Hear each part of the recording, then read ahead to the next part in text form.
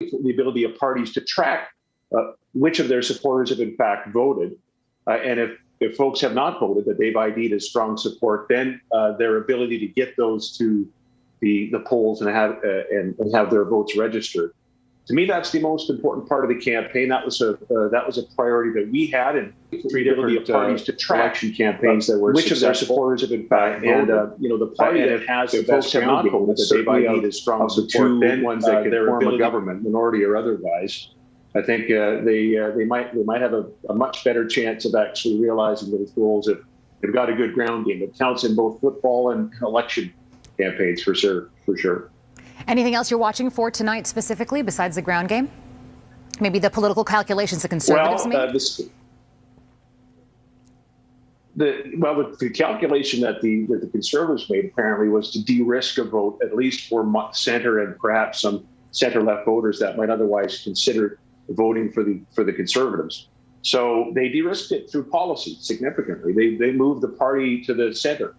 That's what O'Toole did, and there's a calculation there that the base of the party, perhaps a lot of it out west where I'm sitting right now, was prepared to go along with that to the extent they may not have agreed with all of those policy changes. The carbon tax comes to mind.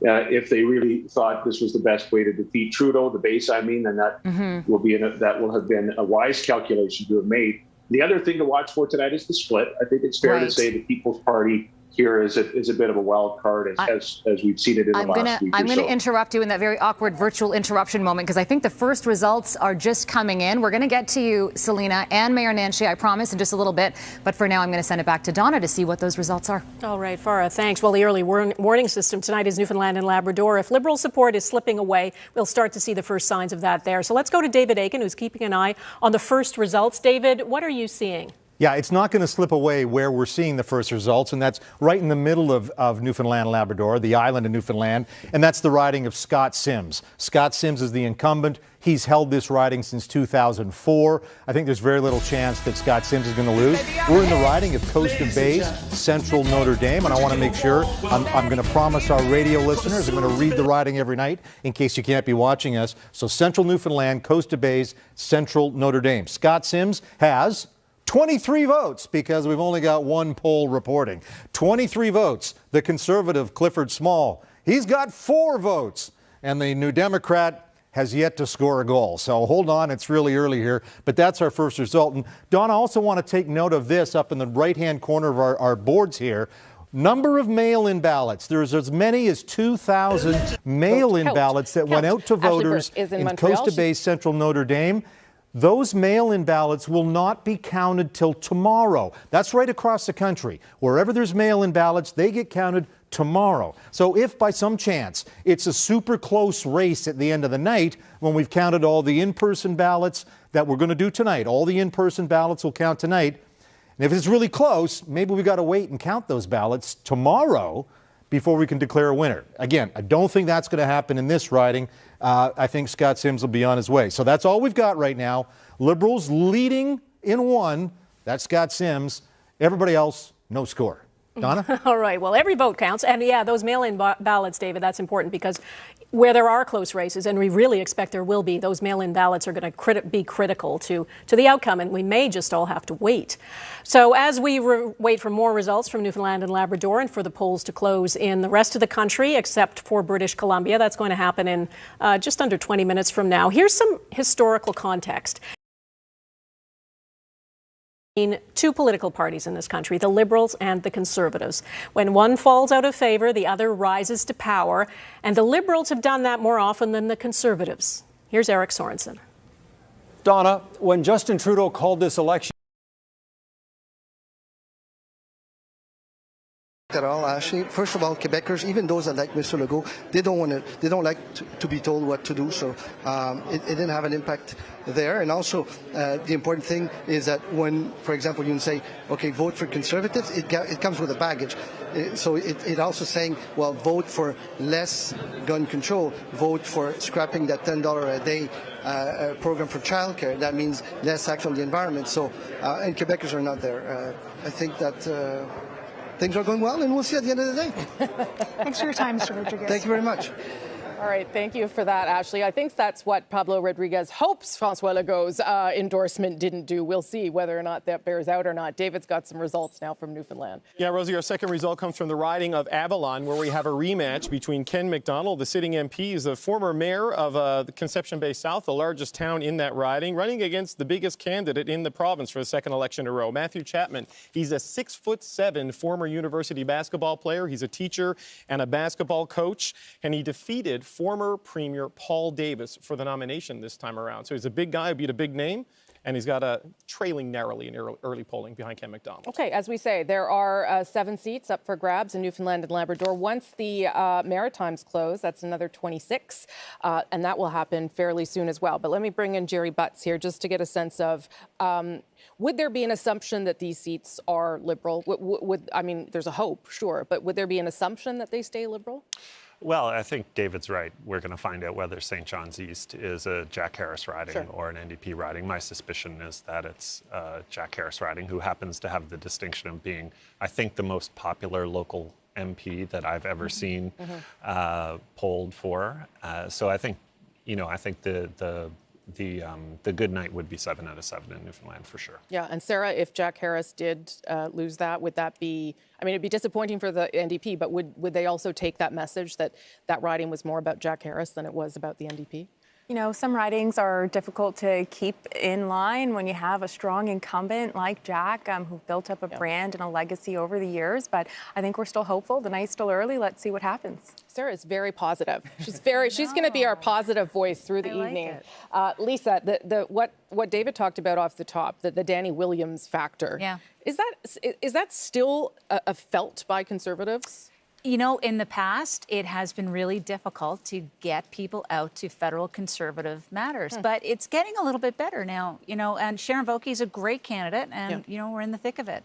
Yeah. So we'll wait and see how it all goes tonight. Okay.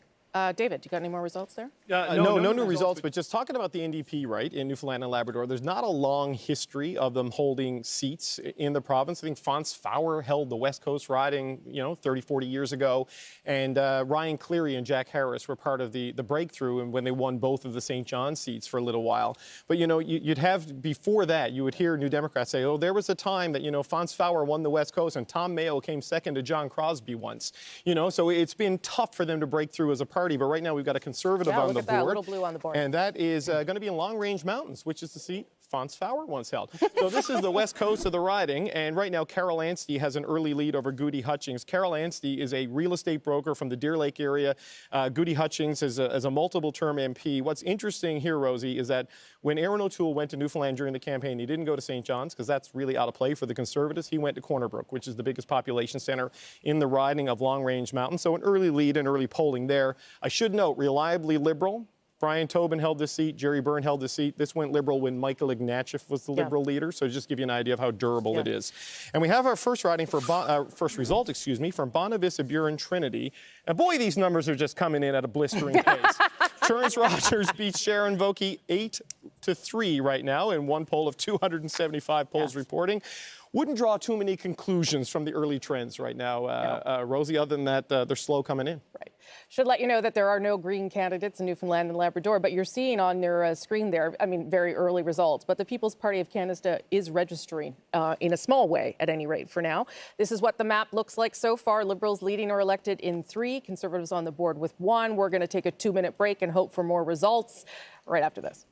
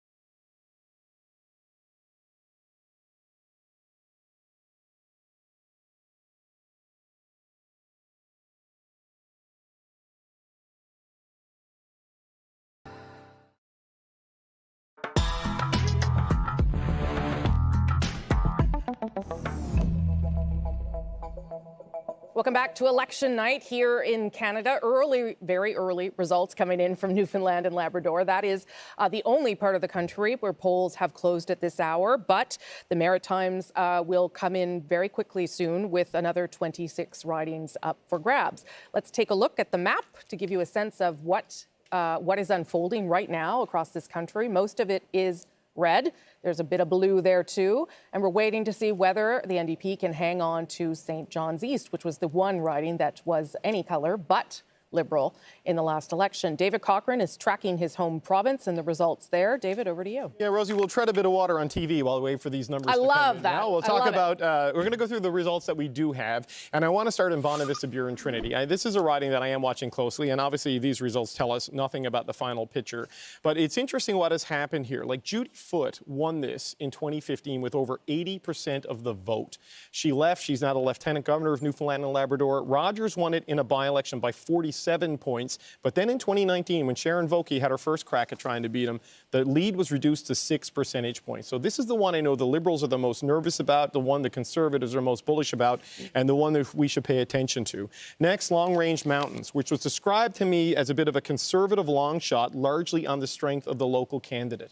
Carol Anstey is a realtor. She's from Deer Lake. She's well known in that part of the province. But Goody Hutchings is a multiple-term Liberal MP, and that is an area of the province that votes reliably Liberal. Provincially, this is where Andrew Furia has his seat. It's where former Premier Dwight Ball had his, and where former Premier Clyde Wells had his seat, all in this area. The West Coast is really the Liberal coast of Newfoundland and Labrador.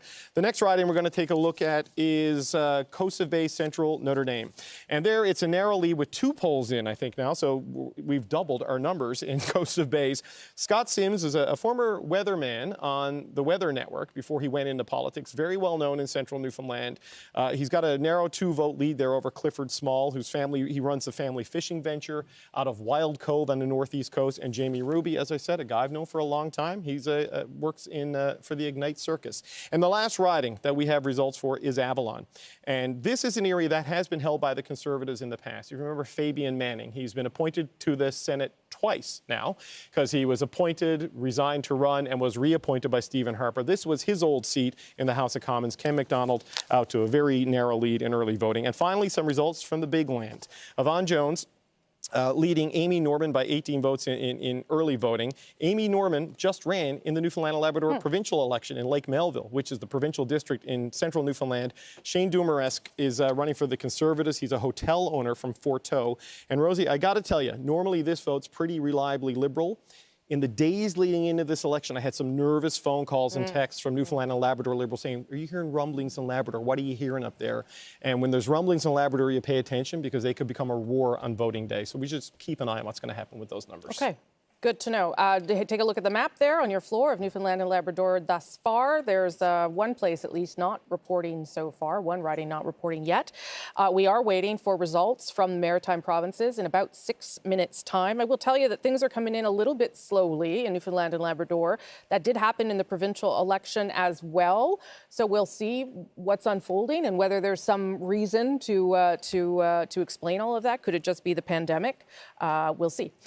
Ian is tasked with looking after his home province of New Brunswick. Yeah, after listening to David, I'm worried now. I don't think any of the candidates in New Brunswick that I know of own a Smitty, so I'm going to have to do a little bit extra research here to see if I can match him with the color from Newfoundland. But anyway, in New Brunswick, you think back to 2015, and it went all Liberal red, right? Yep. A sweep for the Liberals. But 2 years ago in 2019, we started to see a return to kind of the traditional political picture. And so the Conservatives won 3 ridings, which really are Tory strongholds, but one riding, Fredericton, far from traditional Rosemary. That time was a Green win, Jenica Atwin winning that seat. The first time the Green Party had won a seat outside of British Columbia. Then, of course, earlier this year, she crossed the floor. So tonight, one of the things we're looking at is, can Jenica Atwin hold on to that seat? Can the Greens hold on to that seat?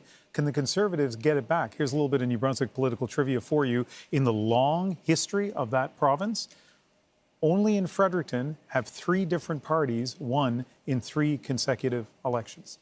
Fredericton, keeping people on their toes. Who knew? When I interviewed Annamie Paul about a week ago, it feels like months ago because this has been a long campaign, she actually said that she didn't go to Fredericton to support the Green candidate because she didn't want to be, quote, a distraction to anyone at that race.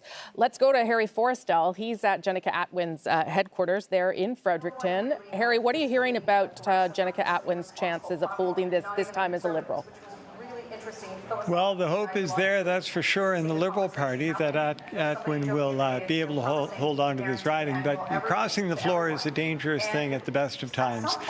Going from the Green Party, taking your seat with you to the Liberals may earn her the ire of many voters. We'll see tonight we have Jenica Atwin in the Fredericton riding up against Nicole O'Byrne and Andrea Johnson. Nicole O'Byrne is the NDP, the Green Party candidate, and Andrea Johnson is the Conservative. So we're going to have to see when votes start coming in how this is going to work out. It's difficult to tell, but you know, when this gets underway, when the change comes, it comes from the east and moves west, as Ian pointed out in 2015. Rosie, the Liberals took every seat here. 2019, the cracks began to show, and we'll find out in an hour or so tonight just how things are going to work out here in New Brunswick. But if there is a change in government coming, it'll be here that we see it start to turn. That's how Harry Forrestal reminds us that New Brunswick's an important place. Thanks for that, Harry. Appreciate it very much. He's at the Jenica Atwin headquarters. We'll see whether the Liberals can hold that seat for Jenica Atwin this time as a Liberal. David Cochran's got some more results. David. Yeah, Rosie, don't adjust your set. There are 2 ridings blue in Newfoundland and Labrador because we've had a lead change in Bonavista, Burin, Trinity. And we're going to show you those numbers now. Sharon Vokey, with 2 polls reporting, is now pulled into an 11-vote lead over Churance Rogers. And so what's interesting about these rural ridings, Rosie, is there's a lot of economic anxiety, obviously, because of just the changes in the fishery over the years, but also the oil sector came in and sort of filled a lot of that gap. Not just the offshore oil sector off the coast of Newfoundland and Labrador, but the oil patch out west. A lot of Newfoundlanders from a lot of these rural towns gone out there and have worked out there. Their concerns and anxiety over what's happening to that industry and their frustration with the federal Liberals for being so aggressive on climate, they've brought some of that anger back with them, and they've brought some of the voting tendencies back on that. This is what the Conservatives are counting on to maybe bump their numbers up in the rural seats. Okay, votes slowly coming in Newfoundland and Labrador, about 1,100 or so, 1,500, quickly changes, but they are coming in. The countdown clock is on for the Maritimes. 2 minutes, just over 2 minutes till we start seeing more results. Adrian is covering Nova Scotia for us. You bet, Rosie. This is a province where for the Liberals, the bottom line is the best news would be absolutely no news at all. Right now they hold 10 out of 11 seats, but all 3 main party leaders have been dashing off to Nova Scotia recently. They sense opportunity there.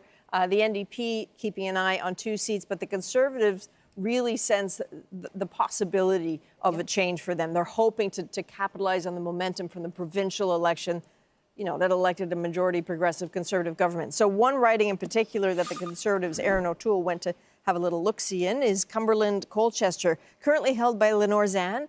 Fun fact, Lenore Zann, the voice of Rogue in the X-Men, if that means anything to you. She's up against Stephen Ellis, who is a family physician. No NDP candidate. Daniel Osborne is there, but he has, I guess, stepped back from the party. Okay, so that gives you a good picture of Nova Scotia. Liberals were a bit nervous about what those provincial results would mean for them federally, and indeed, the Prime Minister was in there a couple of times. Andrew, you're on top of Prince Edward Island. Yeah, all 4 ridings on Prince Edward Island have voted Liberal for a long time, decades, in fact, with only a couple of exceptions. And I could show you the map here, but I wouldn't have much to say except red, red, red, and red. That's not to say that there aren't interesting ridings, though, to watch tonight. Charlottetown is one that I want to call your attention to. Candidate in Doug Curry, a guy who actually spent a decade in provincial politics as a Liberal, but also watched the Greens here. They came second in the last election in this riding, and the Green brand is strong provincially. I mean, they formed the official opposition in PEI. The question is, can they translate some of that sex on the provincial stage to the federal stage? We'll see.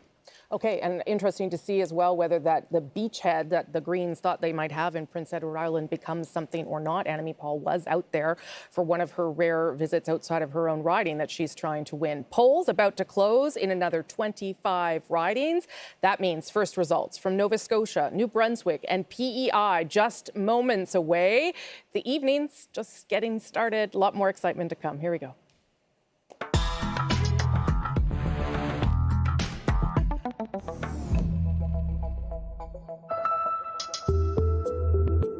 It is now 8:30 local time in the Maritime provinces. Polls have just closed in Nova Scotia, New Brunswick, and Prince Edward Island. 25 more seats to add to the count. What happens in the Atlantic provinces tonight could set the trend for the rest of the country. All right, we are waiting for results to start coming in from the Maritimes, and our results hosts are on top of things, and we'll bring them to you as they come in. This is what the map looks like so far, with early results from Newfoundland and Labrador. The Conservatives leading or elected in a couple there, and the Liberals also on the board. We know that results are coming in slowly in Newfoundland and Labrador. We'll see whether we see the same story in the Maritime provinces as well. We know that the pandemic has affected voting, that lines have been long in some parts of the country, that it has not always been clear about where you go for your polling station. And so that has caused some minor problems we have heard through the evening as well. Thomas Degla is actually at a voting line right now in Toronto, where people are, I believe, still waiting because the polls are still open. So stay in line if that happens. Thomas, what are you hearing down there? Well, no one really complaining, Rosie. They're talking about waits upwards of 30, 40 minutes, an hour in some cases.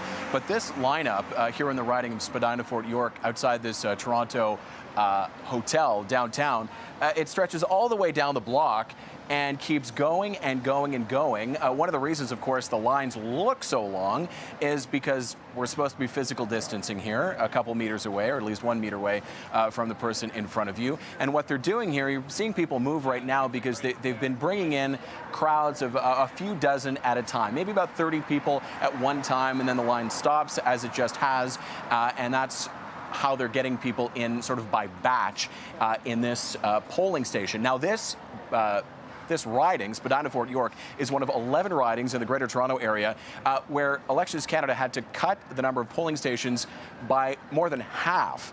So fewer than 50% of the number of polling stations there were here compared to 2 years ago because of the pandemic, because it was so difficult to get enough locations where they could ensure physical distancing, because it was more difficult to get access to community centers and schools, that sort of thing. So you're seeing polling stations in unique places. This is a hotel just down the street here.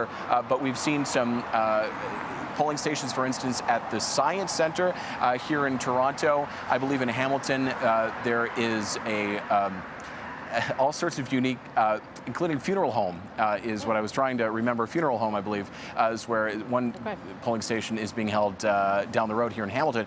But this is, I think, going to be one of the stories, certainly here in the Greater Toronto Area, of the 2021 pandemic election, is these long lineups. The question is, what is going to happen when someone comes in here and sees a long lineup? Are they just going to turn around and decide not to vote, Rosemary? Well, you've got 2 hours still just to get in your vote. So hopefully those people will stay there, because, Thomas, if the pandemic taught us anything, it's how to line up and be patient. So hopefully that'll happen there tonight. Thomas will keep an eye on for us. Thank you very much. We've got some initial results coming in from Nova Scotia. Let's go to Adrian. Well, yeah, initial might be a strong word, Rosie. We're going to look at Halifax. This is currently held by Andy Fillmore, still holding it with that whopping eight-point lead. One poll reporting. This is of note. The NDP really have their eyes on this. Lisa Roberts is, first elected provincially some time ago. She was a journalist. This is Megan Leslie country. This is Alexa McDonough country. This is a place the NDP really want, but right now, Andy Fillmore has it with a 5-point lead. It does take a while. Let's be honest, for votes to come in. You can see, though, at the bottom of your screen there, Liberals leading and elected in 7 ridings so far, and the Conservatives on the board with 1. David Cochran. Yeah, Rosie, we finally have some results from one of the St. John's ridings, and it's St. John's East. Okay. The first numbers are in there now. And Joanne Thompson running for the Liberals with a 9-vote lead over Mary Shortle, the outgoing president of the Federation of Labour, who is running to succeed Jack Harris and try to keep that seat orange. Jagmeet Singh was there. That's where he released the party platform. It shows how important that is to the New Democrats, but the early results there, but a key battleground riding in Newfoundland and Labrador. Okay, David, thank you for that. Let's go to St. John's East. Chris O'Neill-Yates is there with none other than Jack Harris. Chris O'Neill-Yates, you can tell him that everybody was saying nice things about him. That's what happens when you retire from politics. What's Jack telling you tonight, Chris? I guess, Rosie. Well, I am with Jack Harris, who retired from politics, and people have always said nice things about you, Mr. Harris, I suppose. This is what Rosie was saying. People say nice things when you retire. How important is this riding to the NDP here in St. John's East? Well, it is pretty important. I mean, we've got a strong history here in St. John's East.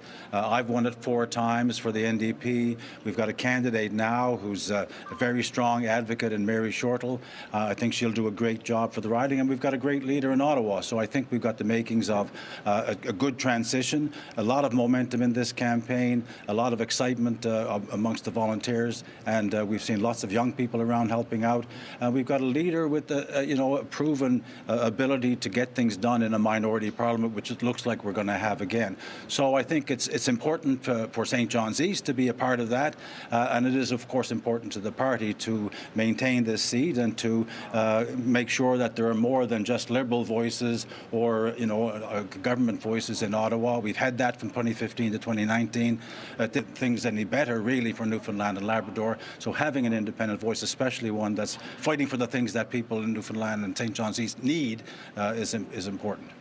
Well, that's Jack Harris here with us tonight at the St. John's East NDP headquarters. They're running in the seat that Jack Harris just vacated when the Parliament was dissolved. Over to you, Rosie. Okay, Chris, thank you for that. All Newfoundland and Labrador ridings are now reporting. We've got more than 5,000 votes into the system, which means results are going to start firming up here. Let's go to Adrian, who's got some news from Nova Scotia. We do indeed. We're keeping an eye on Sackville, Preston, Chesapeake. This is another NDP we're hoping to make inroads. If we have a look, Daryl Sampson, though, who is the incumbent, is leading by 5. In the number 2 position, Angela Conrad. The NDP is back in number 3, but again, 1 of 198 polls reporting. This is Peter Stauffer's riding from 97, 2015. So there you go. Okay. Let's go back to David Cochran. He's got an update on Newfoundland. Yeah, we've got the first results from the 7th riding. That's St. John South Mount Pearl, and that's where Seamus O'Regan, the Natural Resources Minister, is the incumbent. And look at this race. Wow. I'm going to call this too close to call. He's running away with it. Yeah, O'Regan, of course, is the cabinet minister and a close friend of Justin Trudeau. Yep. Steve Hodder is a realtor who is running for the Conservatives. Ray Critch is a lawyer who got married on Saturday. So he finished in the top 2 of at least one major event in this past week. Our next result is going to be Coast of Bay Central. Okay, these are early results, but the Conservatives would be feeling pretty okay right now. Let's see whether or not it holds. I hope that Smitty's restaurant is good because it's getting a lot of free advertising from you tonight. Lisa Wright, maybe I'll just bring in you again. We talked about how Conservatives felt in Newfoundland and Labrador. Listen, these are early results. I don't want to go crazy yet, but if you could start picking up, that's the goal for Conservatives. Start picking up early and across the country. I mean, it'd be fantastic to see some seats coming out of Newfoundland and Labrador because it's not expected, quite frankly. But the reality is it's still early, and I'm not going to get too excited yet. But it's really nice to see the numbers roll in, and we'll see what ends up happening. And I do like Smitty's out east. Oh, good. Yeah, there you go. I didn't even know it was a thing. There you go. Jerry, I'll ask you the same question here, too. Not about Smitty's, about about what the Liberals need to do in the Atlantic provinces. Hold what they have, but also take a couple, like that NDP seat, for instance. I haven't seen something get this much free advertising since the PPC in this campaign. I think, look, it's a good night for the Liberals if they come out with 24 to 26 seats from Atlantic Canada. Yeah. We obviously won all 32 of them in 2015, which is not going to happen every election. And so they'll be happy with 24 to 26. It seems like you have a very muted response to my questions. Is it because that this is not the election that Liberals thought they were going to have? Is that fair to say? No, it's probably because it's maybe the first time I've been out of my house in a few months. So. I'll get going as the night goes on. Okay, great. We'll get you some chocolate or a Coke or something. All right, let me show you what things look like across the Atlantic provinces right now. The colors will give you a sense of what the story is in these early results. Big parts of red, of course, but the Conservatives are there as well, and they would be happy to see themselves leading in 3. But again, very, very early results at this hour. As we wait for more to come in, Adrian will give us some updates. You bet. We're going to have a look at the very important Cumberland Colchester again. This is when Aaron Toole went to visit. And look at that. Stephen Ellis, the family physician, he's in the lead against Lenore Zan. But look at number 3, the People's Party of Canada. I'm sorry, Jerry, I know you don't want us to talk about it necessarily, but this might be a sign of things to come as this migrates across the country. Let's just see what kind of effect they have. But in one of 218 polls reporting.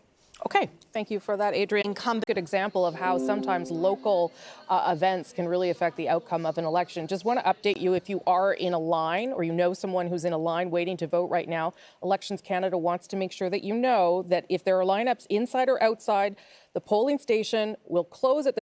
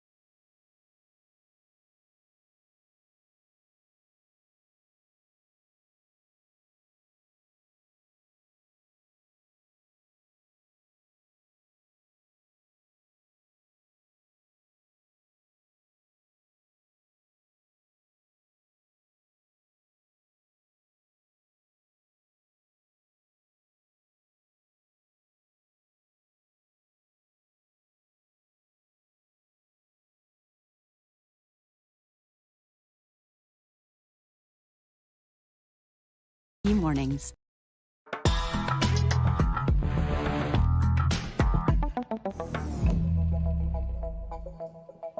Welcome back to election night here in Canada. I'm Rosemary Barton. We've got some results already coming in from Atlantic Canada. You can see here on the bottom of your screen, these are leading or elected. So 6 for the Liberals, the Conservatives now at 3. And look at that, the NDP has entered the game. It's probably very early results, but that is where we will start to see trends from the evening as they unfold. David Cochrane can give us some more details about some of those numbers, David. Okay, we're going to start with the 2 ridings in Newfoundland and Labrador where the Conservatives are leading now. We're going to start in Coast of Bay, Central Notre Dame. More numbers coming in now. About, 20% of the polls. Clifford Small, the Conservative, has a 62-vote lead over Scott Sims. So depending on where those votes are coming from, that lead could change. Bonavista, Buren, Trinity. Look at that. Sharon Vokey opening up her lead over Churence Rogers in a rematch between the two of them. The former executive director of the provincial Conservatives running against the former president of the provincial Liberal Party. Right now, the Conservatives ahead, and in St. John's East, another lead change. Only 2 of 182 polls reporting, so a long way to go there. But Mary Shortle with an 18-vote lead over Liberal Joanne Thompson. And Rosie, I know this. I'll make my last Smitty's reference because I'm going to fill you in on the story and why it's so important in Newfoundland politics. A guy named Paul Lane, who used to be Kathy Dunderdale's parliamentary secretary, got fed up with the Conservatives, crossed the floor to the Liberals, and he booked the banquet hall at Smitty's to do it. Oh. So he went to a pancake house to flip sides. It didn't take. He fell out with Dwight Ball over the budget. He's now an independent in the Newfoundland legislature. Well, that's all you ever need to know. Everyone, I can tell you, everyone on Twitter and everyone in Newfoundland and Labrador is mad that I don't know about Smitty's. So we have time. Next time I'm out there, you can all buy me some free. Well, leading in 7, Conservatives in 3, NDP in 1. And that, of course, is the riding for Jack Harris. We'll see whether any of that holds in these early results. Let's go to Oshawa, to Conservative headquarters. Hannah Thibodeau. Someone has repaired the power outage there, and Hannah has a guest for us at this hour. Hannah. Yeah, and we're going to start flipping pancakes here, too. You guys have me all hungry in Oshawa. So, yeah, the power is back on, thankfully. This was an outage that was all across the area, and it took us down. But we are back, and joining me now is Ginny Roth. She is a conservative strategist, and I think you know her well, Rosie. Ginny, let's talk about what we're seeing out of Atlantic Canada and Newfoundland. Those two ridings where now Conservatives have a slight lead in those. What do you think of that? Yeah, I think the Conservatives are excited about Atlantic Canada. For people who don't know, the leader, Aaron O'Toole, has a bit of a background and a bit of a personal connection to Atlantic Canada. He spent some time out there during the RIP period, and I think it's because he thinks he can pick up some seats. The polling looks pretty good in terms of the regional breakdowns and the ability to pick up some seats, a couple seats in Nova Scotia, maybe a seat in Newfoundland, maybe even a couple seats in New Brunswick. So I think it'll be a good boost, actually, early in the results coming in for the Conservative campaign. What will be the indication if we start to see some of these seats being picked up by the Conservatives in this area? Well, I think I'm watching Cumberland, for example. There's a really strong candidate there. And this one's interesting, Jeannie. Yeah. Sort of jump in, but he's a former doctor, and I was talking to people when we were in Truro, and they say the reason why they're voting for him is because when he jumped into politics, he found someone to take over his place of work so that they weren't left without a doctor. So it's so important when it comes to medical issues out there. Yeah, he's a real star candidate. I think the party's really excited about him.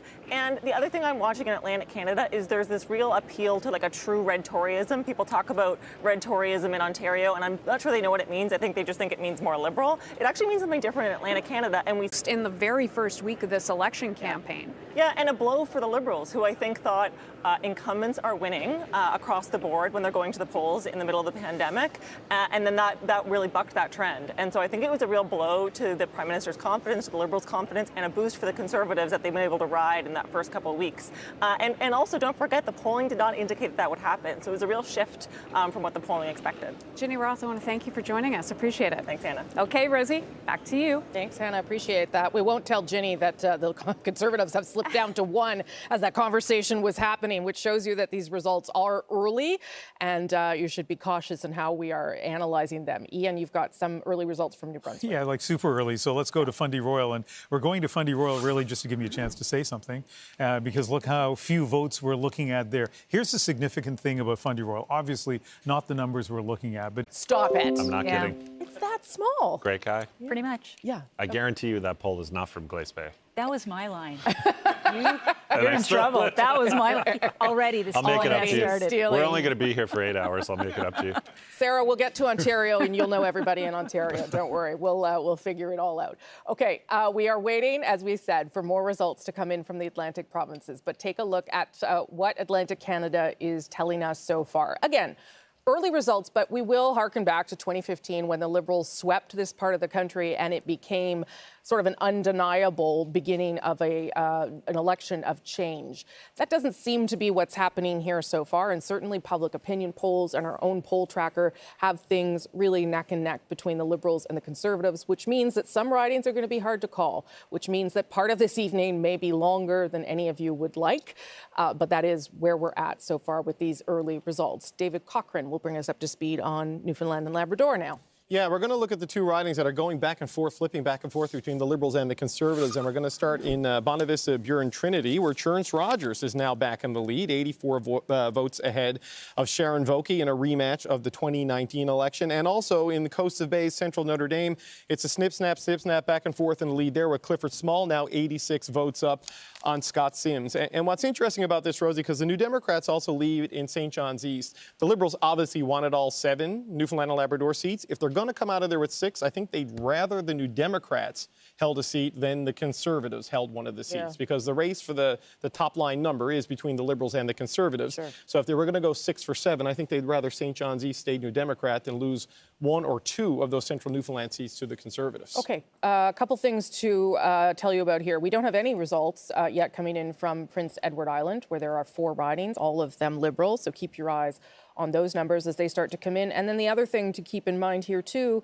is that we have yet to see any Green Party support in any real way. In fact, it is way down from where it was in the last election.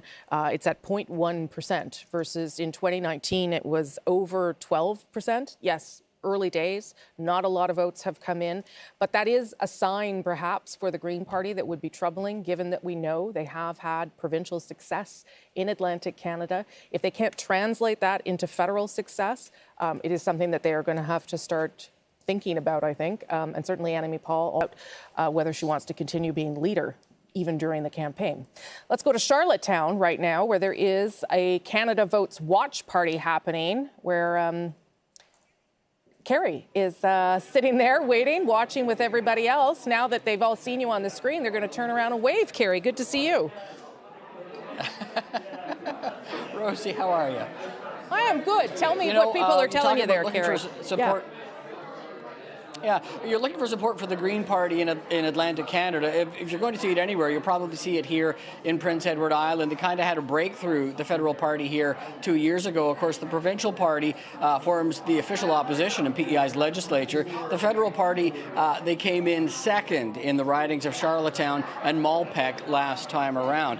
Andrew earlier, though, was talking about the PEI tradition that goes back decades of sending Liberals to Ottawa. The Liberals have swept our 4 ridings in 8 of the last 10 federal elections. That goes back to 1988, Brian Mulroney's second term as Prime Minister. PEI went all red, and it's largely stayed that way ever since. In fact, there's only been one MP Islanders have sent to Ottawa in all that time who was not a Liberal. That was Gail Shea in the riding of Egmont, a Conservative cabinet minister with Stephen Harper. She got in an election when there was no Liberal incumbent in her riding, and we've got another one of those situations. They don't come along that often. After 28 years, Wayne Easter did not reoffer in Malpeque. So there's one of those rare openings for the other parties to try to get in there, before there is another Liberal incumbent declared.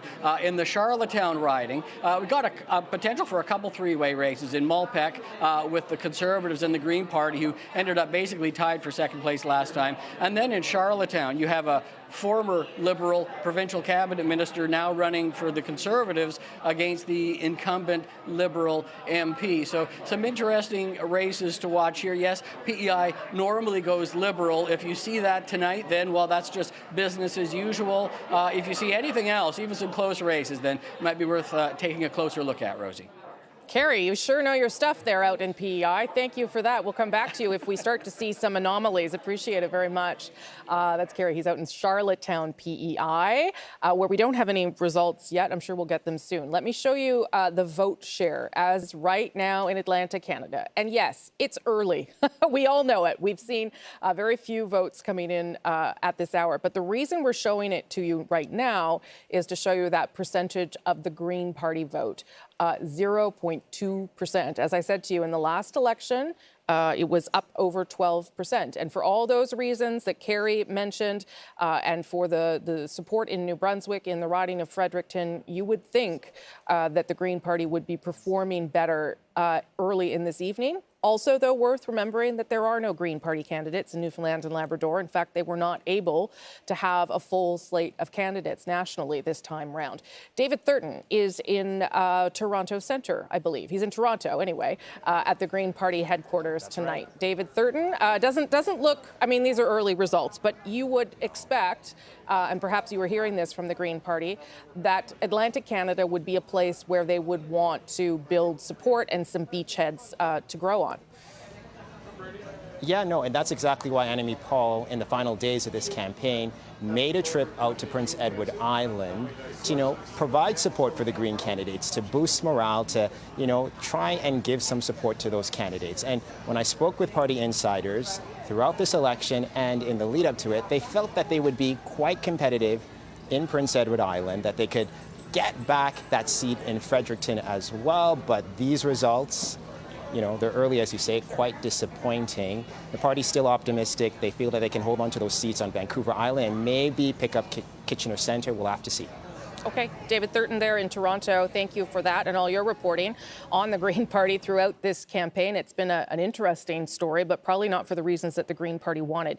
David Cochrane now with some results from Newfoundland and Labrador. Rosie, we have our first elected candidate, or at least projected elected candidate. The decision desk we showed you earlier has projected that Seamus O'Regan, the Natural Resources Minister, will be going back to Parliament. You can see there that's a pretty substantial lead with about 25 of 207 polls reporting. The surprise there for me, Ray Critch in second place, ahead of Steve Hodder. Ray used to work at the student newspaper, The Muse, where I got my start in journalism when I was on the board of directors back in the day. And anyway, he gave it a shot, but O'Regan is going back to Parliament. Okay, I just want everyone to know I will have no stories like this from Manitoba, so don't hold your breath when we get to that part of the night. Nova Scotia had some results there. Interesting. Sean Fraser, the incumbent, we're in double-digit lead, so we've entered a new era, new moment here. Only 5 polls reporting, but keep an eye on that one. The Liberals will be happy to see that. King's Hants, Cody Blois, the incumbent, just a lead by 6, but this is, again, one that the Liberals were maybe not worried about, but maybe should be. And Eddie Orrell, this will be very important to the Conservatives in Sydney, Victoria.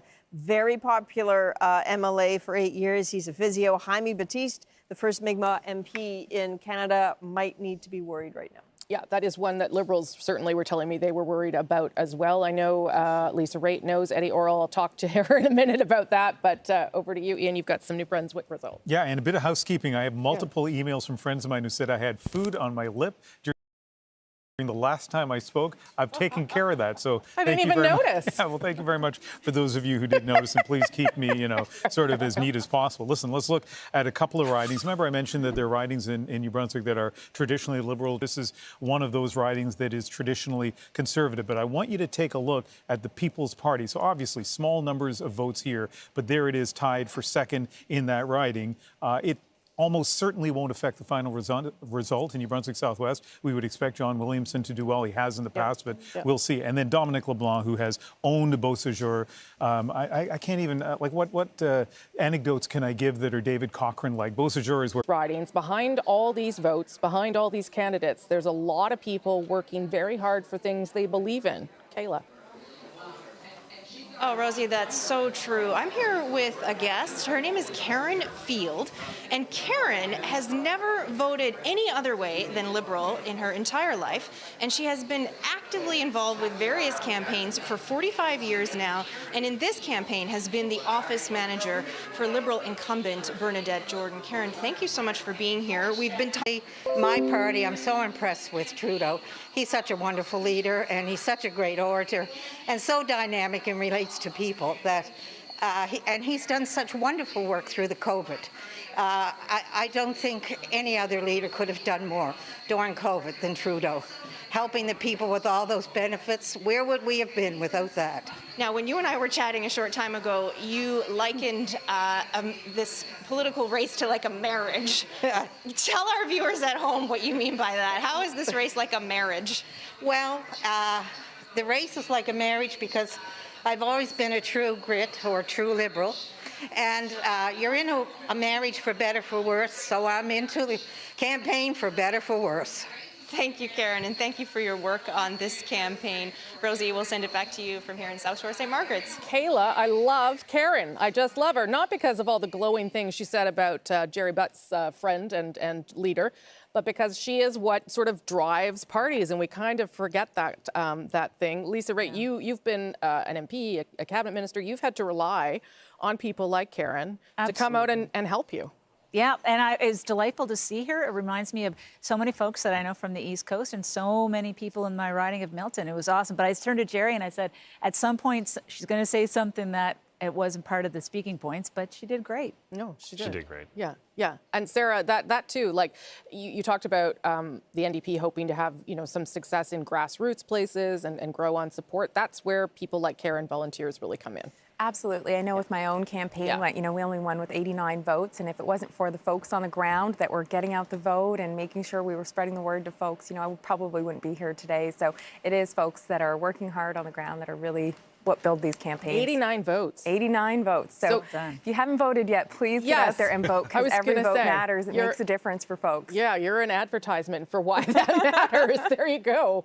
Okay, Fredericton, I am told, has got some early results in, so we'll go to Ian for that. Yeah, and as we've been saying, Fredericton's really interesting because the Green Party won it last time around, but Jenica Atwin moved over to the Liberals. Let's see what's going on right now in Fredericton.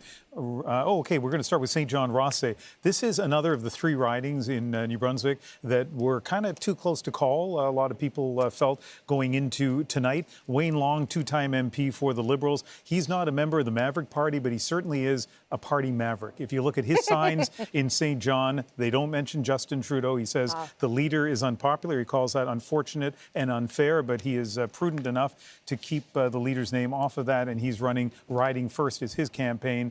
Fredericton, obviously small numbers, but it does give us an opportunity to mention that this is another riding that a lot of people are watching closely.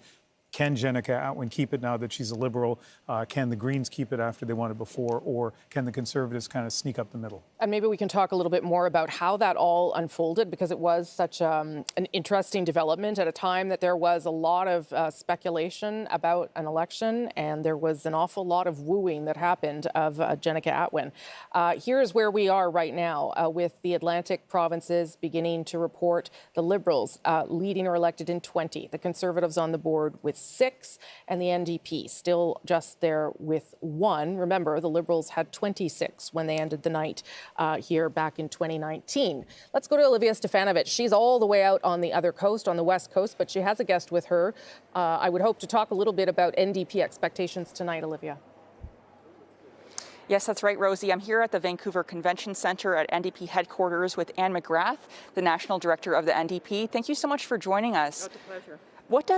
How do you feel this campaign has gone, especially in ridings like St. John's East, where you launched your platform, and Halifax, where NDP leader Jagmeet Singh just was a few days ago? Well, I'm feeling very, very hopeful and optimistic about having a larger caucus coming out of this campaign, and I think more NDPs in Parliament is better for Canadians. Certainly in the Atlantic, those are 2 seats that we're very competitive in, and where we've been working hard. We have amazing candidates. They're both really, really well respected. Mary Shortall, president of the Labour Federation in Newfoundland and Labrador, a fighter all her life for the issues that are important in this campaign, really wants to help her community and would be a great successor to Jack Harris, who's our longtime MP there. And then Lisa Roberts in Halifax, who's a very popular and well-respected MLA in that area in Halifax for many years, and has been a really strong housing activist, and is fighting for the things that we think are important and that I think Canadians think are important.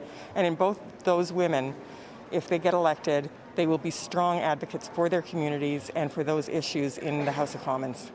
What does success look like for you tonight? And are you worried about any ridings, given the fact that Singh has campaigned in mostly NDP and Liberal held ridings?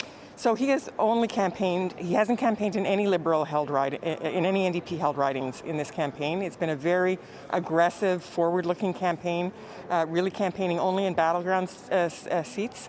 So he's been in seats where we think that we have a chance of victory in places that are currently held by Liberal or Conservative MPs. And he's been to 51 non-incumbent seats across the country. So it's a very positive, hopeful, assertive campaign that he's run. Okay, thank you so much for your time. Back to you, Rosie. Okay, Olivia, thank you for that. I also love how Olivia has matched her mask to her blazer. Well done, Olivia. I appreciate that. Okay, Adrienne, you've got some results from Nova Scotia. You bet we do. Let's have a look at Dartmouth Cole Harbour. Interesting, there's no Conservative candidate here. Look at Kevin Payne for the NDP. He's leading, obviously not by very many, but it is the PPC in third. Let's keep note of that one as we go along. So South Shore St. Margaret's, you heard Karen and Kayla talking about that. Rick Perkins, this is a rematch between Bernadette Jordan and Rick Perkins. Rick Perkins with the 48 lead. And then in West Nova, Chris D'Entremont is the incumbent there. Alexis Chamberlain for the Liberals, a little bit far back with only 5 polls reporting. Okay, Adrian, thank you for that. I should tell you that an early look here at how the vote for the Green Party, which seems to be collapsing in these early results, does seem to be split now between the Liberal Party and the Conservatives, though favoring the Conservatives. So we'll see if that trend continues here in Atlantic Canada. David now has some results again from Newfoundland and Labrador. Yeah, we have another elected in Newfoundland and Labrador, Rosie. It's in the riding of Avalon, where the CBC Decision Desk has seen enough and is projecting that Ken McDonald will be going back to the House of Commons. He texted me earlier today saying, I'm going to be the first MP declared elected. He was second. Now, Ricky Bobby might say if you're not first, you're last, but not on first past the post. Ken McDonald has beat Matthew Chapman. And this one, we thought we were going to say the Liberals were back in front, then the Conservatives went back in front, then it was the Liberals again, and now it's the Conservatives. It's changed leads about 4 times in the last 10 minutes. We targeted this one early as one to watch, and Sharon Vokey now with a 35-vote lead, and we're getting deeper into the count. I mean, 85 of the 275 polls are reporting, and this is just a too close to call seesaw battle. That's interesting. In that riding. Yeah, and that may be some of what we see through the evening, because certainly polls suggesting that things were very tight up until the very last days of this campaign in most regions of the country, not all of them. This is what the map of Canada looks like so far. Only Charlottetown has left to report some results so far as we come out of Atlantic Canada, as we wait for the big swath of results to come from Quebec to Alberta. On the board, the NDP leading or elected in 2, the Conservatives up at 8, and the Liberals with 21.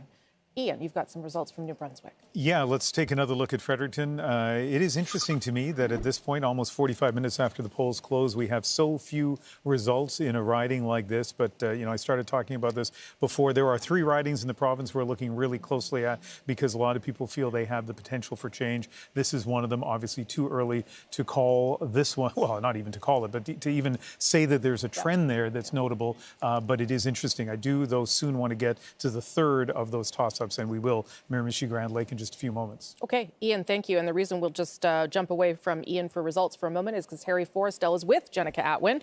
We'll talk to both of them now. Harry. Absolutely, Rosie. We're here at Liberal headquarters in Fredericton, one of the ridings that made a big splash in 2019 when Jenica Atwin won the riding for the Green Party.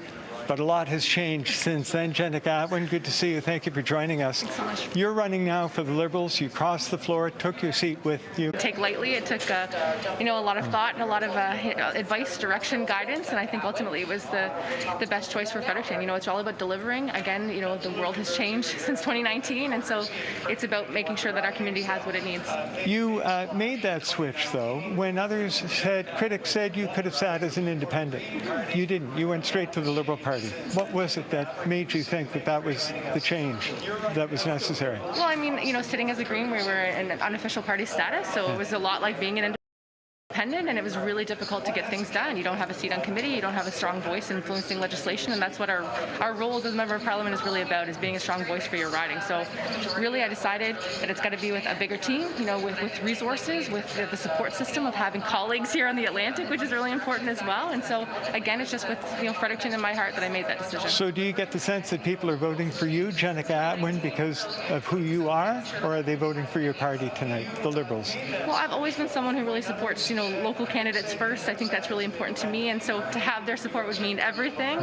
But of course, there's a strong, Liberal support here in Fredericton as well that I hope will go with me as, their new choice. And if you don't win tonight, will it be because of the switch? Oh, I hope not, but you never know. Anything can happen on election night. All right, that's Jenica Atwin in Fredericton, racing against the Conservatives, once a member of, hoping to win this seat for the Liberals tonight. Rosie. Okay, Harry Forrestal, thank you so much. You're in Fredericton, New Brunswick. Let's give you a sense of what is happening in Atlantic Canada, both with the vote share, Nova Scotia, my apologies, Nova Scotia, both with the vote share and the seat change, because this is where you are starting to see things. Okay, that's the vote share, so you can see a little bit of movement, but you'll really be able to see it now if we show you the seat change in Nova Scotia. And that will give you a sense of how things are beginning to shift a little bit, but not a whole lot, all right? And again, these are very early results, but the seat change in Nova Scotia shows you the Liberals down 3 at this stage, Conservatives up 2, NDP up 1. Again, early results, but if you are trying to form government, if you are trying to hold government, losing anything could matter. So let's go to David Cochran now, who will give us a state of play as we wait for more results from Atlantic Canada. David. Yeah, Rosie, we finally got results from all 32 ridings, so we get to play with our new toy. Josh and James are up on the Steadicam, and we're going to try to make this thing work. I'm going to start in Newfoundland and Labrador, where we kind of have the surprise of the night for me early is the Conservatives on the board in Coast of Bay, Central Notre Dame. I mean, this is a close race where the results have changed a bunch of times. Right now, Clifford Small, with more than half the polls reporting, has a couple of hundred votes lead over Scott Sims, the incumbent Liberal MP. This is a surprising result. Right here in St. John's East, we have the New Democrat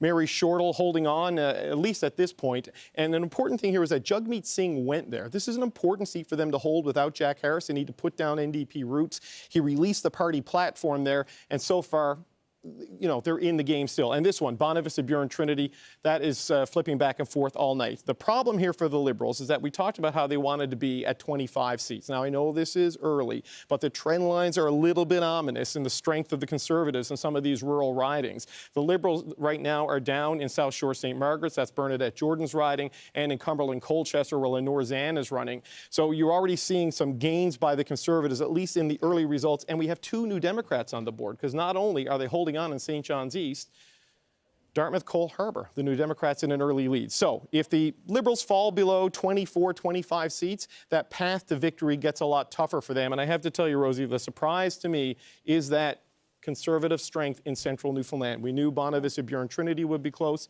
The central Newfoundland riding, that's a stunner. Okay, that is interesting, and I should tell people that as you look at that map and as you look at the bottom of your screen to see where the seats are going, the Conservative vote is up right across Atlantic Canada.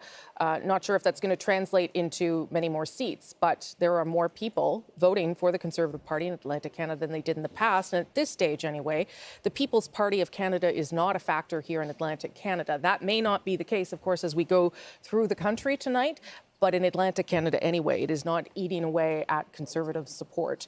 Andrew Chang has some results now. Andrew. Yeah, we've got some new results coming in from Egmont. So this is the riding on Prince Edward Island that the Liberals came closest to losing in the last election. They still managed to capture it, though. Bobby Morrissey with a lead right now. He's won 2 terms in this riding, seeking a third. Spent 12 years in provincial politics, spent the last 6 in federal politics.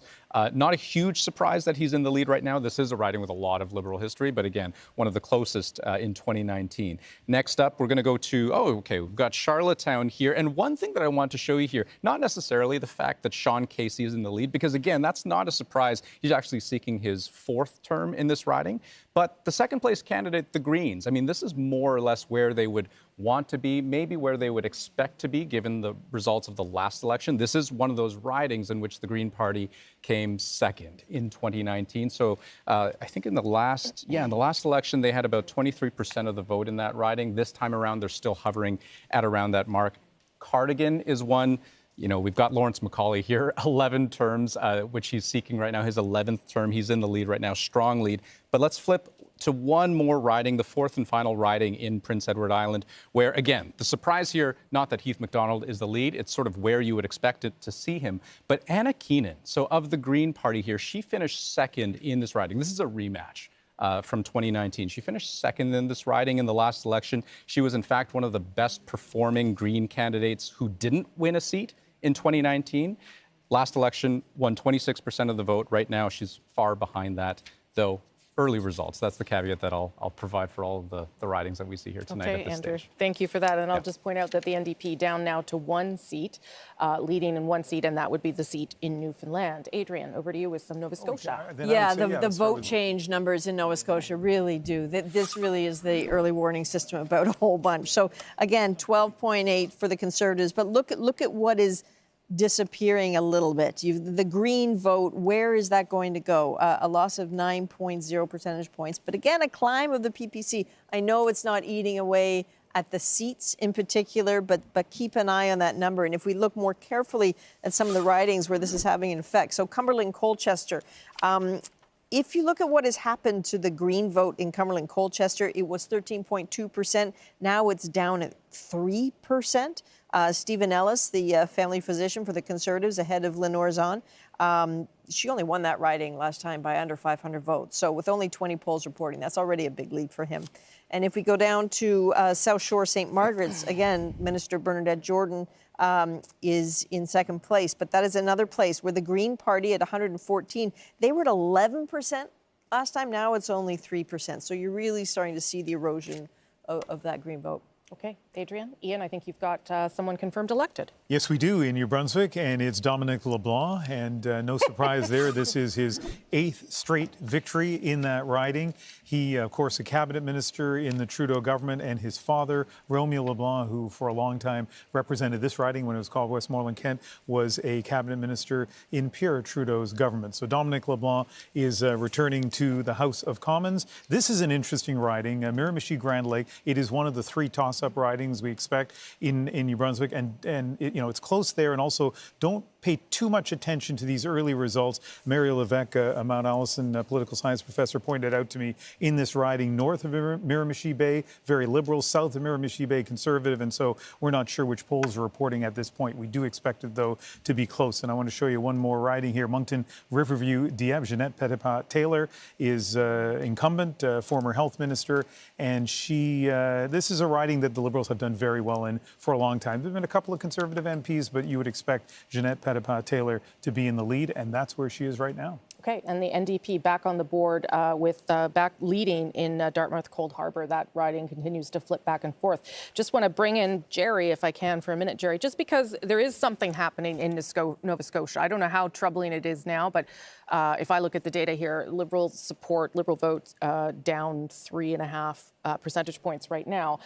I talked to enough Liberals through the campaign to know that there was some anxiety that the rebuke of the Liberals provincially was going to rub off. Is that perhaps what we're seeing here? Yeah, I think it's really early, Rosie, but of course. And what you're seeing is that 3% piling up in ridings that are traditionally Tory strongholds. Right. Cumberland, Colchester in particular. You'll remember Bill Casey held that riding for both the Conservatives and for the Liberals. So these are ridings that the Conservatives have traditionally done well in.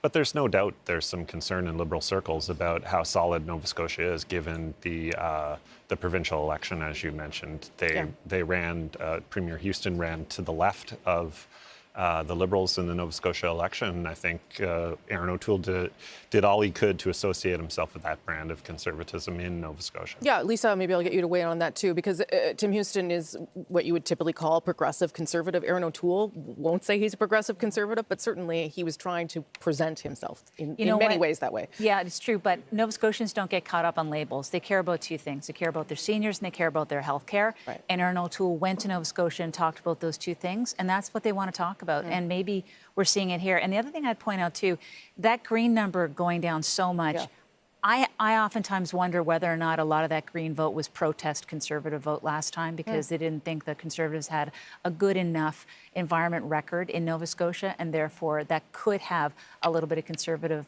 blue in it. Nova Scotia is the delegation at the policy convention that put forth and voted 100% in favor of recognizing climate change. Okay, that is interesting. And we should say there's a large part of the Green Party that is kind of what you would call, I think, libertarian. So there may be some attraction to the Conservative movement at times as well.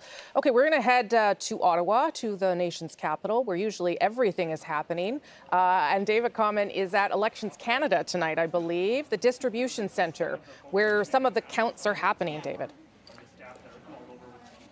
Yeah, absolutely, Rosie. In fact, this is not just the distribution center, but it is the cage. I've always wanted to use that term. That's what they call it here. Take a look inside. There is an active count going on. So about 1,500 ballots now being hand counted. You see people inside doing it, part of 200,000 ballots that have been processed here. So as that count goes on, just to give you a sense of what happens here during a campaign, a very short campaign when they've been working long days here, this is if you requested a mail-in ballot, this is where they sent it from. If you voted from outside of the country, this is where your ballot got mailed to. If you voted from outside your riding by mail-in ballot, this is where your vote comes to. And so that's the count that's going on tonight. They were able to start doing some of that count secretly, of course, not releasing any of the results about 2 weeks ago. If you actually look down here on the left side, you see some of those votes that have been processed, others that are still to be processed. And so that vote very much continuing here. Lots of talk, of course, we've heard in in recent days of people who requested mail-in ballots, Rosie, but who did not ultimately get one. That could be that they weren't able to request them in time. I want to show you one other thing that I find really cool about this, and it's not the forklift, which I did ask to drive, and they say you have to have a license or something like that. Take a look around the corner here at the distribution center. We'll get away from the crowd. If you look down there, that is actually all the ballots from the past 10 years. Elections Canada by law has to keep them, so that's where they keep them. And this is a multi-level secure building where they do keep those ballots so that there is always an integrity check. If there's ever a question about a riding somewhere in the country that was weird, they have the ability to go back to it. But of course, right now, that count going on inside here. They hope to get much of it done tonight. And when you look at mail-in ballots that are going into those ridings, of course, they could play a big factor in ridings that are very, very close. Those ballots, they are most likely to start looking at them tomorrow after what they call integrity checks, basically comparing things to make sure that the person who voted by mail-in ballot has not voted by some other means, Rosie. Okay, David Common. I mean, it's pretty, like, I'm a nerd about this kind of thing, but it's pretty cool to see the inside of that place and see people actually doing the counting. Yeah.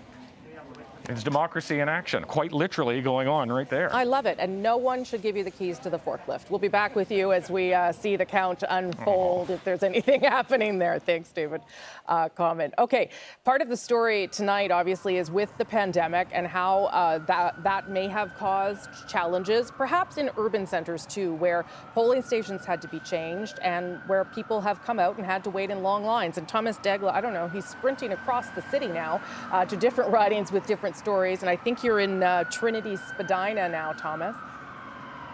Spadina Fort York. Spadina Fort York here in downtown Toronto. These people are lined up just outside this church to vote. Of course, this is one of the many ridings in the Greater Toronto area where the number of polling stations has been cut down. The lineup stretches all the way down the block here to King Street. And with it being downtown Toronto, you have to bear with us with the sirens here. But people near the front of the line here who I've been speaking to said they've been waiting about an hour and 20, an hour and 30 minutes, but the lineup when they got here wasn't as long as it is now. I just want to show you just down the street here, that's the start of the line, which means at this point, and it keeps growing, it now is snaking all the way around the entire city block. So it's easy to think that these people just lining up now are going to be here for 2 hours or more. Now, Elections Canada officially says that if you line up, if you are here before the 9:30 p.m. cutoff, you will be allowed to get in and vote. So don't forget your patience and your snacks. Back to you. That's good advice there, Thomas. And you could probably watch us on your phone and watch Thomas and watch the results come in on cbc.ca, where we've got all of that for you. Thanks for that, Thomas. Again, you know, seeing a bunch of people standing in line to vote is not the most horrible thing I have seen to date. I actually like to see that. And if you're going to wait and you know that you're going to be able to vote, that's actually kind of inspiring for this moment. Ian, you've got some results. It is a long wait, though. I'm kind of surprised. It's a long wait, but it's downtown Toronto, too, and it's right? A beautiful and you've day. left at the end of the day, and they're here. 20 degrees outside right now in Toronto. Well, you're not getting out there anytime soon. Yeah, I know. Listen, let's look at a couple of ridings in New Brunswick. We have our second elected MP in New Brunswick, and it's Richard Bragdon in Tobique Mactaquac.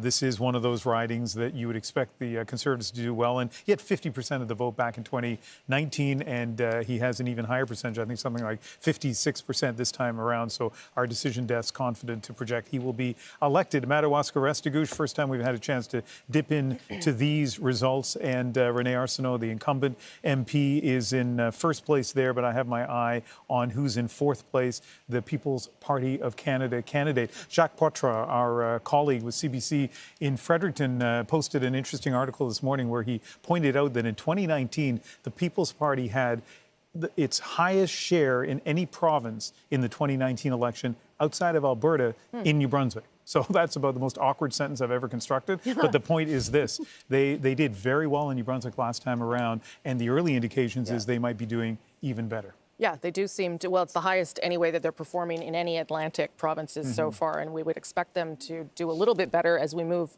towards the west of the country. Adrian's got some Nova Scotia results. Yeah, some changes happening over here. So let's start with Cumberland Colchester. So Stephen Ellis, Lenore Zahn is the incumbent. She only won by a few hundred. Stephen Ellis, a family physician, that's in a pretty sizable lead given that there are 40 of 218 polls reporting. Another change we're looking at for Bernadette Jordan, the Minister of Fisheries. As you heard Kayla and Karen talking about, she's been bearing the brunt of that anger. Rick Perkins, this is a rematch for them, but Rick Perkins enjoying that lead. And then there's Sydney Victoria. The lead, this has been the trend line looks like a braid. They're going back and forth here between Eddie Orrell and Jaime Batiste, who was the first Mi'kmaq MP in Canada. That lead is growing ever so slightly, but it is still very early. Okay, let's just take a look at the map before we go to David Cochrane. So you can see here, well, this is Newfoundland and Labrador, but if we pull up the full map of Atlantic Canada, if we can, there we go, you'll get a better sense of what is unfolding here. There are some pickups, certainly, for the Conservatives here tonight, leading now in 8. Remember, they only had 4 in this part of the country. And if you're trying to build a government, you're trying to start picking up some seats in different places. I would also point out here that the NDP now off the board entirely. And that, again, part of the story of these early results. Liberals leading or elected in 24. Remember, they came out of here last time with 26. Part of what we are seeing again tonight is the collapse of the Green vote. Part of that vote going to the Liberals, but most of it seems to be moving to the Blue team. David Cochrane. Yeah, Rosie, we're going to show you the 2 closest races in Newfoundland and Labrador. We're going to start in St. John's East, which is why the orange is off the board. Joanne Thompson has now moved ahead of Mary Shortall with a 240-vote lead. You're a little under a third of the way through the counting there, so still a lot could happen there. But this is going to be a real ground game effort, and the Liberals have thrown, the provincial Liberals in particular, have backed up their federal cousins and thrown a lot into St. John's East. It's going to be tough for the NDP to match that.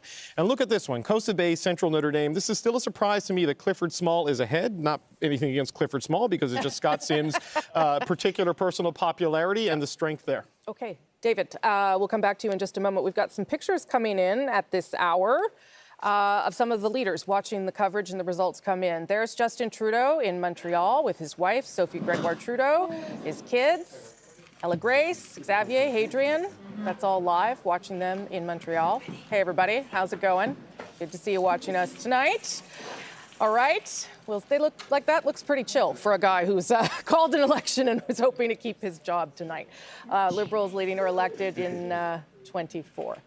Okay, I think we also are soon going to have some shots of Mr. O'Toole also watching results come in with his family. I feel like Justin Trudeau was watching French results there. He didn't seem to acknowledge me in the slightest, David.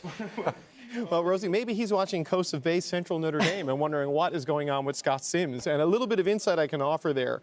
If you remember when the Newfoundland results started trickling in, we got our first results from the rural parts of the province, the smaller towns. There's often you get the results from those parts of the province earlier. St. John's was the last to report. In Scott Sims' riding there in Coast of Bay, Central Notre Dame, that'd be Gander, Grand Falls, Windsor, the larger towns there. I don't know if the results have come in from there. Yeah. That's where he is personally popular and strong, and that's where you could see a surge in numbers for him and Clifford Small. His fishing ventures on the north coast, northeast coast of the island, the northern part of that riding. So it depends on where the vote count is coming from right now in terms of how that one could end up. That's really important to note. That these votes come from different parts of a riding, and some ridings lean one way or another. So you don't want to jump ahead of yourself if that's what's happening here. But right now, anyway, as you see things there on your screen, every party is losing a seat, except for the Conservatives. The Conservatives are the only party right now that seem to be picking up in Atlantic Canada, which would be encouraging for them. Whether they hold all of them or not, coming out of Atlantic Canada, they would be feeling happy to see that beginning to happen. And oh my gosh, what's this crazy one Bloc Québécois that's just popped up here? Probably Andrew can tell us something about that, or PEI. Yeah, so I guess this is one of the funny quirks of the time zone in the Gaspésie region of Quebec, which, by the way, is a beautiful part of the province to visit. Fantastic. It's a long drive to get out there, Yeah. but this is one of the funny, this is what passes for fun on a night like this. But let's go ahead and show you the early result that we have with Gaspésie. The Bloc, they knew this was a riding that was in play. They considered this sort of a priority constituency. It did go Liberal in the last election in 2019, but only by the smallest of margins. This time, around in 2021, they spent far more money than they did in 2019. The leader, Yves-François Blanchet, visited this riding a number of times, including in the final week of the campaign. So that gives you a sense of the importance that they placed on this riding and the thought that they had a shot at this. Yeah, for sure. Magdalen Island's beautiful place to go. Andrew, you've got some PEI results there too. Share a vote there. Yeah, so I wanted to pick up here on a point that you were sort of alluding to, and that, Lisa, that you raised about how the Green vote in the last election may in part have been sort of a conservative protest vote. Yeah. When we look at PEI, I mean, PEI maybe is a sort of a little microcosm of Atlantic Canada. You can see that Green vote has actually dropped quite a bit. So this is down about 11% for the Greens. Wow. But the Liberals have picked up, with the NDP, about half of that amount.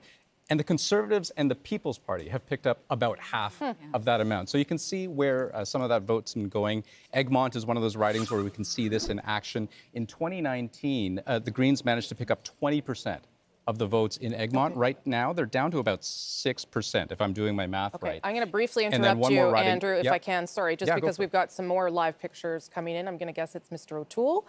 Aaron O'Toole, yes. Yep, there he is. So Aaron O'Toole with his family watching results come in. His wife, Rebecca, his daughter, Molly. Oh, they're there. They're watching results come in. Oh, we can hear you. Maybe they're waiting for me to talk to them. Hello. Hey, Jack. Hey, Molly. Hope you guys are having a good night there with your dad. If they can hear us. Okay, Mr. O'Toole waiting for results to come in. He would be happy to see already some leading and elected there in Atlantic Canada. Remember, they had 4 seats in the last election. If they can double that coming out of Atlantic Canada, that's not a bad night for Aaron O'Toole as he starts things off. That's great. Okay, see you guys later. That was great. Justin Trudeau will have to change the channel if he wants that kind of attention. Andrew, we'll go back to you now for your results. Yeah, so Egmont was one of the ridings that I had shown you just a moment ago where we saw the Green vote significantly down from the last election. But the other riding that I want to show you was the riding of Malpeque. And here it's a very similar story. The Green vote in 2019 was about 26%. Right now they're down significantly to about 14%, 13.9% of the vote to be exact. Still early goings, but you can see here Heath MacDonald of the Liberal Party. This was Wayne Easter's old seat, held it for 9 terms, and it looks like the Liberals are in a comfortable lead right now. Okay. I will say I do find it fascinating that the Green Party vote splits up that way. Yes, the Conservatives have a climate plan, Lisa Raitt, but it is the lowest target on offer from anyone. And I wonder, I don't know. I just wonder if you were really voting for the Green Party because you cared about climate change, is that enough that they've put any target in place? And maybe that risk that Aaron O'Toole took back in, I think it was April, to say we will have a carbon tax of some kind, maybe that's the way it pays off. Well, you know what? I think when you're thinking about climate plans in front of voters, not every voter has the same intensity in terms of what they're looking for. And in some cases, it's just a matter of fact of saying, I just want you to have something and recognize it and acknowledge it. And that's what Aaron did. And not only a plan, he also indicated in there, well, this is how we're going to work with it. And he got a little bit more into depth instead of just saying, we're going to do something. Yeah, because of course, last time there was essentially almost nothing in the environmental plan. Well, I did lose, Rosemary, so I recall. I went to those doors. So thanks for that. Okay, we'll get you an extra coffee or something to make up for that.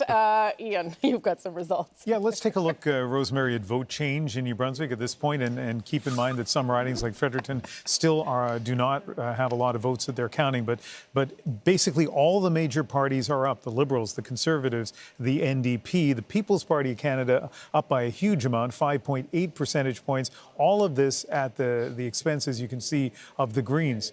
But how's that changed in terms of seat totals in New Brunswick? At this point in the evening, not at all. And so Acadie Bathurst, for example, a place where the Liberals have traditionally done very well, Serge Cormier has been declared elected, huge lead in Acadie Bathurst. So again, vote share changing, but seat totals not changing, at least at this point in New Brunswick. Fundy Royal, Rob Moore is leading. That is a huge lead, right? When you have 1,400 votes counted, basically a lead of double more than double the second place. So it is interesting to me that you see this significant change in vote share, but right now it's status quo in New Brunswick, though we are still waiting to see what might happen in Fredericton.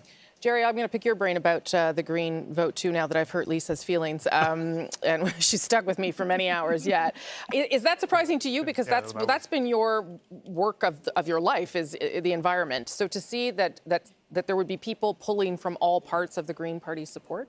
No, I've always felt that the Green Party as a political party is more of a protest movement than a coherent environmental platform. And I think that Liz May's leadership, especially in Nova Scotia, where she's a native of Nova Scotia, gave it some heft that it doesn't have right now. Yeah. And so it doesn't surprise me to see the support fritter away a little bit in Atlantic Canada.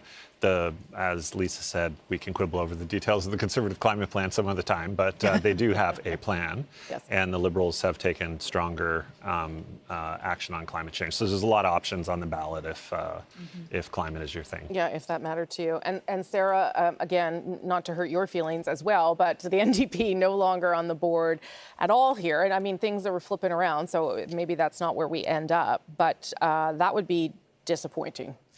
I think absolutely would be disappointing across the board. I think at one point we were up 3, and some of those are still pretty tight, close races. So let's see where we end up tonight. But it is disappointing not to be on the board right now. Yeah, because Atlantic Canada was a place where, to be honest, the NDP had done pretty well in the past with previous MPs, and so there would be an expectation that there would be some inroads to be made there. You'll notice on your screen that there is one riding that is a block riding. That's because one part of Quebec is in a different time zone, Gaspésie-Île-la-Madeleine, and Rafi Boudjikanian has been following the Bloc Québécois around in a minivan for the past week.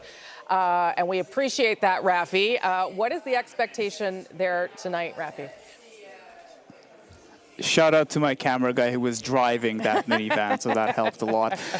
You know, this is probably something they're hoping to reproduce in where most of the time zones are in Quebec, like having a candidate who can unseat a cabinet minister. It's kind of a dream for Yves-François Blanchet because Gaspésie-Île-de-la-Madeleine is Diane Leboutillier, the National Revenue Minister's riding, and he had high hopes for Gaspésie. He visited it a lot during the campaign. Guy Bernatchez had run there in 2019, only lost by about 2 percentage points, so it was a tight race. And that's kind of been the theme of their campaign, visiting Liberal-held ridings that were tight races. He's hoping that he'll see this a lot again over the course of the evening. We actually don't have live images of Yves-François Blanchet watching this in his hotel room like we do of Justin Trudeau. The party has told us that will not be happening, but if I had to guess, I would say there is a smile on his face right now as he's taking this early result in with his 4 children and his common law partner next to him in a Montreal hotel room. You know, he did start this campaign talking about a dream of 40 seats, and then he kind of became more quiet about a goal toward the end. I asked him about that yesterday, and he said, you know, 40 is still the dream. Anything above 32 is a nice evening. So that's evidently what he's hoping for at this point. Of course, that question at the English language debate did give him a bit of a boost, but as the CBC poll tracker showed last night, that boost had not translated into a higher number of seat projections yet. Okay. Dreams change through election campaigns, Rafi. That's what we learned there. Thank you for that. And to remind you what the campaign looked like for Yves-François Blanchet, it was sort of a bumpy start. And as Rafi pointed out, that English debate gave him a little bit of new life. Here's his campaign, 36 days and 36 seconds. We have to protect our values. We have to promote our language. There is absolutely no issue, no topic, no jurisdiction, which I believe Quebec should not hold. That is sovereignty. Quebec transforming its own natural resources, using its research centers. It is so clear that what they say about Quebec is not very sincere. Those laws are not about discrimination. They are about the values of Quebec. Anybody that wants to be a Quebecer on the territory of Quebec is a Quebecer. Okay, that gives you a sense of how the Bloc campaign unfolded. Right now, they're only on the board with one, but that's, of course, because polls have not closed in Quebec yet. Those close at 9:30 Eastern, as they do from Quebec all the way through to Alberta. And that's when 262 seats come into play, and things on that map are going to start to change pretty dramatically. But this is what it looks like at this hour. And as you can see, the Conservatives are picking up seats as we leave Atlantic Canada. That was the goal. The Liberals have lost, but this probably isn't the worst place for them. Maybe I'll just quickly ask David Cochrane that before I go to Travis Danraj.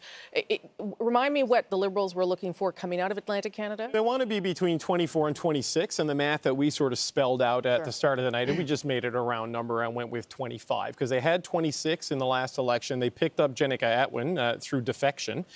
They're hoping to get her through election. But right now, they're down overall in the region, and there's some interesting stuff happening in Newfoundland and Labrador. In one of the two, we don't have the graphics, so it's going to tell you what's going on. So in Long Range Mountains, Goody Hutchings is in a really tight fight with Carol Anstey. There we go, we have it. Look at the People's Party of candidate number there, 1,132. That is well more than the margin by which Goody Hutchings is ahead of Carol Anstey. But when we go to Coast of Bay, Central Notre Dame, where the Conservative candidate, Clifford Small, is leading Scott Sims by over 1,000 votes now, there is no People's Party of Canada candidate in that particular riding. So it's having an impact to save a Liberal seat on the West Coast. It is not having an impact in Coast of Bay, Central Notre Dame, where there is no People's Party of Canada candidate to siphon away that protest Conservative vote, and it's hurting Scott Sims right now. Right, and that's why looking at those percentage points for the People's Party of Canada or any other party, you know, outside of the 3 or 4 main ones, becomes important, because it can block parties or help parties, as David just so perfectly gave us an example of. Travis Danraj is in Saskatoon at the People Party headquarters there.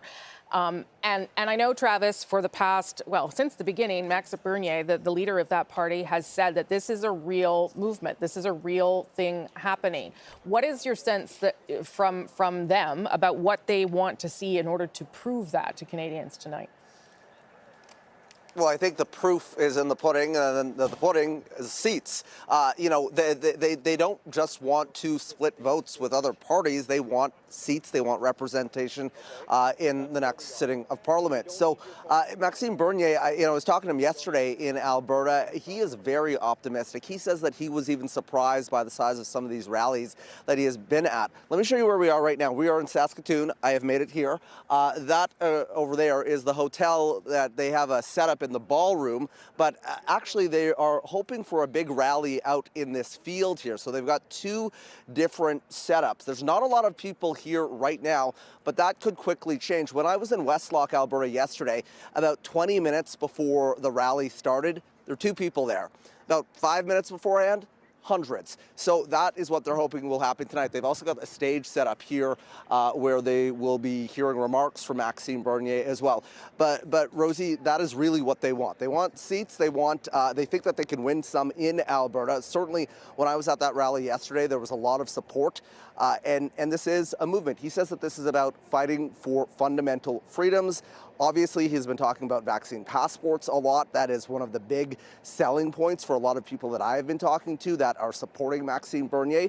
And there was a gentleman that I was talking to in London, Ontario, who actually showed up at an Aaron O'Toole rally, who said he had been a Conservative voter for years and is now looking at Maxime Bernier's party because he feels as though the Conservatives have shifted too far to the left. So we'll see what happens tonight, but certainly they're hoping for a few seats to turn purple this evening. Okay, Travis Danraj, who's made his way to Saskatoon for us tonight. Thanks, Travis. Also say that, you know, the People's Party of Canada has been trying to take advantage of some of the things that Travis was talking about there around the pandemic, lockdown, and masking. If they can't translate some of the frustration and anger people were feeling around that issue into seats, it'd be hard to see how they do that in a future election unless some other issue takes hold.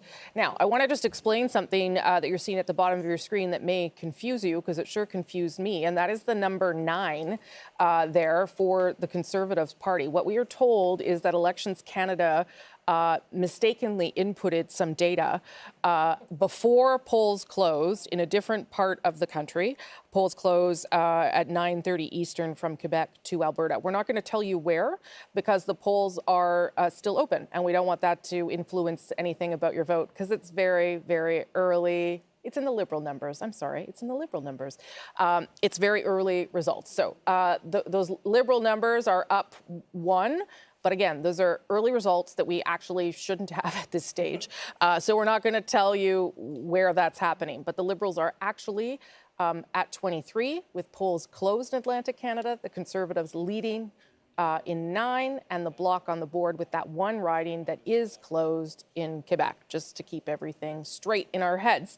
Okay, let's go to Ashley Burke. She's at the Liberal headquarters in Montreal with a guest. Ashley. Rosie, I'm with Liberal candidate Melanie Joly. She's also the national campaign co-chair, and when Parliament dissolved, she was a cabinet minister. Thanks for joining us, Ms. Joly. Can you start by telling us what your expectations are for tonight, and as well, what do you make of the results coming out of Atlantic Canada so far? Well, we know it is a tight election. There are lots of tight races, a lot of three-way races. That will be the case all across the country, certainly also in Ontario and BC. And so people are still voting in certain parts of the country. So at this point, the choice is clear. It's between a progressive government, that is the Liberal Party of Canada, or the Conservatives who want to take us backwards on childcare, on the environment, and obviously also on gun control. Looking at Ontario, where the polls are going to be closing shortly, what has been the strategy in Ontario? Well, clearly, actually, we've been also making sure we have strong electoral, a strong game on the ground. In many of the 905 ridings, like I was saying, it's a three-way race, but we need to make sure that we get out our vote. It was tight in 2019. It will be tight again, but we think also that in certain ridings, we can pick up seats. And so I think our message has been clear also when it comes to, like I was mentioning, the gun control, the environment and all. Clearly also in the 905, Bill Blair has been campaigning a lot for us. We know there's been shootings in the region. Security of Canadians is preoccupying. And so that's why this is something that we wanted to make sure that people knew that Erin O'Toole has been supported by the gun lobby and many other special interest groups, which supported him during his leadership campaign, provided him funding, provided him volunteers, and now he has made promises to them, and he has to keep them. How important is Quebec tonight? Very important to my heart, actually. But more than that, it is an important race. It is an important race because obviously there were 35 seats before the writ drop, and we hope that we can win some seats more, and in that sense we've had a very positive campaign here, and we can be extremely proud of what we've done for Quebecers. Thank you. Thank you so much. That was Liberal candidate Melanie Joly. Rosie? And campaign co-chair, which we can tell by the talking points there that we got in a lot of those answers, campaigning till the very end, Melanie Joly.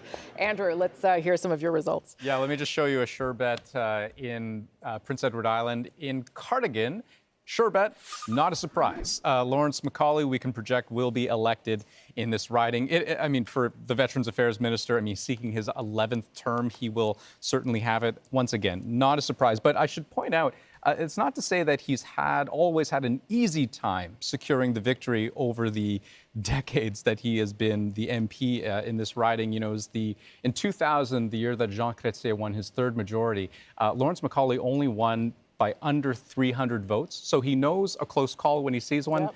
Tonight's not one of those occasions, though. Yeah, you never take it for granted. That's what he can probably tell you. We're going to go back to Charlottetown PEI to talk to Carrie about how events are unfolding there. Carrie? Oh, you have a guest. Off you go.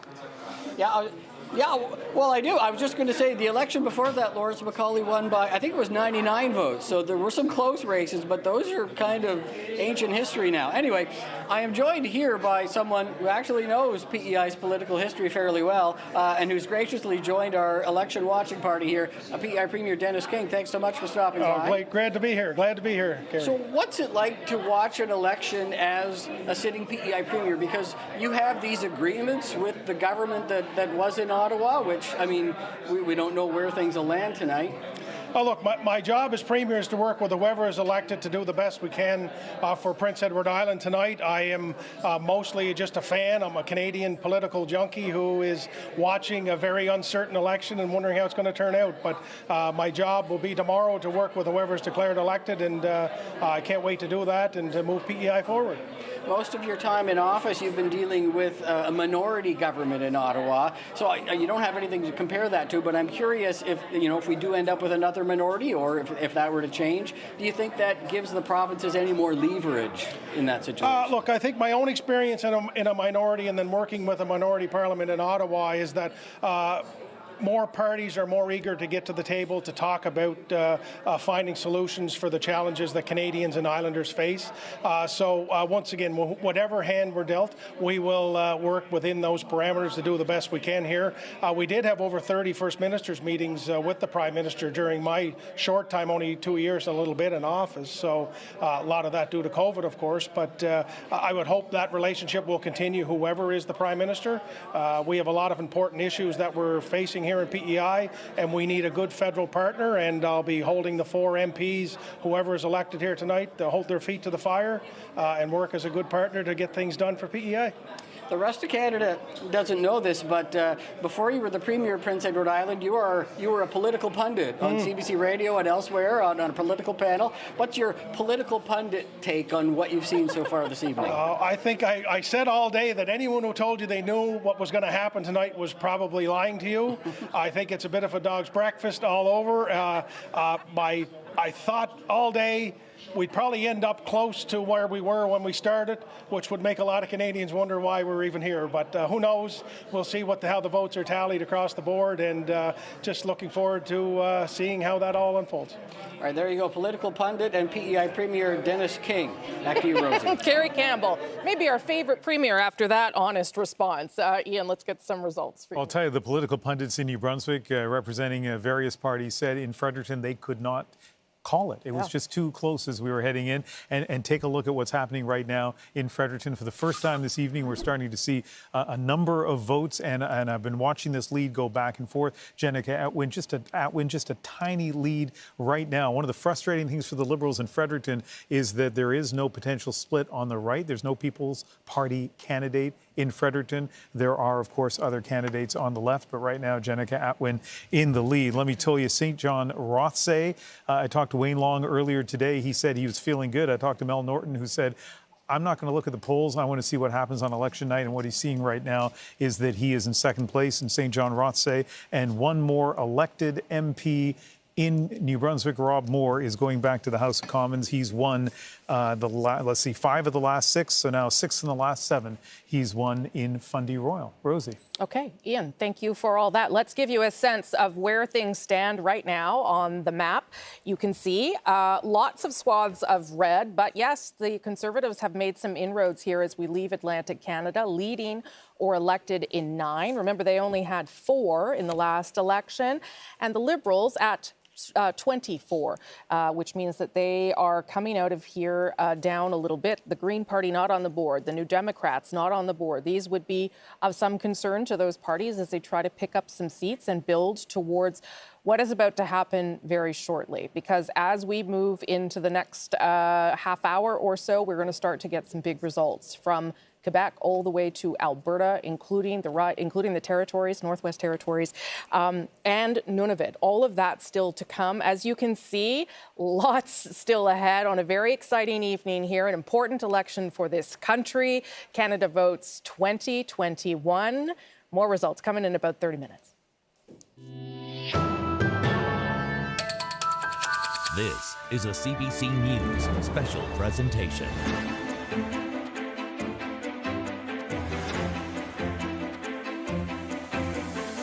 We've had your back, and now it's time to hear your voice. More flexibility, more options, and more immediate help for all families. We want to put the burden on those that are at the very, very top so we can invest in the solutions that people need. We have to protect our values. We have to promote our language. Our country is suffering. It needs leadership. We believe in freedom, so we believe in freedom of choice.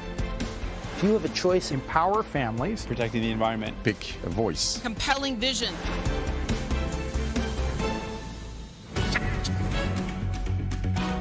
It is 6:30 p.m. Eastern in downtown Toronto, outside our CBC News election headquarters.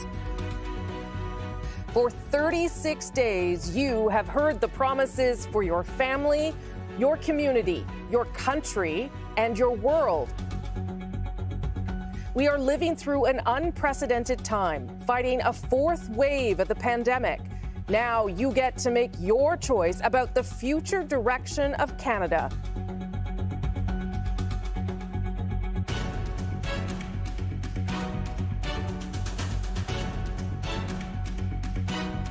The CBC News Decision Desk is watching ballots come in.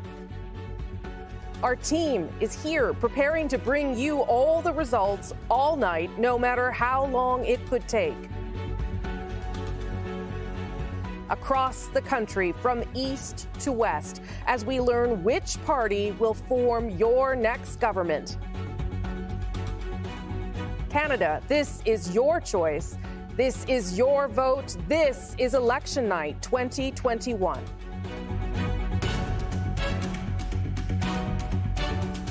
Hello, I'm Rosemary Barton, and welcome to Studio 42, our Canada Votes election headquarters. This is a historic night for Canada. Every election is, but this one comes during a pandemic, a test of the very strength of our democracy. And what happens over the next few hours will decide what a post-pandemic Canada will look like and shape the nation. Our team here with me will bring you the results and analysis each step of the way. We have you covered from coast to coast to coast with our reporters on the ground, with the major federal party leaders as they get set to watch this night play out, and in battleground ridings where the voters are casting ballots, waiting to see who comes out on top. Hello and welcome to Canada Votes 2021. The evening has already started, but things are about to get pretty intense and fast and furious as seats will start to come in 30 minutes' time from Quebec all the way through to Alberta. It is 9 p.m. Eastern. The polls will close at 9:30. Here is what the country looks like so far. Atlantic Canada and at least one riding in Quebec have weighed in. The Liberals are coming out of Atlantic Canada with leading or elected in 23 ridings. That extra number you see on the board, some initial results that weren't supposed to come out from Ontario, so we'll put that aside for now. The Conservatives are up, leading or elected in 9, and the Bloc Québécois registering with the only riding that has closed in Quebec, the riding of Gaspésie-Île-de-la-Madeleine. Every party at this stage has lost seats with the exception of the Conservative Party of Canada. They are up seats as we leave Atlantic Canada. Is that a sign of some sort of trend? Should we watch for that to develop through the course of the night? We sure should. And we should also know, of course, that the Conservatives would be happy for pickups as they leave Atlantic Canada. The Liberals, though, probably not panicking quite yet. Let me show you a little bit of what the vote share looks like, because that too tells a bit of this, the vote change rather, that too tells us a bit of the story of where things have moved and where they have gone. So yes, the Liberals have gone up. The Conservatives have gone right up 4.5%. But look at where that is coming from. The Green Party down 9 points, almost 10 points in Atlantic Canada. A lot of that support has gone to the Conservative Party and some elsewhere, but most of it, frankly, to the Conservative Party. This would be incredibly disappointing, given that the Green Party has had success in Atlantic Canada provincially and, of course, had one seat in Fredericton until they lost it when she crossed the floor. The People's Party of Canada, also a factor in this vote share, up 3.2%. That is a rise from the last election, too. Another part of the story that we should keep our eye on as polls close through the country. Let me show you what the seat change looks like now as we leave Atlantic Canada, because as I said, everyone lost seats except the Conservatives. This may not be a situation where the Liberals are worried yet, but they have to hope that this trend does not continue as we wait for more seats and polls to close and start reporting. There you go. That tells you the story already as we come out of Atlantic Canada. The Liberals down 3, the Conservatives up 5. NDP not on the board at all. They've lost St. John's. They are losing St. John's East in Newfoundland and Labrador, and the Greens down that one. Okay, we are going now to Andrew Chang to give us some perspective. Yeah, so Quebec is certainly one of those ridings that I'm paying very close attention to. And, you know, at the outset of this evening, I was talking about how you can divide Quebec into 3 broad regions, and I'm going to take you through a couple of them. The Quebec City region, this was Conservative country in 2019. Dramatic gains in this part of the province for the Conservatives would be something of a surprise, but let's see what kind of impact that the endorsement of the popular Premier, François Legault, for the Conservatives has over the course of this election night tonight. But look at the island of Montreal. So in 2019, everything went red, except for a splash of Bloc. You've got a hint of NDP. But the Liberals want more. They want to build support off the island, both north of the island and on the south shore as well. And they're going to have to go through the Bloc Québécois to do it. Now, one riding that they're targeting in that vein is the riding of Longueuil-Saint-Hubert. Just last week, in fact, both the Liberal and the Bloc Québécois leaders were in this riding campaigning on the very same day, at different times of day, mind you, but at the same park, basically within 50 meters of each other, polling virtually deadlocked in this riding. I mean, in 2019, the Bloc only won by a few percentage points, but the Liberals need to pick up a riding like that if they have any hope, any path to a majority. Okay, and frankly, if they want to keep a minority, they also need to hold those seats and do some pickups in Quebec, especially if you're coming out of Atlantic Canada short. Adrian is going to be watching the prairies. What are you watching for there, Adrian? Yeah, you bet. Of the 62 ridings, we know the Conservatives currently hold 54. They're coming out of Atlantic Canada, maybe pretty confident they're going to hang on to those. But 2 trend lines to keep an eye on. The People's Party of Canada, to what degree does that peel away any support from the Conservatives? And in Alberta in particular, in the cities, bottom line, does anger with Jason Kenney in any way translate to trouble for Erin O'Toole? So if we look specifically at Calgary, let's say Calgary Skyview, for example, currently held by Jag Sahota. This is a place where the Liberals have poured a lot of attention. Georgia Hall just got endorsed by Mayor Naheed Nenshi today.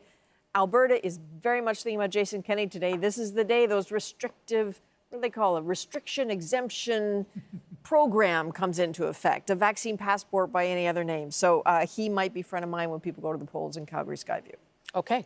Thank you for that, Adrian. And Ian will be looking at Battleground, Ontario. Yeah, the most populous province in the country, and therefore the province that has the most ridings. And when you look at the party standings from 2019, what stands out is 79 Liberal seats, not only the majority of seats that were won in Ontario, but also critical, of course, to the Liberal government, minority government, last time around. And this time around, the Liberals are facing kind of encroachment on both fronts, from the left and the right. So I want to show you quickly 2 ridings that kind of illustrate that.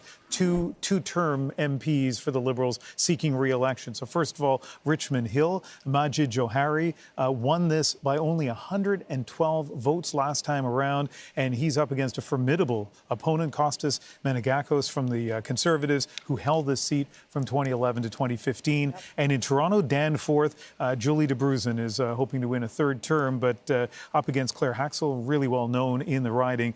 This is Jack Layton's former riding. It is strategically important to the NDP to win this back, symbolically important as well. It sure is. Okay, so we will wait for results as polls close at 9:30 Eastern in those parts of the country, so in just over 20 minutes. Some people in these parts of the country are facing long lines. Elections Canada says don't leave if you're in that line. David Common is at Elections Canada, one of their distribution points, and he's got some information for us on that. David.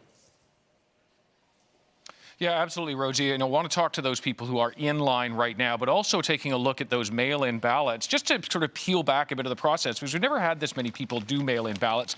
You may recognize this, brightly colored, and I'll explain why in a second, but you basically put your ballot in this package and it ends up heading to Canada Post. The reason it is brightly colored like that is because on Election Day, they actually send Elections Canada workers to the main post office in Ottawa, and they search all over the place before the deadline, trying to find any ballots that have been missed. What do those ballots look like? They look like this. So this is the actual outer envelope that you put it in. Don't worry, Caroline Pellerin is not a real person. This is a sample ballot, and there's someone watching me like a hawk right now to make sure I don't walk out of here with it. They're very big about integrity here. So you would put your ballot like that, voting for Member of Parliament specimen, according to this, inside that inner envelope and then into the outer envelope, and that is what a mail-in ballot looks like. Now, just to give you an idea, what happens is they come pouring in here over many days, including today, and they actually get loaded into this door. Why is it closed now? Interesting story. Bats will fly in at night if they don't close it. So, yes, bats, that's what I said. Let's head over here to talk about all those people who are in line right now at voting stations. And don't want to run over Natasha. She's right here. Natasha Gauthier is an Elections Canada spokesperson. So, Natasha, a couple of things. We're seeing long lines in some places in this country. Why is that? Why is it that we're seeing something we don't usually see in elections? So every election, though, there are lineups in some areas. It's true that we're seeing, maybe more lineups for a little bit longer this time. And this is what we've been telling people about since the beginning. Because of the precautions we've taken for COVID, so physical distancing in the polling locations, limiting the number of people who can be in the polling locations, having to keep that 2 meters apart, having to sanitize your hands and clean off the surfaces in between electors. All of that takes a little bit more time. So we really do appreciate people's patience.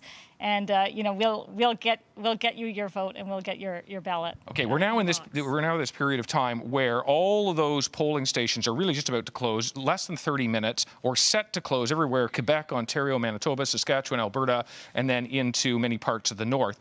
What happens to people who are in a line when 9:30 hits, when they're supposed to close in that time zone?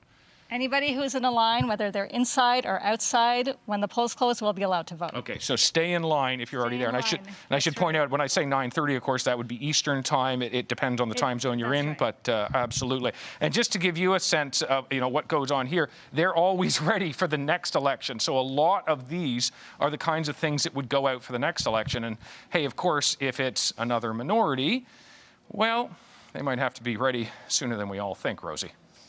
Okay, I'm not even through this one, so let's not talk about the next one. Thank you for that. Look out for the bats. That's David Common in Ottawa. At the Elections David Common at Elections Canada, where we haven't had that kind of access to see that stuff behind the scenes, and it sure is fascinating. The other David Cochran's over with his fascinating piece of technology there to give us some updated math on where things stand, David. Rosie, there's about 68,000 outstanding mail-in special ballots from the Atlantic province that are probably in that room with David Common. So that could affect the outcome here now. But we said at the beginning of the night, the Liberals wanted to be at 25 of the 32 seats in Atlantic Canada. Right now, they're sitting at 24, and the Conservatives are at 8. So they're both right on the threshold of where they needed to be on their path of victory numbers. But, we still have a couple of very tight races throughout Atlantic Canada. I'm going to broaden it out a little bit now and look at the key battlegrounds on where things are going to go when the polls open in the next little while. And look, Quebec, this is where the Liberals had dreams of making a big breakthrough, going from the 35 seats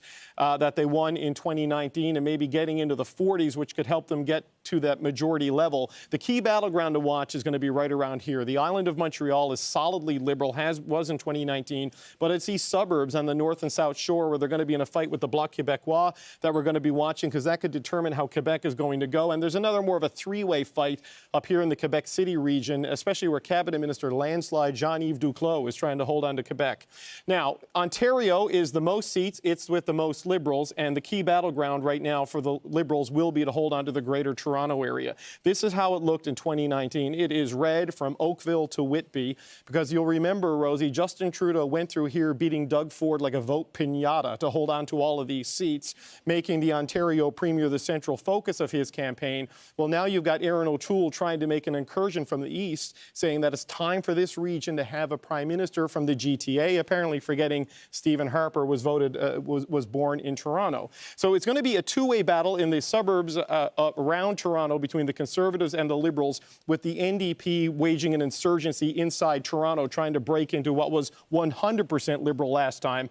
And outside of the big city, there are the smaller cities we're going to be paying attention to. Kitchener, Waterloo, Cambridge. This region went entirely red last time. There's some problems here for the Liberals. I'll start in Kitchener Centre, where they already know they're in trouble there. Raj Saini was their candidate there. Ashley Burke, our colleague, did an investigative report on allegations of sexual misconduct misconduct against Mr. Saini. He was disavowed as the Liberal candidate, stepped aside.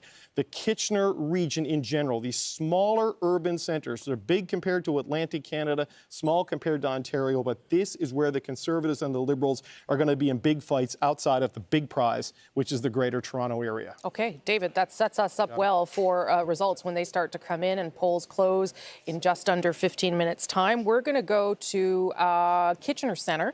Halal Ghonaim is there. I believe she's at the Green Party's headquarters there in Kitchener Centre, which may sound surprising, but Halal, this is a place that is on the Green Party's radar.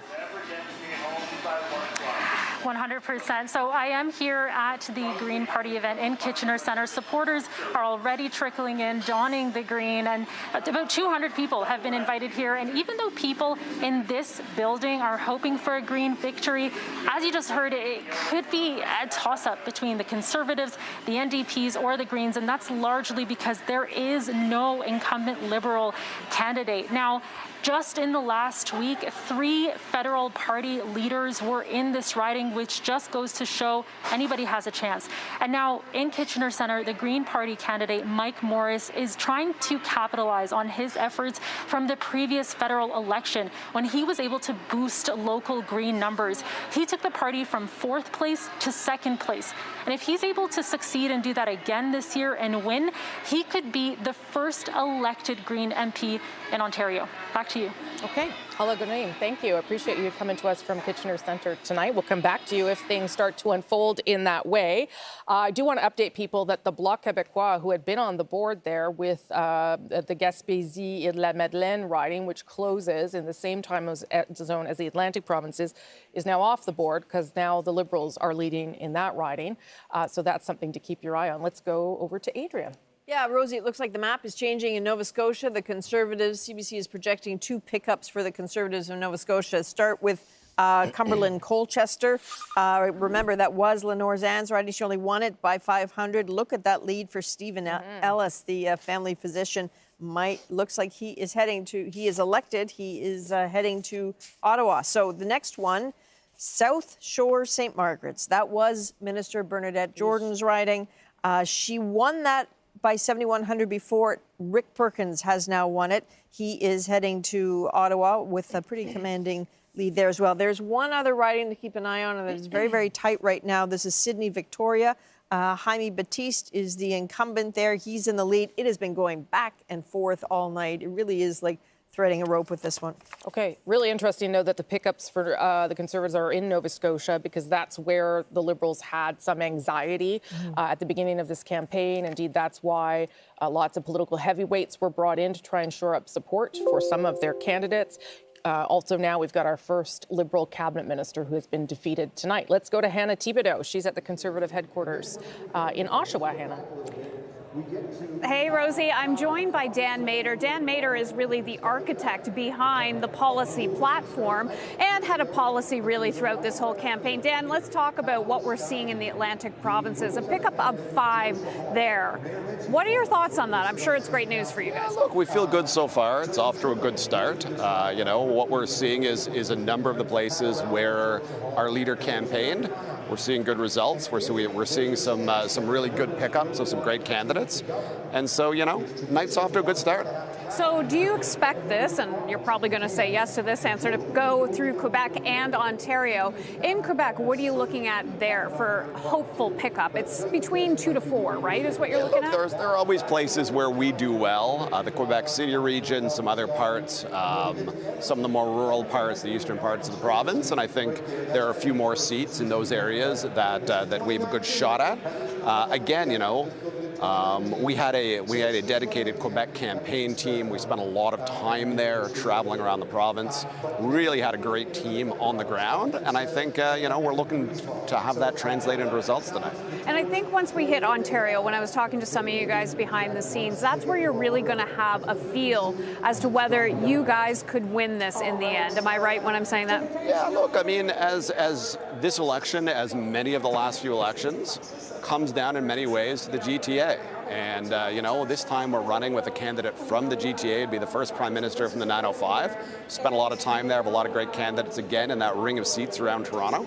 And I think we're all eagerly awaiting the results there and feeling good about how we're, what we've been hearing on the ground there the last few days. Okay, Dan, I'm sure we'll talk again. Thanks for joining us. And Rosie, I'll send it back to you now. Okay, Hannah, thank you so much for that perspective. Let's go over to Ian, who's got more results now from New Brunswick. Yeah, remember at the beginning of this evening, we said that there were 3 ridings of the 10 in New Brunswick that were too close to call. Well, at this hour, those 3 ridings are still too close to call. Let's start with Fredericton, which has been going back and forth right now. Andrea Johnson is in the lead. If anybody is watching this on their phone and they're in a lineup somewhere in Canada and they're wondering if they should leave that lineup, look at Fredericton. Every vote counts in every riding, but particularly in the close ridings, and this one continues to be very close. But also look at the Greens, right?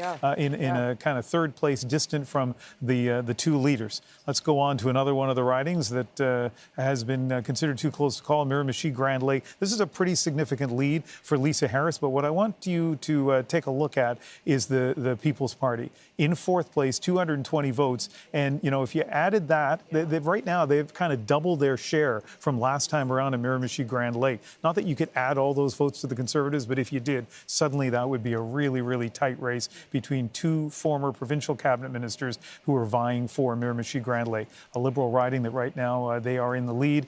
And then look at St. John Rothsay. Wayne Long, described to me by so many people as a great retail politician. When I talked to him earlier today and he said to me he felt good, I thought, everybody I've talked to said that riding is really close. How much of that is maybe he's oblivious? Well, he's not oblivious. He knows exactly what's going on in his riding. Interesting. It'll be interesting to hear from Jerry how he feels about Wayne Long going back to caucus, because he's a guy who's like his independent guy, riding first guy, probably not cabinet material given how he feels about Justin Trudeau, but he is doing very well right now in St. John Rothsay. Okay, I'll get Jerry to answer that question in just a moment. I will say being nice to the leader probably helps you get into cabinet. That's probably the first thing that you should do.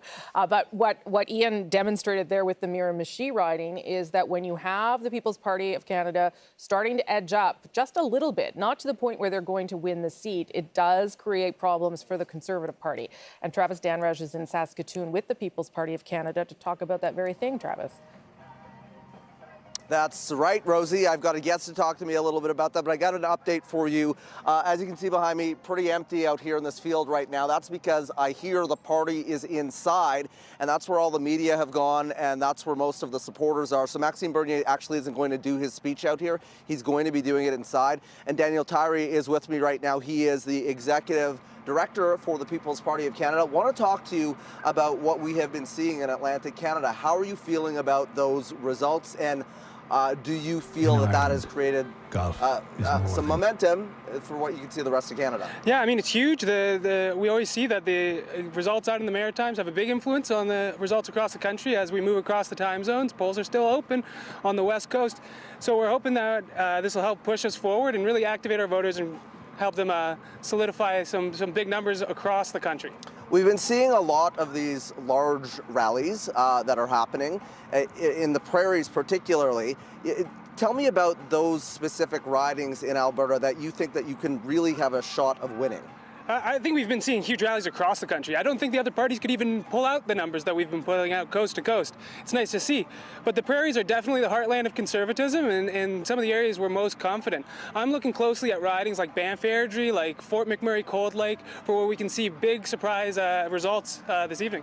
And what is it particularly? I know the message overall, broadly, is about freedoms and fighting the establishment, but is there one core message that Maxime Bernier has been delivering these past few weeks that is resonating? I mean, we've seen extreme growth over the last year, and a big part of it has been the absurd actions by governments, provincial, federal, infringing on our constitutional rights. And fortunately, Canadians have a voice in federal politics pushing against these ridiculous restrictions and standing up for our constitutional rights. So that's seen people get disillusioned by the establishment parties, realize that there's deep corruption in all of these larger parties, and look for a new option. And we've been there to to welcome them with open arms. We've seen voters from all different stripes, and especially non-voters, getting more involved with the political system, and they see us as their voice, and I'm very proud of that. Okay, and we got to leave it there. Daniel, appreciate it. You're heading inside. We are heading inside as well. Most of this crowd is maskless. They say that they have a contingency plan if bylaw officers do show up because COVID protocols in this province are broken. They will be moving back outside. Rosie.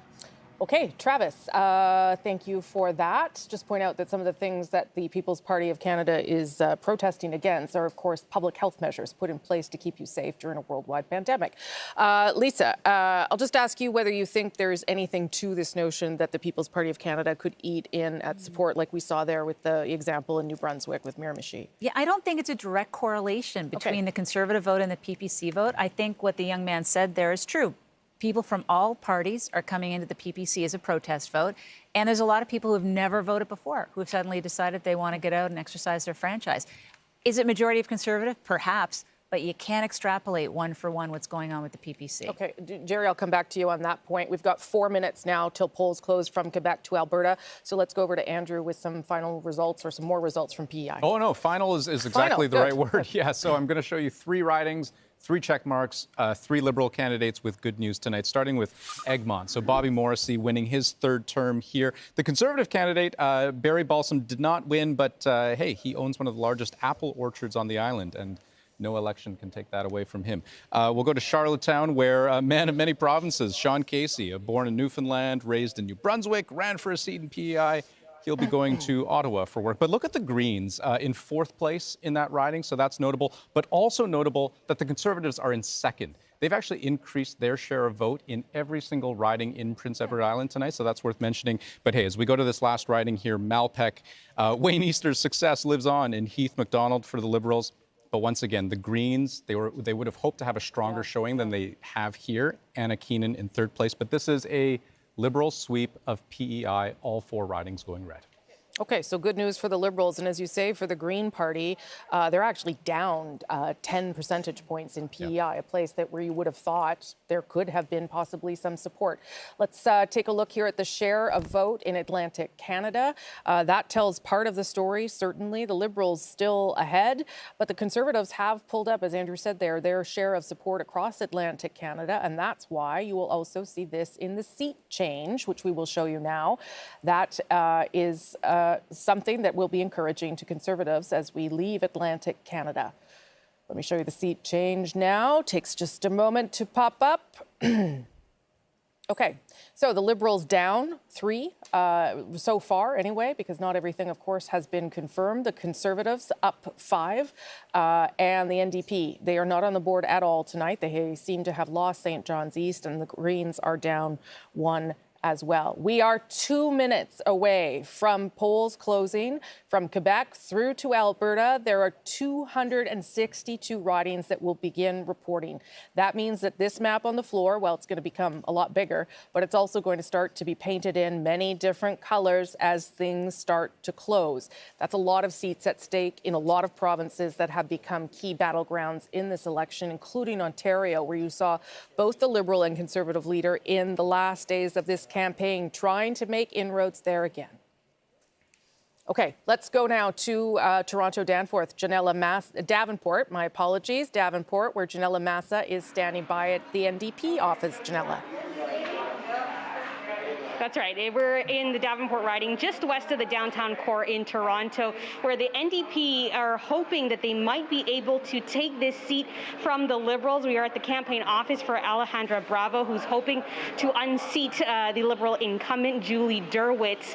And, you know, this is a riding that has been Liberal for most of the time, with the exception of 2015, when the NDP took the most seats in their history, and they were able to win this seat and hold on to it not for very long, and went back to the Liberals in 2019 during that Liberal wave. So with the polls closing in just a few moments, we will watch and wait to see if the NDP will be able to take that from the Liberals. I'll send it back to you, Rosie. Okay, thanks so much, Janella Massa. I know that is certainly one that the Liberals were a little bit worried about, if there's any to be worried about inside the Toronto ridings. That was one that was certainly on their radar. But the Liberals leave Atlantic Canada in decent shape. Yes, they have lost lost seats, but they are still not probably at a place where they are worrying too much. The Conservatives, though, they've had some pickups. And if you're trying to form government, you've got to start picking up early and often. And so polls closing now from Quebec all the way to Alberta, 262 ridings starting to report right now.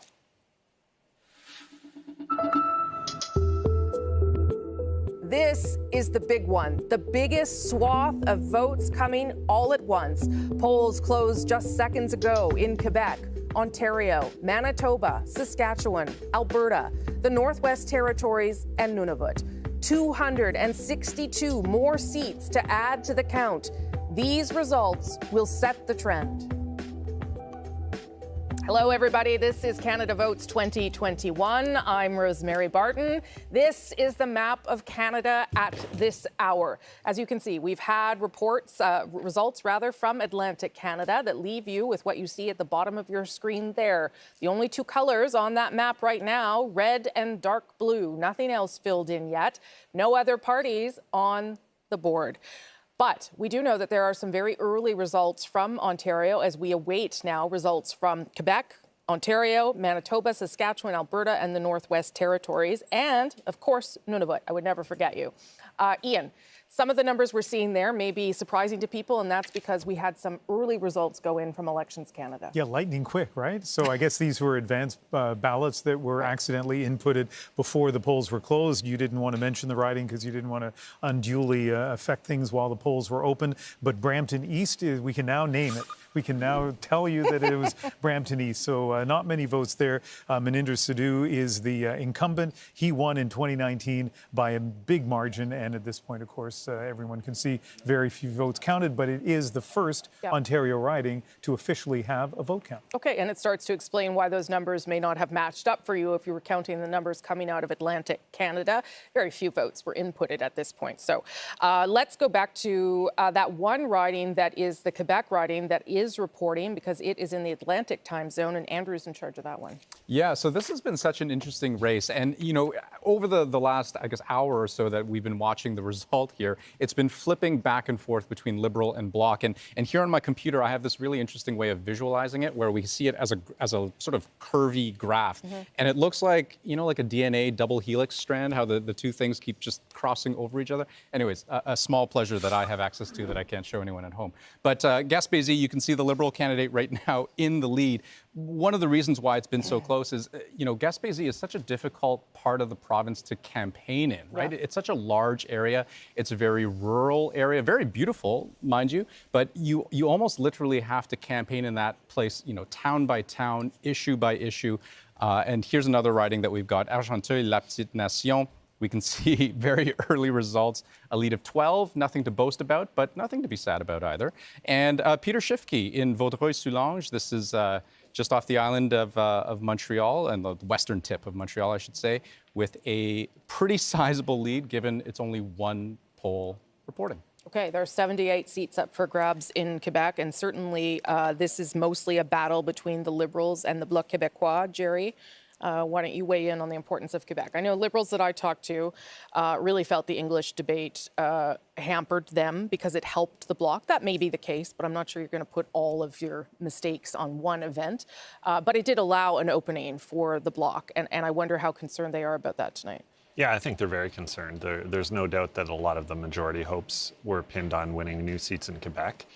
In my experience with Quebec elections, there tend to be clarifying moments toward the end of the campaign, and that was certainly one of them. It didn't help any of the non-Bloc Québécois parties on that stage. Yeah, and we should point out that Yves-François Blanchet at the beginning of the campaign actually was not having a super great campaign. He was a couple of times being criticized for being arrogant and difficult with reporters, but he still had that goal of 40 seats. I don't know if he'll. I think it's unlikely he reaches that tonight. Well, one of the things that people in the rest of Canada don't realize about Quebec is that people actually turn out to vote in Quebec. So whereas in the rest of the country, you have to spend a lot of your resources trying to get people to the polls, you have to spend fewer of them doing that in Quebec, and it's more of a persuasion game. Yeah. If you look at the 2019 campaign, for instance, Yves-François Blanchet was not even really on the radar screen until the TVA debate. That's right. Where he put himself very firmly on the radar screen. So- He's an excellent debater and listen, a skilled politician too, Skilled because when you see an opening, you take it. That's how you start to see advantages. Okay, we remember polls have closed now from Quebec all the way to Alberta. 262 seats have started to report. So this is when things get real. This is sometimes when elections get called, but remember, things are very close in this election. We may not know the ball game by the time we are finished with all of these provinces. What we do know also, though, is that lines continue to be long, particularly in urban settings like Toronto and Montreal, where polls have been, moved around a bit or stuck all in one bigger area in order to help people physically distance. Thomas Degla is in one of those lines or at one of those lines with people who are still waiting. Polls closed, Thomas, but I think they are still allowed to vote. Is that correct? They are still allowed to vote. If you lined up in the past few minutes before the 9:30 p.m. Eastern cutoff here in Toronto, let's follow the lineup, then these people are being told they are going to be able to vote. Though, anyone who is just lining up now, they're being told it's a 2 to 3 hour wait just to get to the front of the line. And I can tell you from speaking to the people in the front of the line, 2 hours is the absolute minimum. We can't really get all the way to the front right now, but we can show you. This is the Spadina Fort York riding. This is the Fort York historic site in downtown Toronto.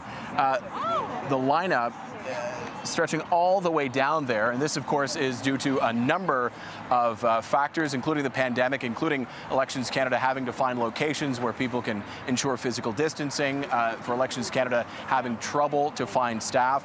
The result is these pictures, which I think are going to be the defining moments, certainly of Election Day here in Toronto and probably some other cities where the number of polling stations have been cut.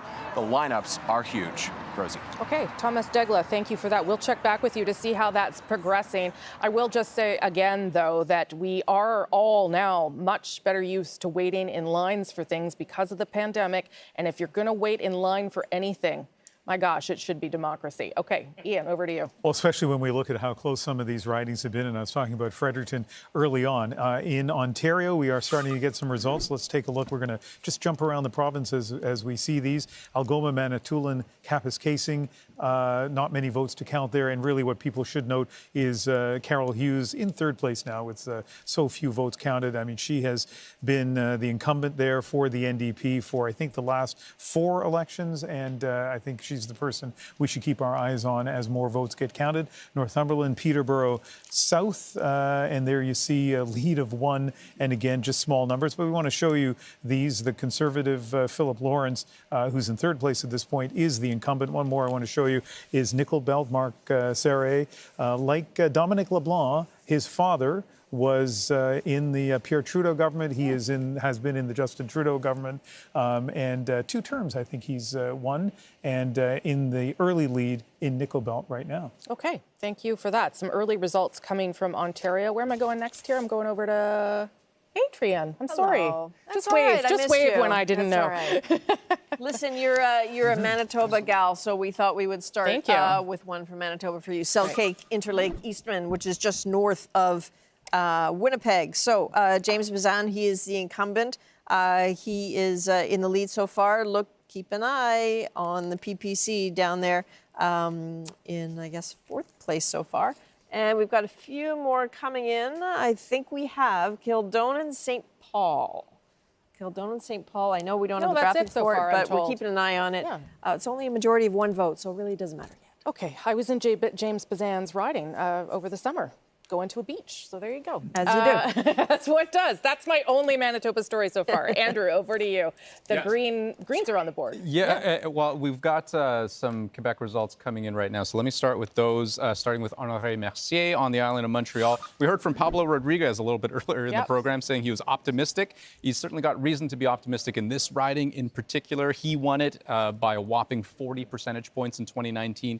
No surprise to see him in the lead right now. Moving to Saint-Léonard, Saint-Michel. The Liberal candidate here won by 50 percentage points in the last election. And so another non-surprise. Let's go on to Abitibi-Témiscamingue. This was a Bloc Québécois seat in 2019. You can see the Bloc with a lead right now. It would be something of a surprise. I mean, the Liberals are pretty close right now. It would be a bit of a surprise if they would be able to flip this riding. The Bloc won this riding pretty convincingly in 2019, and they were expected to do so in this election as well. But let's finish with Abitibi, Bay James, Nunavut, EU. This very early results, as you can see.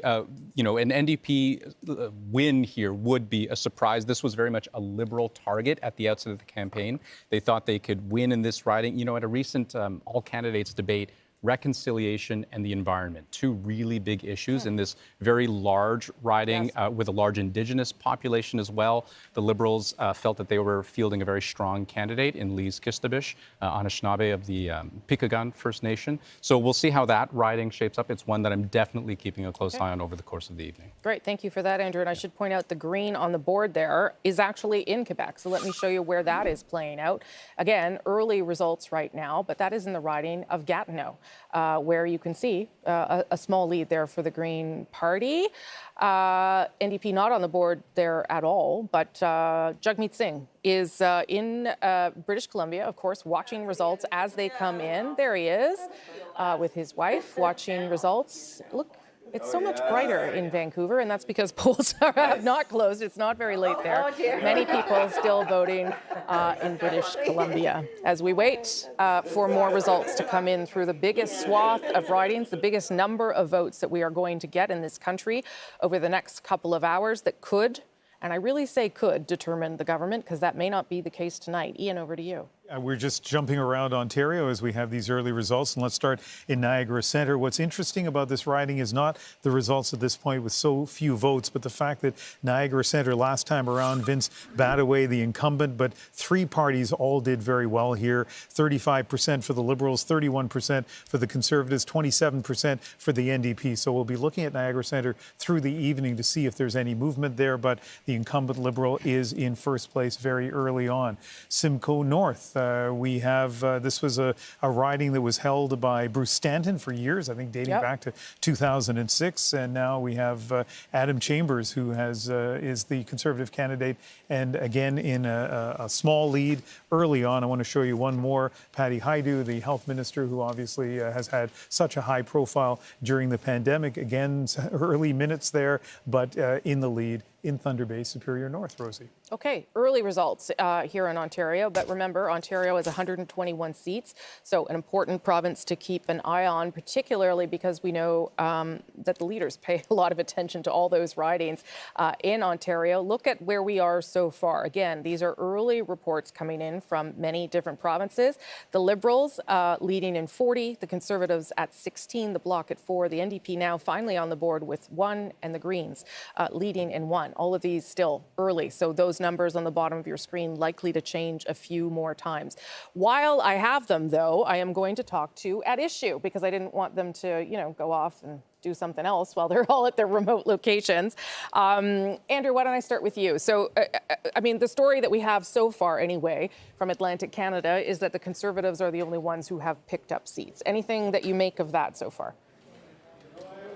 Well, the seat count for the stories coming out of Atlantic Canada of 9, maybe 10, is certainly at the top edge of previous forecasts before the election. It's consistent, I think, still with a minority Liberal government, but the more interesting thing to me is the popular vote numbers. The Tories are about 4 or 5 points higher than the consensus of the polls had indicated in Atlantic Canada. The People's Party is significantly lower than they were forecast to have.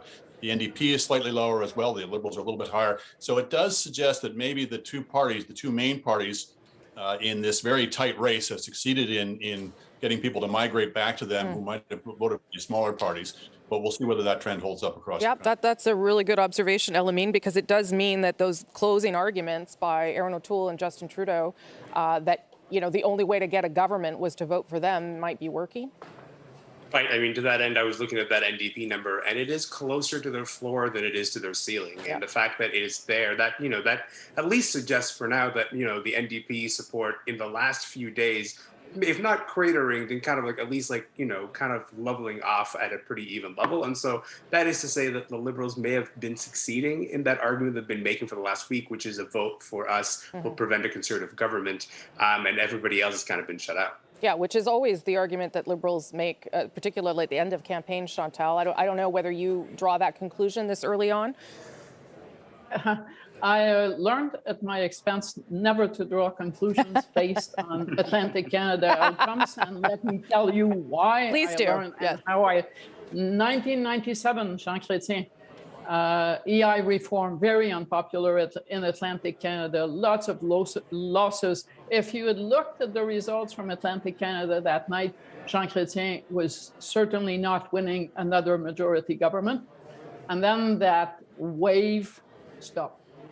And as you know, he won a majority government. Another point, yes, the Conservative popular vote is up, but part of it, from everything I can see and hear from people of the region, is that the Conservatives did get a boost from that Conservative victory in Nova Scotia, which happened just as the election was being called. So, I mean, feel free to extrapolate, but I'll pass until I have more. And it's interesting that you bring up 1997, because that's, of course, the benchmark that we use for the lowest percentage that was ever won in order to form a majority. 1997, also a Liberal who called a snap election at a time when people didn't think it was right. Manitoba was dealing with those catastrophic floods at the time. Althea, what do you think Liberals, because you're at Liberal headquarters, what do you think they would make of where they're at coming out of Atlantic Canada? I don't think they're too worried, frankly. I think one of the things that we are going to notice this year, perhaps more than in the past, is the importance of local contest, in the sense that, you know, there was a lot of anger around the government about the fisheries dispute. We saw that with the fisheries minister seeming to take a hit. But you can see that in a swath of 905 ridings, in southwestern Ontario ridings as well, where in some cases there's no Liberal candidate, or the Liberal candidate has been disavowed, or there's just no incumbents. So I think that we're going to have a lot of, there's a lot of strong local candidates who might swing things in one direction or another that are not necessarily tied to the performance of the party leaders, and that's something that we'll need to keep an eye out on. Okay, I'll let you guys go back to studying the results and the numbers, and you then can come back and I'll force you to extrapolate as needed. Thank you all very much. Appreciate it. That is at issue with us throughout the evening. Ian, I think you have some results, do you? You know, I'm trying to text friends, and then you want me to actually report results? Sure. Can we do that later? I can do that for you. Let's see. Maybe we have Elgin, Middlesex, London is the first one. We're going to, Beaches, East York. This is interesting because Nathaniel Erskine Smith, who, a couple of interesting things about him. First of all, he describes himself as a thoughtful, independent voice in Ottawa, and maybe part of the same section of the caucus, Liberal caucus, that Wayne Long from St. John Rothsay belongs to. I'm still, teasing you. I know. You'll get a chance to talk about that, Jerry. Let's look at Elgin, Middlesex, London, Karen Vecchio, Conservative incumbent, and early leads. And just so for people watching at home, I fully understand that these are early leads. But here's one that I think is interesting, is Ottawa South. David McGuinty, I mean, he's part of the McGuinty political dynasty in Ottawa South. Eli Tannis in first place. Listen, just before we go here, Rosie, I do want to go back to Beaches, East York for a moment. One of the interesting things there, people might remember, Lisa Robinson, the Conservative candidate, in second right now.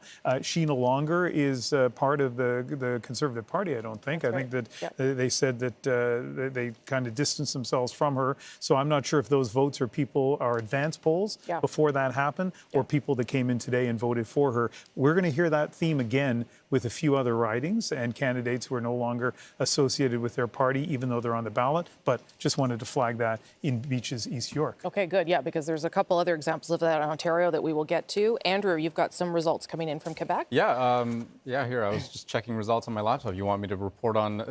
I want you to talk out loud. All the results to all of us now. Yeah, I guess we should all do our jobs here.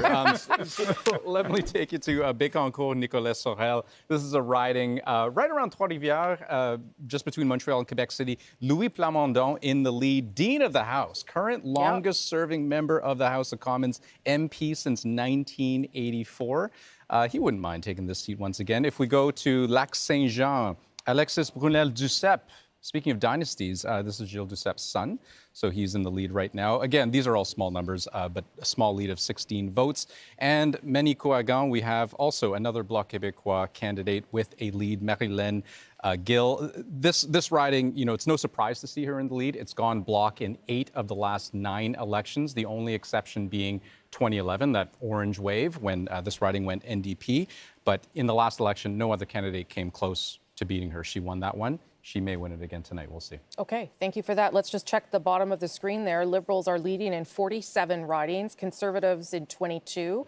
Bloc on the board with 6, the NDP at 6, and the Greens, I believe that's still a lead in the riding of Gatineau in Quebec. So we'll keep watching that one to see if there's something to that, because again, these are very early results coming in right across the country, and Adrian's in charge of the prairies. Yeah, and I'm not texting anybody, so, you know, I'll text you later. We'll text you later. I was texting you. Exactly. I was not answering. I saw it bouncing. Okay, let's go back to your favorite province, Manitoba. Brandon Souris. So there we go. Larry Maguire, he is the incumbent. As it's only one poll, but already a lead of 51. Staying in. No, let's go over to Alberta. Kelly McCauley. Again, this is the incumbent, a lead of 54. Just one poll reporting. But not very far away in Edmonton. When you have the riding of Edmonton Centre, this is one to keep an eye on because it's only a lead of 4, but Randy Boissonneau is taking the lead so far against James Cumming. They've gone back and forth. These two men used to train together. Their offices are across the street from each other. But this is one where Chrystia Freeland showed up early. This is one that the Liberals have their eye on, one of those cities in Alberta that they'd like to make a change in. And Randy Boissonneau has won it before, so he's hoping that he can do it again. Here's the beginning of what the map is filling in as. Again, these are early results, so some of those colors are going to bounce around a little bit as we get more results in from Quebec, Ontario, Saskatchewan, Alberta, Manitoba, and then up north as well as those results come in. Liberals leading in 54, Conservatives at 25. All right, we do have reporters in the prairies, in different parts of the prairies, who are standing by to bring us the stories as they unfold. But let's start with Cam McIntosh. He's in, well, my home. Everyone's giving shout outs to their home cities, so I may as well. Cam, you're in Winnipeg. What are you watching for there tonight? Well, Rosie, welcome back to Winnipeg, where masks are still mandatory out here on a restaurant patio. We are getting some evidence, and we are hearing that there are still some people waiting in line to vote. We'll keep an eye on that as that progresses through the evening here. We're in Charleswood, St. James, Assiniboia, Headingley. That's basically the west end of Winnipeg. This is one of 3 or 4 seats that the Conservatives and Liberals both believe are in play for them. The Liberals took the seat in 2015, lost it in 2019 when they lost their majority. That old Liberal MP is trying to get his old job back. Doug Elifson running against Marty Morantz, a former city councillor here in Winnipeg. This is one of 3 rematches between the Liberals and the Conservatives from 2019 tonight. Another seat that people outside of Manitoba will want to keep an eye on is Winnipeg South. It is a true bellwether. It has gone with the party that makes up the government ever since 1998, so that's 9 straight elections. This could be the 10th. It's one of the reasons why Liberal leader Justin Trudeau was in here late last night trying to shore up support in the 4 seats that the Liberals hold here in Winnipeg. But if there's one thing that might be a little bit concerning to the Liberal campaigns, it's this. Over the last little bit, there's been some polling done in Winnipeg, and basically it shows the people that are the most frustrated with this election call right now are Liberal voters here in Winnipeg. Rosemary? Okay, Cam, that's some good context as we get more results in from Manitoba. Appreciate that. Remember, Issa, you're in Saskatchewan. You're at a Conservative headquarters. Tell us what you'll be watching for there. Well, Rosemary, Saskatchewan, of course, in the last election was a huge Conservative stronghold. The party swept all 14 seats, so it'll be interesting to see how it does, how the party does this year. If Aaron O'Toole has any chance of becoming, if he hopes to become the next Prime Minister of Canada, he can't afford to lose any of those seats right here in Saskatchewan. So it'll be interesting to see. Of course, Saskatchewan is right now in the middle of a fourth wave of COVID-19, and we've seen huge levels of hospitalization as well as record numbers of COVID-19 cases. So this election is happening at the back with that in the backdrop. So it'll be interesting to see how that will play out.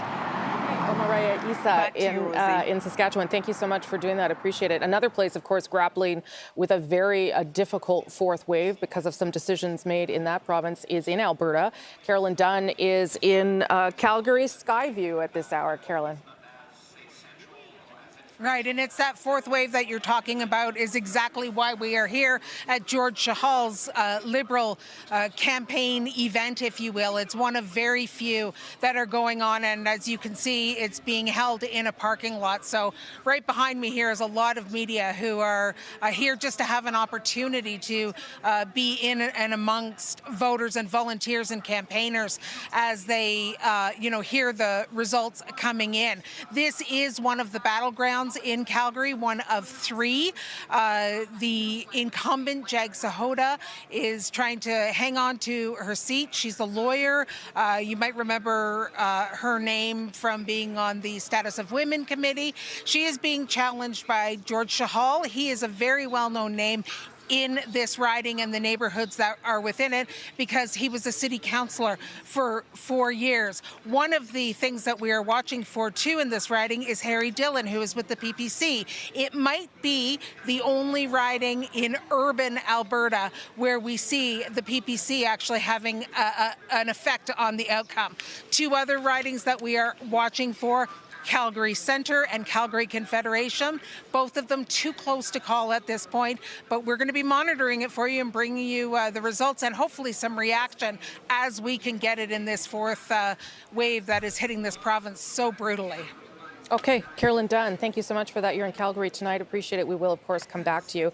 Let's give you a sense of the vote share at this point in the evening nationally. Now, I want to do that with a big caveat, and that is that right now there's not a lot of results coming from Saskatchewan, coming from Manitoba, and coming from Alberta. So that means that Conservative number, which is right now at 32, is probably going to track upwards. In case Conservatives saw that and had a panic, your base and your heartland is still to come on the board there. But let's look at some of the other numbers you see. Listen, the People's Party of Canada registering ahead of the Green Party at 4.5%. That is something to note there, and certainly an improvement on where they were in the last election in 2019. Maybe we can see a seat change. Are we going to do that here too? Yes, we will. So seat change at this hour. And again, these are not all confirmed. Things are still coming in. So these are more a sense of the leading in seats right now. But you can see the seat change, again, very early, plus 7 for the Liberals. But remember, plus 17, if they increase by 17, they would be tracking towards a majority. A majority for anyone here tonight would be 170 seats. I don't think we're at a place yet where we have any sense of what's happening, but let's keep an eye on that. There are 62 seats with a 100-vote margin, and that's why I say early hours, everyone. Let's just see how things unfold very slowly, and Andrew will give us some more results now to give us a sense of what. Yeah, it was a Liberal +7 that you had just seen on that graphic. Yeah, so I'll tell you. I mean, that could be something of a precarious +7, and I'll show you why. So one of the ridings that I want to show you is the riding of Joliette. This is on the North Shore of Montreal. A Liberal lead is kind of an interesting result here so far because the Bloc have owned this riding for an awfully long time. But I will say that the Liberals at the outset of this campaign, they did say that they wanted to expand their ring of influence around the island of Montreal, try to capture some of those South Shore and North Shore ridings. So this would certainly meet that goal. Going to the riding of Mirabel, this is also an interesting one. Early results, so a Liberal lead here. I mean, take that for what it's worth. But the Bloc Québécois candidate who had been the person who had won the riding in 2019, Simon Marcil, there was actually some controversy around that candidate, around undisclosed leave, and so that candidate not running. So this is something of an open race with no incumbent, and we can see the Bloc Québécois candidate in second in that riding. And then we have this, Berthier-Masquinongé, Ruth Ellen Brosseau, a pretty well-known name, sort of famously went on vacation to Vegas in 2011, was something of a parachute candidate when she actually won the riding in 2011 on that orange wave, won again in 2015, lost by the narrowest of margins in 2019 to the Bloc Québécois candidate, under 3 percentage points, really, really tight margin, and announced mid-campaign in 2021 that she's back. She wants to run again, and so here she is with a tiny lead. Tiny. Those are some hard-fought ridings there. I will say the Liberals are up 3 here, leading in 3 as we move out of this part of the country. That is encouraging. That would be encouraging if you were a Liberal sitting at home watching these numbers. I'll quickly get Sarah to weigh in. I didn't even tell you I was coming to you. I'll quickly get you to weigh in on the leading 11 for the NDP. I mean, the NDP is probably waiting for British Columbia, which is closing in 30 seconds here. Yeah, absolutely. I think it's exciting to be back on the board. I mean, at one point we weren't even on there, and to see 11 up there and to have many of those seats be in Ontario, which is a battleground for us, it's great to see this happening and encouraging results. And of course, we're waiting for what's happening in BC. Yeah, okay, and many three-way races in British Columbia. But here, take a look at the board at this hour as we wait for British Columbia polls to close. That will add between BC and Yukon, because that's there too, 43 more seats as they start to report across the country. And we get a better sense of what government Canada has chosen. That all starts right now.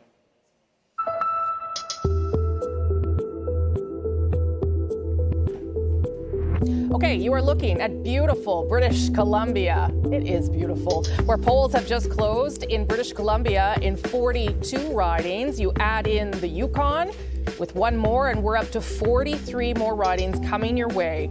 All polls have now closed right across the country from east to west and coast to coast to coast. We know some people are still waiting in line. If that is the case for you anywhere in the country, stay in that line. Elections Canada says you will be allowed to vote. Voting matters. We know the race was close going in, and so your vote will count here. Ian Hannah-Mansing has been tracking Ontario for us through the evening. Again, early results, but Ian, what are you seeing? Well, one of the things we're keeping an eye on in Ontario is where there may be the potential for change, understanding that we're still very early on in the vote counting. But let's take a look at 3 ridings where we're seeing that potential for change. Kenora, the incumbent here, the Conservative, Eric Malilo, he was the youngest Conservative MP ever elected, just 21 years old in 2019. Janine Seymour is an Indigenous lawyer and activist, and that is a pretty big lead, even with so few votes counted. Let's look at Dufferin Caledon now. This has been a solidly Conservative riding dating back to 2004. David Tilson, the longtime MP there. Kyle Seaback won here in 2019 with 42% of the vote. Early, I know, but interesting that he's in second place. And Haldeman Norfolk, look at Leslyn Lewis, the leadership candidate for the Conservatives, in second place. And that's an interesting one to watch. Diane Finlay was the Conservative MP here for 6 straight terms. You would think that would be a pretty solid Conservative riding, and it may still be. It's still early. But in terms of, you look at the numbers at the bottom of the screen and you wonder, where's that change coming? Well, right now, it's those 3 ridings, among others. Yeah, really strong MP for that part of Ontario, a very beloved MP for the Conservative Party, certainly. So her retirement was disappointing, but we'll see whether they can hang on to it. David, you're back at your board there with a state of play. I don't know what we're seeing yet and whether we can determine anything. So give us a sense of what you see. Well, Rosie, you know how British Columbia always complained that we'd have the election call before the polls close out there? Welcome to the party, British Columbia. You're not the empty net goal of election 2021. Look, the Atlantic right now, we said the Liberals needed to be at 25. They're at 23, so they're down a little bit there, though some of these ridings are still a little bit too close to call, but the Conservatives are up at 9. We're going to go into Quebec. The challenge we have right now in doing a proper assessment of the state of the race is that we only have reports from 39 of the 78 ridings in Quebec. And when you go to the greater Montreal area, look at all this gray that we still have on the board. I mean, this is the big battleground between the Liberals and the Bloc Québécois, so we don't yet have a clear sense of what is happening there. I'm going to assume that it's a situation like what we're seeing here in Ontario, where if we go into the greater Toronto area, which is the big two-way battle here on the suburbs of Toronto between the Liberals and the Conservatives. Look at this. We have seen reports of long lines, people there well past voting being closed. Thomas has been showing us that people are lining up for hours to wait. So absolutely no results to speak of from these key battlegrounds. So, I mean, this, just to show you 2019 again, to remind you, I mean, look how liberal this was, from Whitby down to Oakville and Burlington. Now, you know, we've got little specks of blue in places like Mississauga Lakeshore, but the results are so early, it's impossible to draw any conclusions from them, you know, but we are seeing a lot of orange in northern Saskatchewan, northern Manitoba. I mean, these look gigantic, but these are single ridings. And we're also seeing a speck of it right here in Saskatoon University. So the problem is, Rosie, is these are the areas where the NDP want to gain, the urban prairies in particular, northern Ontario, northern Saskatchewan hold here, but there is so much vote still to come, so much still to be counted. And even out here in Atlantic Canada, Rosie, I have to underline this point. There are tens of thousands of mail ballots and maybe even advance polls still not counted across this region. Some of these races are tight. So while normally by this time of the night, these numbers are locked in, there's still some seats there that could change based on what happens when they start opening the mail tomorrow and counting those votes. Okay, David, thank you for giving us a state of play. Part of that state of play right now is that in about 91 ridings at this hour, it is a divide of about 100 votes. So that gives you a sense of how close this is in many, many places. I would also say that we've got lots of urban ridings reporting, which is usually to the benefit of the Liberals. Fewer rural ridings are reporting, which is usually of the benefit to the Conservatives. So keep all that in mind as you look at those numbers at the bottom of your screen. This is far from over or determined at this stage. British Columbia, the polls have now closed, 43 seats there with the Yukon as well. And Renee Filippone is in British Columbia. I think she's in Vancouver to tell us what she'll be watching for as the polls have closed there, Renee. Well, Rosie, there are long lines at some polling stations, but not here. They were able to close the door a minute after polls closed in Vancouver, Granville. This is a very interesting riding to watch. It's really the only one at play in the city, the others being very safe Liberal and NDP seats. This is the seat of Jody Wilson-Raybould, who won under the Liberals in 2015 by a large margin. And then she was embroiled in the SNC-Lavalin affair, booted from caucus, and then won as an independent in 2019 with 17,000 votes. So the question tonight is, where will those 17,000 votes go in this riding? Will it go to the Liberal candidate, Tlaib Nur Mohammed, who was just behind her in the last election, or the Conservatives or the NDP? For the Conservatives, if they can take this riding, this would be their first riding in the city of Vancouver since 2011, and the NDP are hoping this could be a place where they could pick up some seats tonight. Rosie? Okay, Renee, that's lots of interesting things happening in that riding. That was the good one to choose. We'll come back to as we know more. Let me show you just quickly the map of Canada as we will wait to get some results from Andrew in just a minute in Quebec. But this is what it's starting to look like. But again, as we say, the colors here on this map, they're going to switch around a little bit and fill in because the results are very close in a lot of different places. But you can see it starting to fill in. And Andrew's going to tell us how it's filling in Quebec, Andrew. Yeah, so for the Liberals to have a good night, they need to pick up ridings, but also hold the ridings that they won in 2019. Right. And so we're going to take a look at some of those examples. So Pontiac is a riding that the Liberals did win. There's no incumbent here, though, in this riding. Will Amos was the MP for this riding who infamously appeared naked in a hybrid parliamentary session in April. Yeah, that's my colleagues are reminding me. Twice that happened, but he's not running in this riding, but the Liberals with a small lead at the moment. We'll see if that can hold.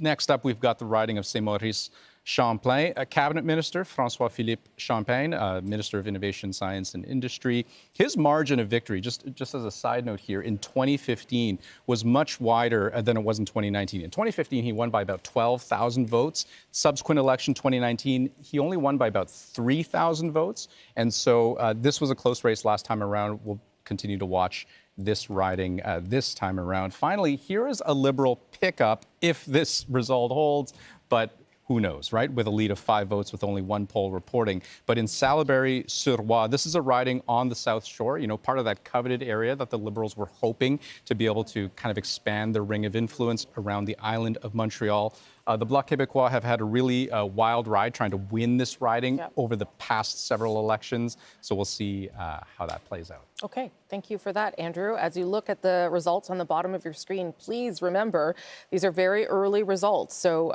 yes, the Liberals leading in 97 right now, but things are moving quickly, and those numbers could change. And we know that a lot of the races are tight. The margins are very small. So I wonder, Jerry Butts, how is that to live through? I mean, I don't think you've lived through an election where there's all those kinds of margins that close and you'd be sitting there biting your fingernails. That you wouldn't be taking anything for granted at this stage, would you? No, not at all. And 2019 was very close. 2015 was over almost before the polls closed in Ontario, let alone when closed in BC. I think just to get back to a point that David made earlier that I think is really important. You know, there are 68,000 mail-in ballots yet to be counted, and they'll be counted over the next couple of days in Atlantic Canada alone. That's not going to make a difference in ridings like Fundy Royal, but it could very much make the difference in closer ridings like Fredericton. And I think it's really important for us to say that off the top, because we certainly don't want a situation like we've seen in the United States about people questioning the validity of mail-in ballots. No, and the reason why they're not being counted until tomorrow is for that very reason, to make sure they are valid and make sure they have been cast by the same person, that someone didn't come in person as well. And I should tell people that when you look at the sort of the top list of where mail-in ballots came from, a lot of them were in British Columbia. That's really where the vast majority of Canadians use those special ballots. But again, it may be a factor in other places. Lisa, would Conservatives be looking at that board and be concerned, or would they say, okay, well, we know that this is early and we shouldn't panic? They'll be happy about Atlantic Canada, for sure. As far as Quebec goes, it's starting to warm up a little bit. I can see that our incumbents are starting to build their leads. Kenora is interesting to me because the actual votes from Kenora haven't really landed yet. Those are more of the smaller communities on the outside. So we'll have to see what's going to happen there with Eric. And I just think that with the long lineups, Rosemary, they can't start counting ballots until the last person votes. So they can't start counting in that poll, but they can start in the riding. Indeed, but in that poll. If you have that big lineup that we saw earlier, 2 hours, they're not counting for 2 hours. Yeah, and if things are close, you're going to want to see all of that before you make decisions. Sarah, I'll get you to weigh in too on the fact that things are bouncing around pretty quickly, but it does seem like a lot of races are tight. Absolutely. I think in many of these ridings, there's three races that are taking place, and the mail-in ballots and also just voter turnout in general through this election, I think, is a huge factor that we need to take into consideration, looking at who's actually coming out and who was able to get folks out to vote today. Yeah, and voter turnout, of course, not something that we will know tonight, but a good reminder to keep your eye on that, because it is a pandemic election. Whether people were reassured about the act of voting, the fact that you get your own pencil and get to take it home with you, I don't know. We'll have to see how that factored into things. Adrienne now is back with some results from the prairies. Adrienne. Yeah, I was just listening to what you're saying about what's happening in the city, so we thought we'd have a little look-see, see what's happening in the city. So in Alberta in particular, if you look at Calgary Confederation, Len Weber, who ran in 2015, 2019, he is leading. He won then. He's leading by 24. This is a central part of Calgary. It's got University of Calgary. SAIT is in there.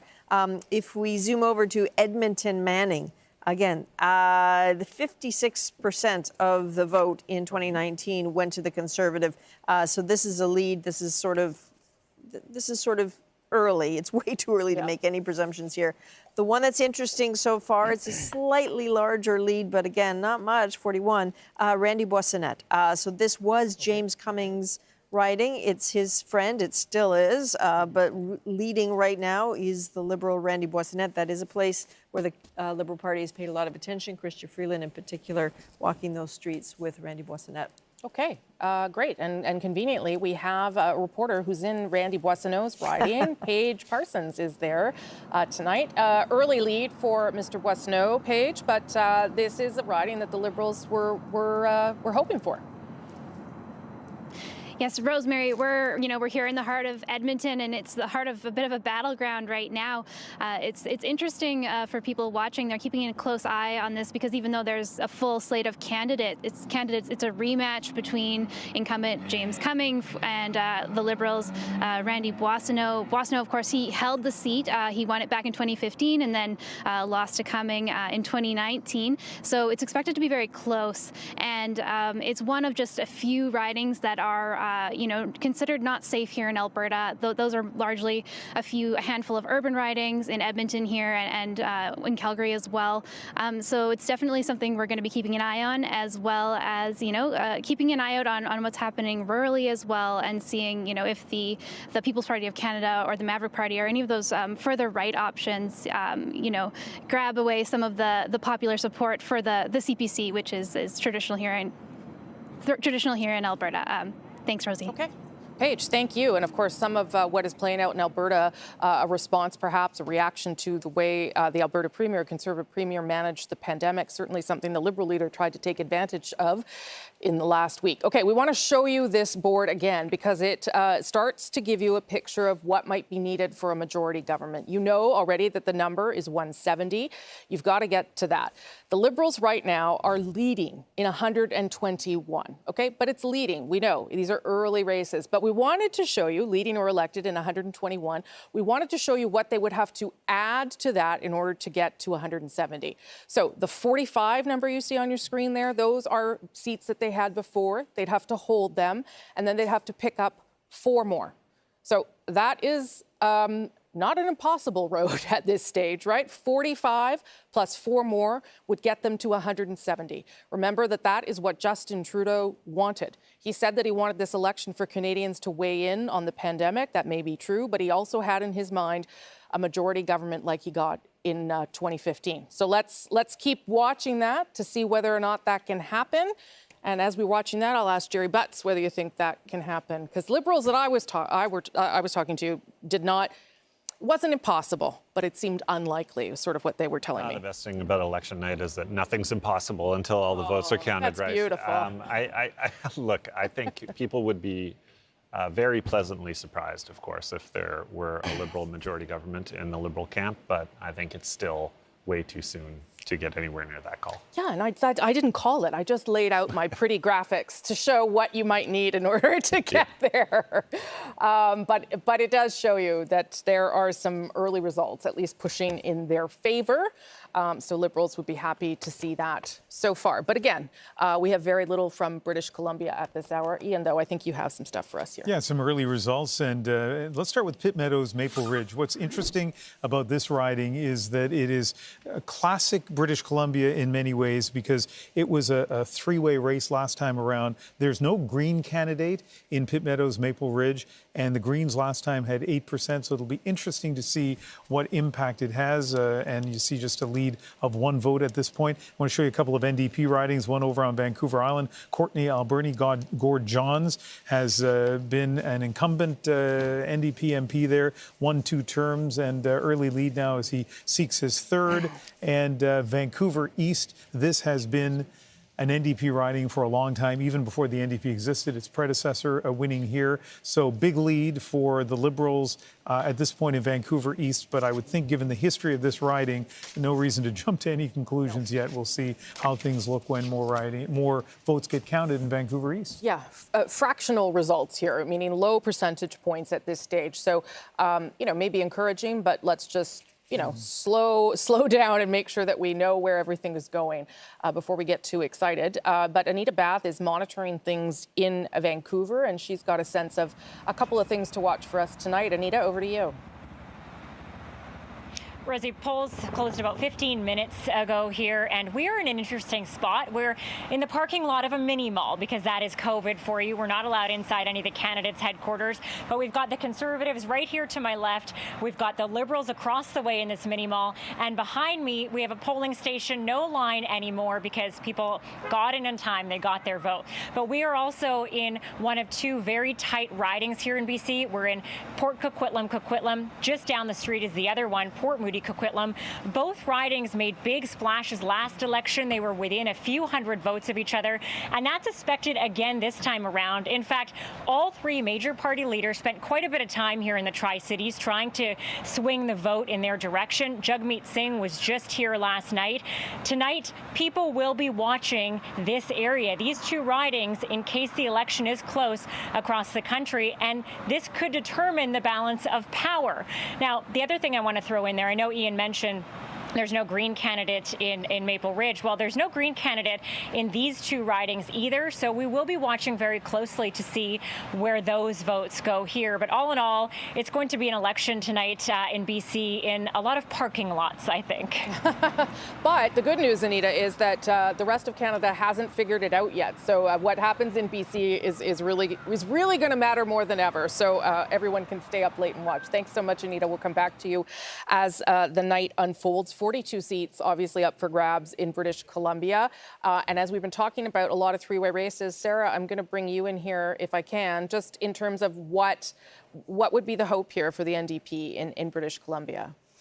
Well, obviously, I think it's to hold on to those incumbent seats. I mean, it's still early to call, for example, Jenny Kwan's seat. And I think obviously securing space on the island, growing as well, I think is a huge priority for us. I know earlier we chatted about some, lack of support perhaps from John Horgan and how that may impact the election there. But I think overall, Jagmeet has proven his leadership. He's liked for a reason, and we're hoping that translates to support in BC. There are 11 seats, I believe, that you hold there now. So if you grew by a couple or a few, that would be a good thing. It would be a great thing. Yeah. Okay. Thank you for that. Sarah, let's do a quick look here at the bottom of your screen. So you are seeing, again, results as they come in very quickly. Liberals leading or elected in 131, Conservatives in 64, the Bloc at 25, NDP leading or elected in 16, Greens still on the board with 1. I think that's still the riding in Gatineau, so we'll have to get some details on what's happening there. That's interesting. Travis Danraj is, though, with the leader of the People's Party of Canada. They are not on the board yet, but they have picked up some support in terms of percentage points, at least in Atlantic Canada, and we're starting to see that across the country now. Travis, over to you. Thanks very much, Rosemary. And look who I have with me right now. It is People's Party of Canada leader Maxime Bernier. How are you feeling about those results in Atlantic Canada? I'm feeling good because if I look at the results, we were around 4%, and 4, 5, 6%, that's big for us and in Atlantic Canada. So I believe that tonight will be a good night, and our goal is to increase our percentage of the votes. And we are doing better than the Green Party after 38 years. And as you know, we created that party only 2 years ago. So that's going well. It would be an important step for the People's Party of Canada, but I can tell you that this party is there for the long term. And I believe that tonight, at the end of the election, we will be the only real opposition party in Canada, because all the other parties share the same views on a lot of important issues for the future of our country. We were in Westlock together yesterday for the rally there that you had, and you were telling me this is not an organized party, that a lot of the support has been through social media. Talk to me a little bit about the strategy and what the ground game was right across the country. Well, the strategy was for us to use social media because, as you know, the mainstream media didn't want to cover us in the beginning of the campaign. They ignored us. But we are here right now. Yeah, you are here. It's a little bit late, but I'm pleased that you are there. And we are not part of the national debates also. And I traveled across the country. The goal was to do rallies all across the country. And that went very well. We have 1,000 people in a couple of our rallies and 400, 500 people. So I was able to speak to Canadians and explain our platform. This movement is growing step by step, but I'm very pleased with the campaign. I know that a large part of this is about COVID and, fighting against COVID restrictions and vaccine passports. But what else is it that you're hearing from people that you're talking to about why they may be gravitating towards you? But also, real fiscal conservative are looking at us because we are the only political party that has a plan to balance the budget. all the other parties want to spend more money that we don't have, and we are paying for it right now. That's the inflation tax. As you know, the inflation in Canada, 4.1%. If you do your grocery, it's about 5-6%, and it will be bigger than that in a couple of months because they will add spending with money that we don't have. So people want to keep their way of life, their standard of living, and now they are losing that with these traditional establishment political parties. Okay. We'll talk again once we get some more results. Maxime Bernier, appreciate it. Rosie, back to you. Okay, Travis, thank you so much for that. Stay safe in there. Maxime Bernier says that this is a movement that is growing. That is certainly true from a percentage point of view, but they are not on the board, and Maxime Bernier is currently fourth in his home riding of the Beauce. If he wants this to grow as a political movement, he probably has to decide if he wants to also to get elected in Parliament and where that might come from in the future, because it doesn't seem to be coming in his home riding of the Beauce, where he would win, where he has won as a Conservative MP. Andrew, you've got a sense of some more results from Quebec at this hour. Yeah, so let's go ahead and put them on the screen for you here, starting with Bécancour Nicolas Sorel. I was telling you earlier, the Dean of the House, Louis Plamondon, we can project that he will be elected and he will retake his seat. First elected in 1984. Imagine being in a job for that long. We're going to the riding of Mégantic-l'Érable now, Luc Berthold. This is another incumbent here. The Conservatives have won this riding in the last 5 elections. Now they'll make it 6. And if the name Mégantic sounds familiar, of course, that was the site of one of the deadliest rail disasters in Canadian history back in 2013. And finally, Saint-Léonard, Saint-Michel on the island of Montreal. We have the Liberal candidate. This is no surprise. This has been a Liberal stronghold since 1988. So the fact that the Liberal candidate will be elected in that riding, that's as close to a non-surprise as you can come. Okay, Andrew, thank you for that. We do have something to tell you now about where this night is headed. We've been building towards all night. Our CBC News decision desk ready to make a call. In Canada, your next government will be a Liberal government. Justin Trudeau will continue on as Prime Minister, gaining back enough seats to form government tonight.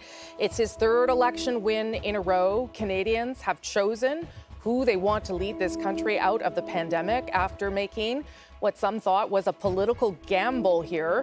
Justin Trudeau will remain in power, but with many votes still to come, it is unclear whether or not the Liberals will be able to form a majority or a minority. So we will bring you that information when we have a better sense. But Justin Trudeau, Prime Minister yet again. This is the Liberal headquarters at COVID time. So that's what it looks like. But you can imagine balloons dropping in a normal situation. Ashley Burke, you're at Liberal headquarters right now. Liberals, hang on to government. Exactly. There's no cheers. There's no big smiles. There's no party going on here. It's hard to get a sense of what people's reaction was. I was just out in the hallway trying to get a sense of the mood from staffers. They said that the staff room here was quiet.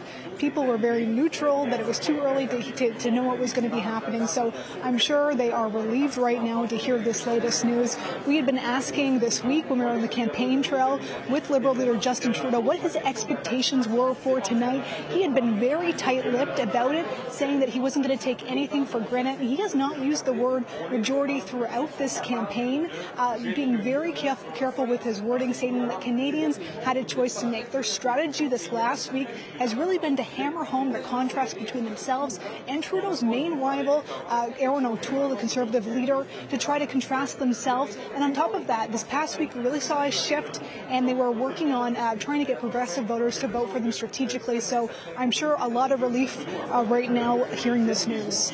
For sure, Ashley, because it wasn't clear for much of this campaign that this is going to be the result, but it is. We will let you know and let everybody know once we're ready to declare what form of government this will take. But the Liberals hang on. Justin Trudeau's gamble paying off, at least for now. Let me show you what this looks like in terms of the vote share, how this breaks down. This is where the vote has gone or moved. And you can see there that the Liberals are at 40.2%. Remember, we had 38.5%, was historically the lowest ever achieved by Jean Chrétien to achieve a majority. The Liberals at 40.2%. 11.2% right now. There is a lot of rural votes still to come. So that's why we're not willing to say exactly what Justin Trudeau will end up with. A majority, a minority, Saskatchewan, Alberta, all those things to come. Let me show you here, though, the seat change, because this, too, will start to paint a picture of why we feel we can tell you that it will be a Liberal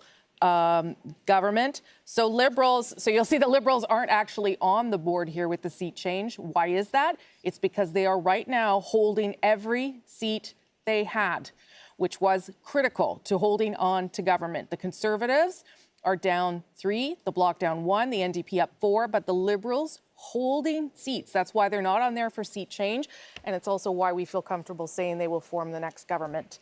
Jerry, what do you think? It's a great moment for the Prime Minister, and it's a great moment for the Liberal Party. I think he's been vindicated in calling this election.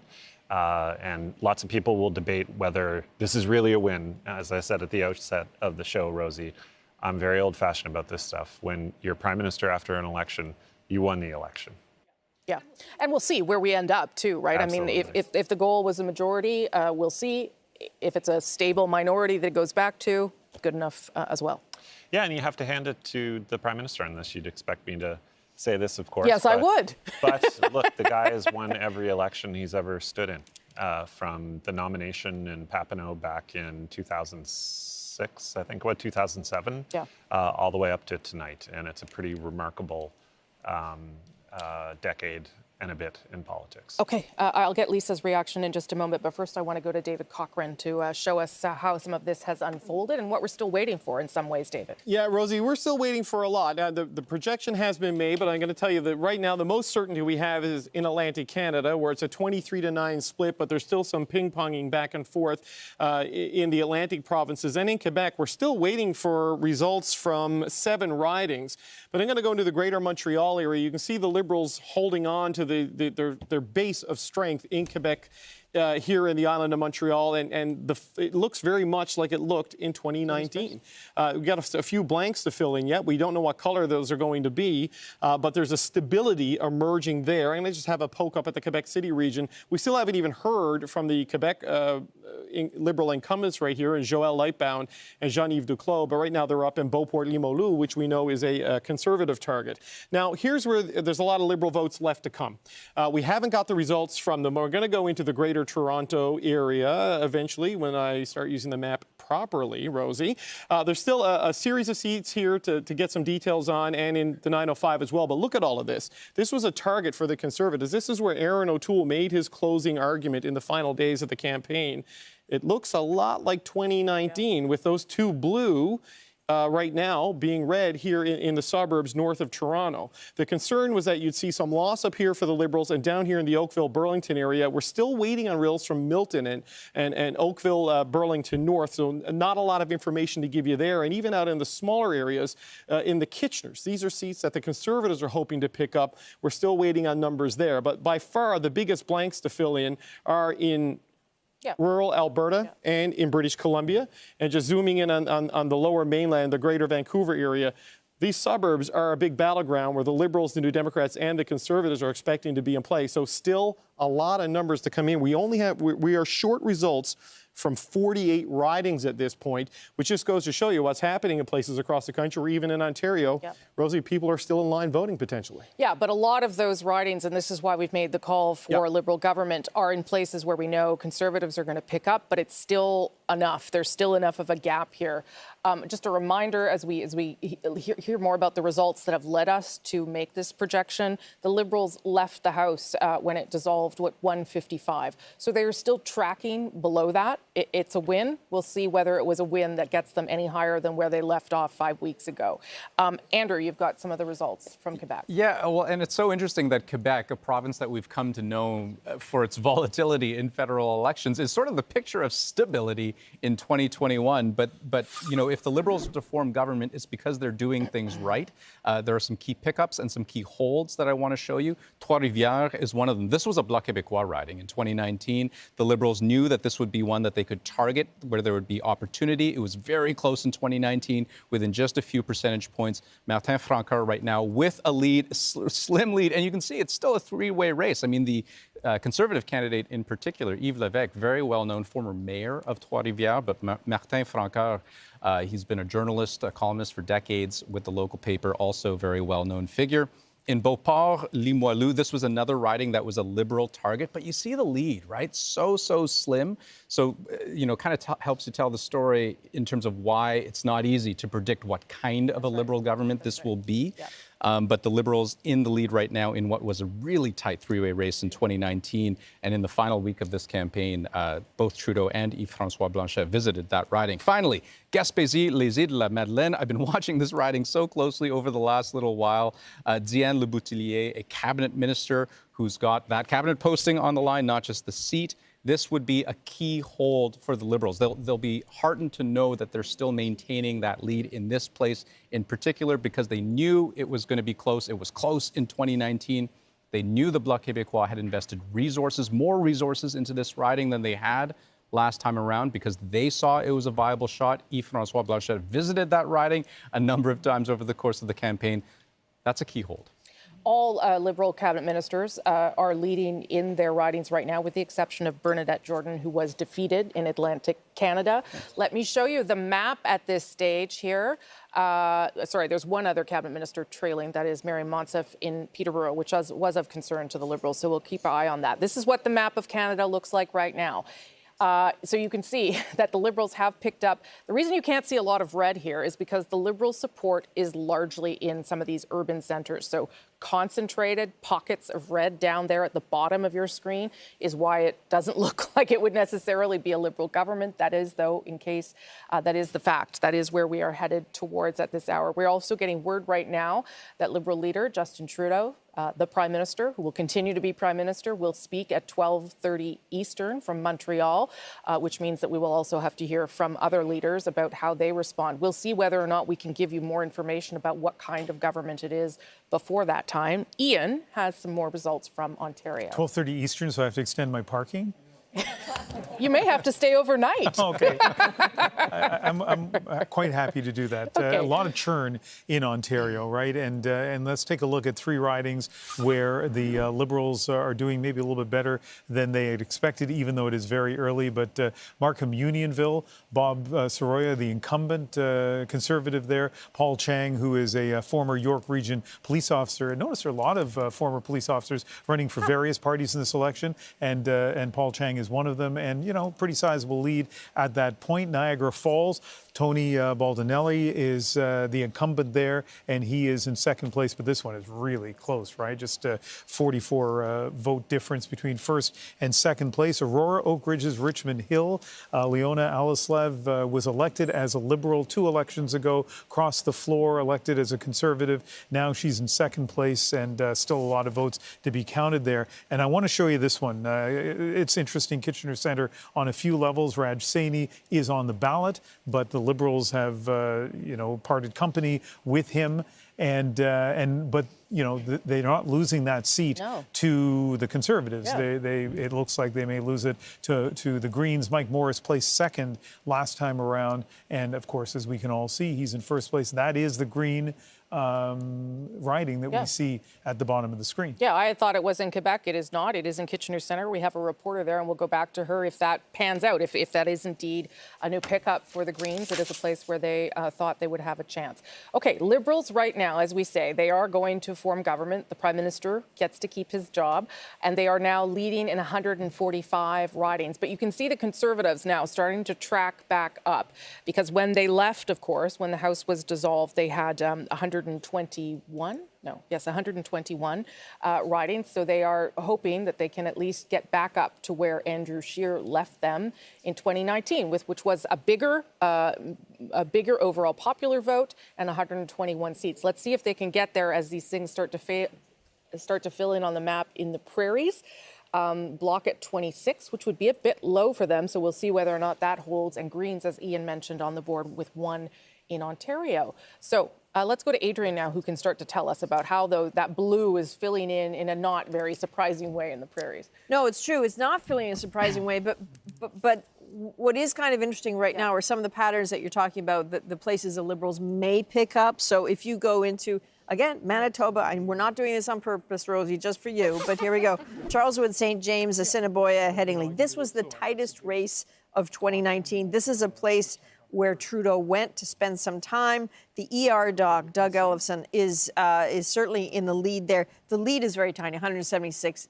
If you keep in mind the tightest race 2019, but that was by 2,400 votes, so ways to go there. If we go to Edmonton Centre, this is going back and forth between James Cumming and Randy Boissonneau, 38 lead, but this has been bouncing back and forth. That one clearly not over yet. And this one's interesting, Saskatoon West. So if this proceeds as it's going here, this would be the only non-blue seat so far in Saskatchewan.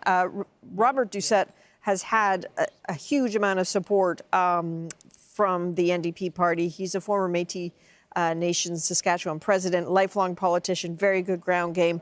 This was a Conservative seat, still is right now, but 5 of 169 polls reporting Robert is in the lead there. So let me just say to you, if you are still in a line anywhere in this country, we may have called a Liberal government, but your vote is still going to matter. It's going to determine where the Liberals end up in all of this. So stay in the line. Your vote will still be counted. You'll still get the chance to do that. And it will still matter when it comes to the results here as well. Lisa Raitt, I haven't heard yet from you. You haven't called on me yet. No, I know. Rosemary. I know I have time for you. Obviously, a disappointing night for Conservatives. It's going to be a disappointing night for Conservatives. They picked up in the Atlantic Canada, which is great. I'm just watching what's happening in the GTA area. Still not really sure on a lot of the outer ringed ones to see whether or not the message connected. But, I give credit to the Prime Minister. He won. He is going to form the next government. And when we look at the numbers, we'll all wonder, was it worth us going through the pain of the last 35 days of an election? And that's something that, will be part of the next election, and I'm sure it'll be part of the Parliament too in terms of discussing. But he won. Yeah, we'll see where he ends up as final numbers. But I think that's a really fair point, Jerry. I mean, if we go back and it's 5 weeks later and we end up with about the same or a little less for the Liberals, I don't know. Can Canadians say, oh, well, we're okay with you, Justin Trudeau, but we're not thrilled that you put us through this? Yeah, I think that's a very fair point that Lisa's making. And most importantly, I think we all said at the outset that we expected people to get instructions to go right back to work. And obviously, we've still got a pandemic raging, more so in some parts of the country than others. We've still got climate change to deal with. We've still got the recovery to construct. There are all these things that need to be done. And I think the message Canadians are sending loud and clear is they like the direction that the government is taking the country, but they're not quite sure they want to give anybody carte blanche. Yeah. Is it a validation? Is it an approval of the Liberals' handling of the pandemic? Is it that we're in the fourth wave and there's concern that they don't want someone else to start taking over during it? What do you think, Lisa?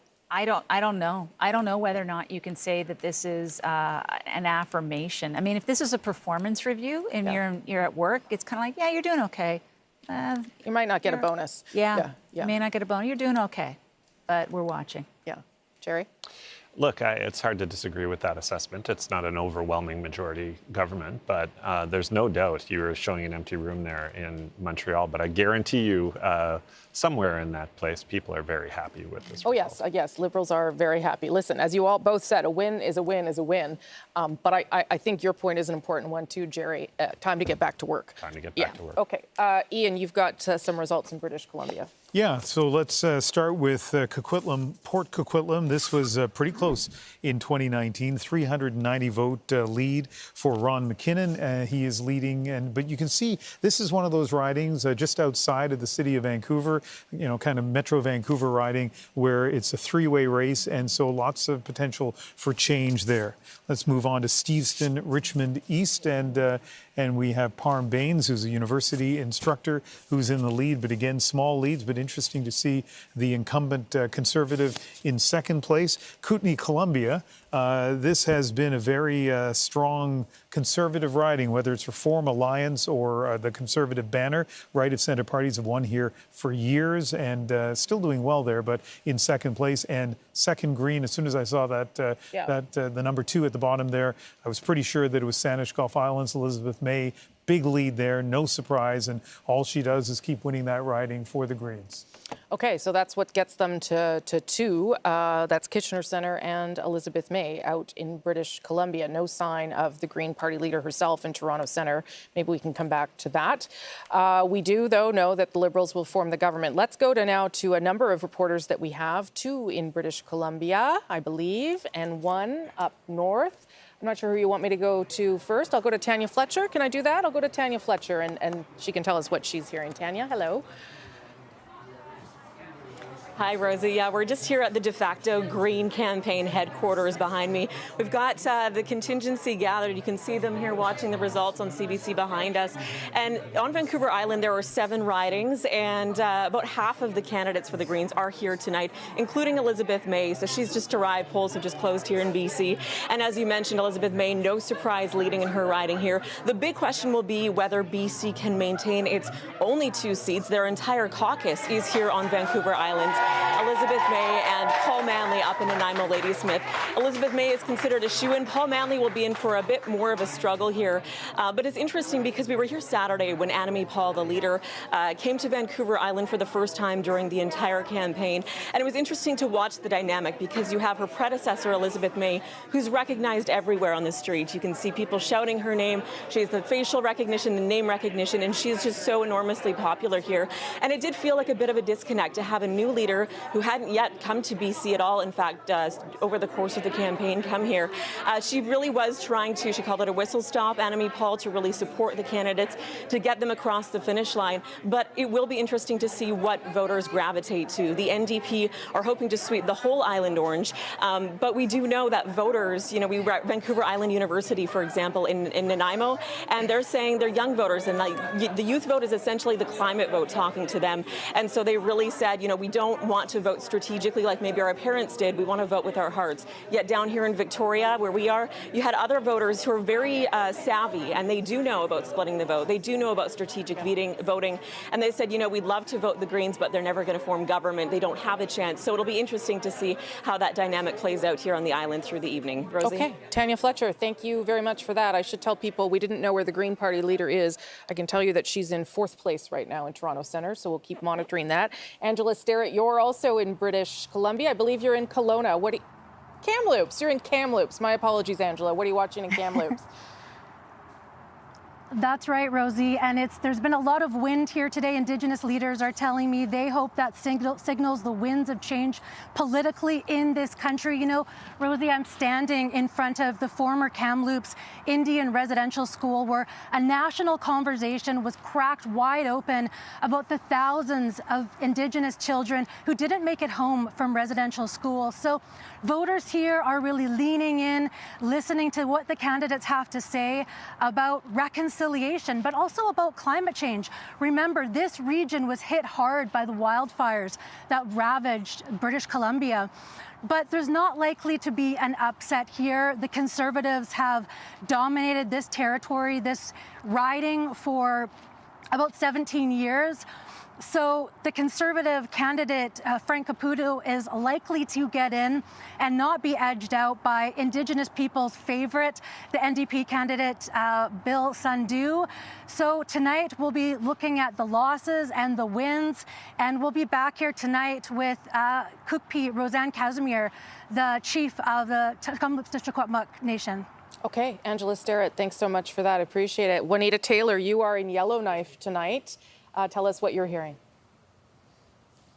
Hi, Rosie. Well, definitely Liberal supporters across the north are cheering this hour, given the prediction that Justin Trudeau will once again take office.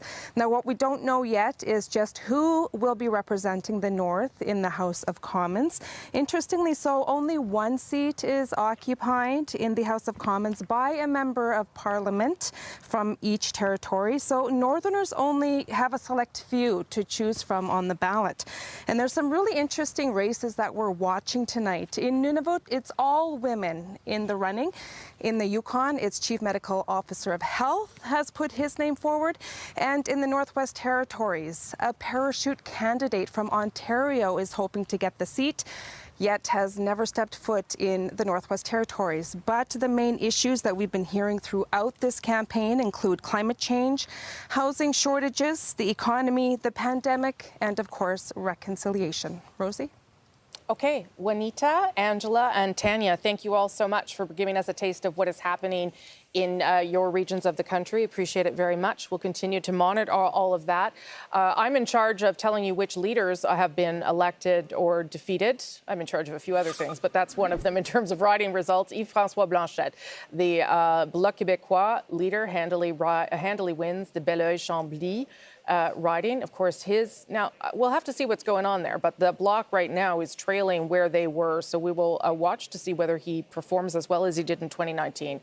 But he has won in his own riding, and here the Conservatives hold on to the riding of the Beauce. Maxime Bernier, the leader of the People's Party of Canada, may want to grow his party. Right now, they're holding at less than 5% on average across the country. So yes, that's a bit of an improvement from the last election, but not a dramatic one. And he again fails to win in the riding of the Beauce. Right now, our results at 150 for the Liberals, 151 leading or elected, Conservatives at 120. Keep your eye on that number of 120.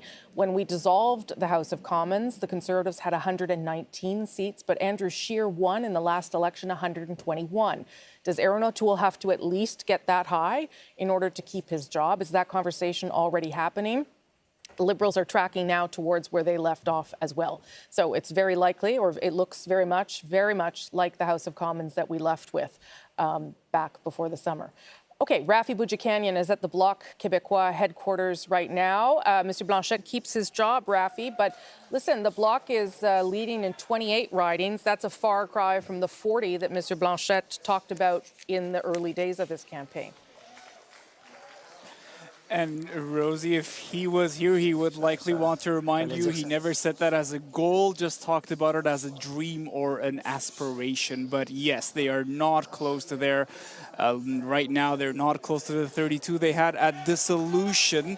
You're hearing some cheers around me as we, see Radio-Canada broadcast talk about the Bloc candidates who are getting elected. Funnily enough, a couple of minutes ago, there were some cheers for a loss, for Maxime Bernier losing in Beauce, which was just declared here, and some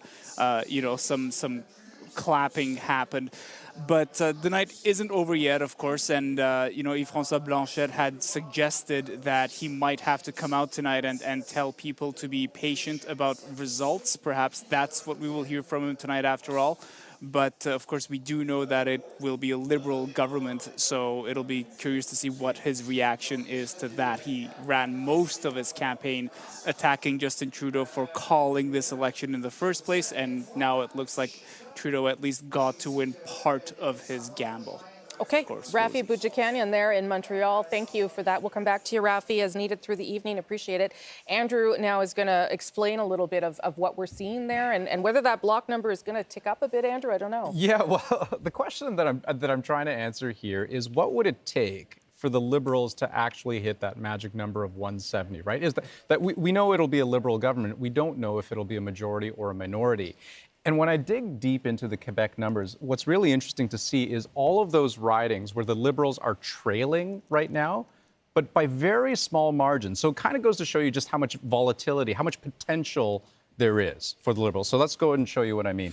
Starting with the riding of Terrebonne. This was a Bloc Québécois riding, the Bloc Québécois in the lead, but not a huge lead. We're only talking about a couple hundred votes right now. And interestingly, just with this riding, Michel Boudrea would have been the incumbent for the Bloc Québécois had Yves-François Blanchet wanted him to run. He won this riding in 2019, but there was some infighting and some controversy around the nomination process. Rivière-des-Mille-Îles, another riding that is razor close. The Bloc Québécois candidate in the lead. This was a bloc riding in 2019, but look how close it is. 33 votes. This was a Liberal target, a rematch, in fact. Linda Lapointe ran in 2019, fell just short back then. She's falling short right now, but this story ain't done. Let me show you another riding. Shefford, another Liberal target.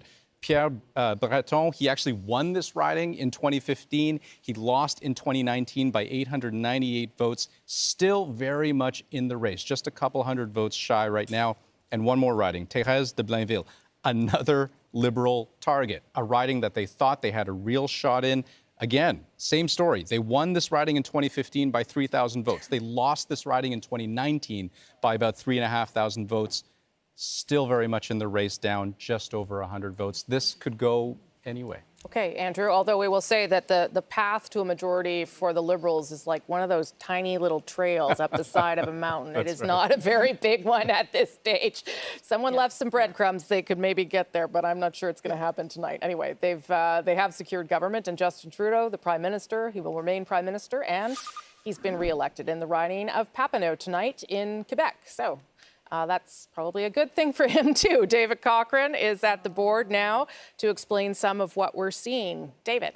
Yeah, Rosie, if he's going to be Prime Minister, it helps to have a seat in the House of Commons. But I think he might have to jump on a mountain goat if he's going to get to a majority, because that path is getting pretty narrow. I'm going to take you across the country now and talk about some of the benchmarks we set out at the start of the night. Remember, we said Atlantic Canada, the Liberals needed to be at 25. Well, right now they are at 23, and some races in that region are still too close to call. So they're below the metric, but they've made up for it as we start moving across the country. We said 35 would be a good night in Quebec. Now, it's not over yet in Quebec, but they are sitting at the current time at 37 seats in Justin Trudeau's home province. The big reason for why we've been able to project a Liberal majority is the strength in Ontario. 65 was the floor we set for them. Anything below that, they were in trouble.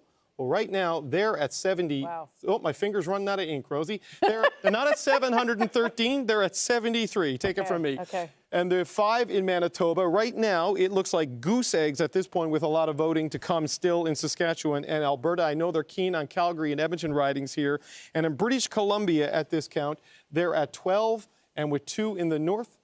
Look at this. Yeah. It's starting to go a little bit crazy on me. So all of that adds up to 153 if you deduct the 700 or so I put there by accident. So that's how you can see how they've gotten to this point, but it's going to take some big breakthroughs out here in the heart of blue country to get closer to that 170, Rosie. Okay, but that helps me understand as these things come in really quickly, and I'm trying to better understand. Maybe, if you could zoom in on Ontario, that would also help me understand, because the ridings are so squeezed together and with such a large population. Maybe you can walk us through that too, David. Yeah, so this is a big thing here. We're looking at the Greater Toronto area, and this was Erin O'Toole's big target. This is where the breakthrough had to happen if the Conservatives were going to take government away from Justin Trudeau. And look at this, all the way down to Hamilton, Oakville, Milton, right next door to Whitby, where I was with Erin O'Toole twice in a single day in Whitby when I was with him, because they had really targeted that one, but the breakthrough just isn't there. And I want to take a look at another area that we were talking about earlier. Smaller urban centers, the Kitchener region, for example. Now, right now we have blue in Kitchener-Conestoga, but look right there, Kitchener Centre. This was a Liberal seat where Raj Saini was forced to basically step down, step aside, be disavowed by the Liberals, thanks to Ashley Burke's reporting. The big concern for the Liberals is seats like this would go Conservative. Whenever it goes green or orange, a Liberal gets his wings, because that is exactly what they want. They don't want to see the numbers going up in the blue column. They're okay with it happening in the other columns, so long as they hold on to the big areas in the suburbs around Canada's biggest cities. Because right now, the path for a Liberal government always went through the suburbs of Montreal, the suburbs of Toronto, and the suburbs of Vancouver. And right now, I think they're up about 5 seats in those areas overall. So that was their target. That was their plan to get the minority and then fill in the other parts of the map to get towards the majority. Step 1 is done. Step 2 is still possible, but that's for the big brains on the decision desk, not for me, Rose. Okay, and I mean, what this map also shows is that, yet again, the Liberals, for now anyway, you're right, Calgary, there's still a couple of ridings in Alberta. For now, they're shut out of Saskatchewan and Alberta, which would be the same message that those 2 provinces sent to the Liberals the last time round, and may be difficult to manage. But again, we are waiting still for some results there. Let's look at the green number on your board there. That's leading in 3, so we know one of them is Kitchener Center, one of them is Elizabeth May out west, and the third one is indeed Paul Manley. This is not what I'm talking about, but I'll take a minute since it's up there. Kevin Vuong is no longer not allowed to be a Liberal, essentially, but it was too late when he was told that wouldn't happen. He is still a Liberal on the ballot, and he is leading in the riding of Spadina for York. If he wins that, he will quickly be made into an independent. And I don't know, maybe some of that is advanced polls before people heard some of the reports around sexual misconduct made against Kevin Vuong. Okay, let's go back to the Green story. So the two out on the West Coast that we thought might be able to hold, we'll see whether or not that happens. The one in Kitchener Center would be a pickup. Fredericton is no longer in play. At least it wasn't the last time we looked. But the other riding that is not in play is where the Green Party leader, Annamie Paul, decided to run yet again. This would be her third attempt in this riding of Toronto Centre. From what I understand, she is in fourth place. So let's go to David Thurton, who is there tonight. I don't know, David. That's going to be that's a rough night then for Annamie Paul personally. Yeah, you know, it's a kind of an awkward vibe here right now. People are cheering that there are 3 Greens on the board, and certainly they are pleased with how things are going in Kitchener Centre. That's in Ontario. But yeah, Annamie is in fourth place. Annamie Paul is in fourth place.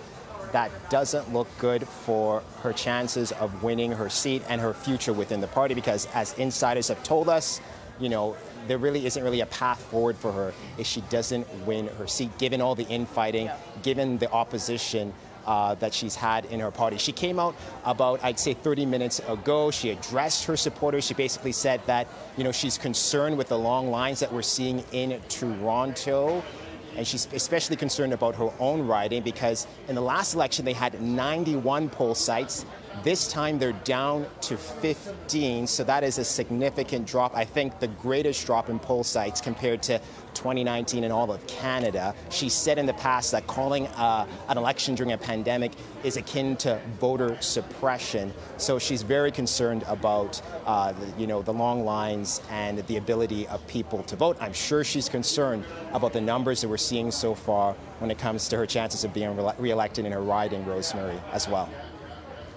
Okay, David Thurton, you're in Toronto tonight, where it doesn't look at this stage like Annamie Paul's going to win that seat. It's her third time trying. It's a tough one. Perhaps she'd have to try another riding if she wants to stay on. But given the conversations I've had with her and David Thurton has had with her, it doesn't seem like that is where things are headed. Okay, we are looking now at the Liberals leading at 152, the Conservatives at 120. That's pretty close to where we were 5 weeks ago, which, as we've all pointed out, begs the question, why did we do this? I hate that question, because I do think it's good to weigh in on things and have a debate about issues. But anyway, here's where we are. So I have 2 questions. One for you, Jerry Butts.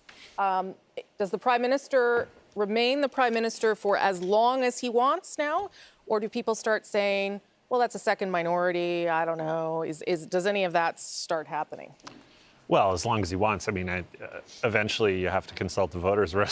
Yes, okay, but he's just won, so he has a little leeway here. I think there's an opportunity here for all of the parties involved to say that we've gotten a clear mandate to work together on a set of issues, and we're going to do our best to work together to make this Parliament last a full 4 years. Right. That's my perspective on things. It's certainly not speaking for the party, but that's the note I would be sounding tonight if I were a leader of any of the parties. Yeah, but you didn't really answer the question. What was the question again? I'm not going to be as hard as you as I am on elected people. I'm just asking you, I'm not asking if you think he's going to quit. I'm asking you, at some point, does it become a question of how long he wants to be the Liberal leader? Well, I think that's always a question for any leader, but I think retiring from politics would be the farthest thing from Justin Trudeau's mind tonight. He just got a fresh mandate. Say what you will about the circumstances of it, but to me, it's a 4-year mandate, and it will stand unless the government is brought down for some reason. Yeah. Okay, so then same question to you, Lisa Raitt. If we look at that, we're back up to 121, which is where Andrew Scheer left the party, and he was pushed out. How does Aaron O'Toole make the case that he gets to stick around for another election? Well, he goes to caucus, and he's got a couple of new members from the Atlantic caucus, and he's going to have a couple of few less from the Ontario caucus. And that's going to be a difficult conversation that he's going to be having with members of his caucus. You know, there's no policy convention for a year and a half. There's no automatic membership review. It has to be all dealt with under Michael Chong's old bill that was introduced, that they have to decide whether or not they're going to accept it first. So there's lots of procedure to go through between now and then. But let's see what the last of the numbers show us, and then he'll have to make a decision. Would he want to stay with that? Would he say to himself, well, I'm okay with that? I mean, that was sort of what the expectations they were trying to set tonight was, if we can keep him at a minority, we're good. Yeah. So I mean, we already know. We've seen some of the people already posturing for the job publicly, right? So I don't know how long that lasts, but 12 months in, he increased the percentage vote out in Atlantic Canada. Let's see what the numbers look like in Quebec and Ontario, holding our own out in the West and BC. Remains to be so he seen. could make a case. He could make a case. Little too early tonight, but to say that it's all bad for him. But he can totally make a case. And is his heart in it? 100%. Okay. Yeah. If I could just add one more point to this, Rosie, and I think it's an important one to observe, because I think most observers would say that the first couple of weeks of the campaign went well for the Conservative campaign. One thing that is super clear tonight, in particular in Ontario and Quebec, is that the gun lobby was thoroughly rejected by mainstream voters in Canada. And I really hope that the Conservative Party absorbs that lesson going forward. Yeah, I think they would probably take issue with the word mainstream.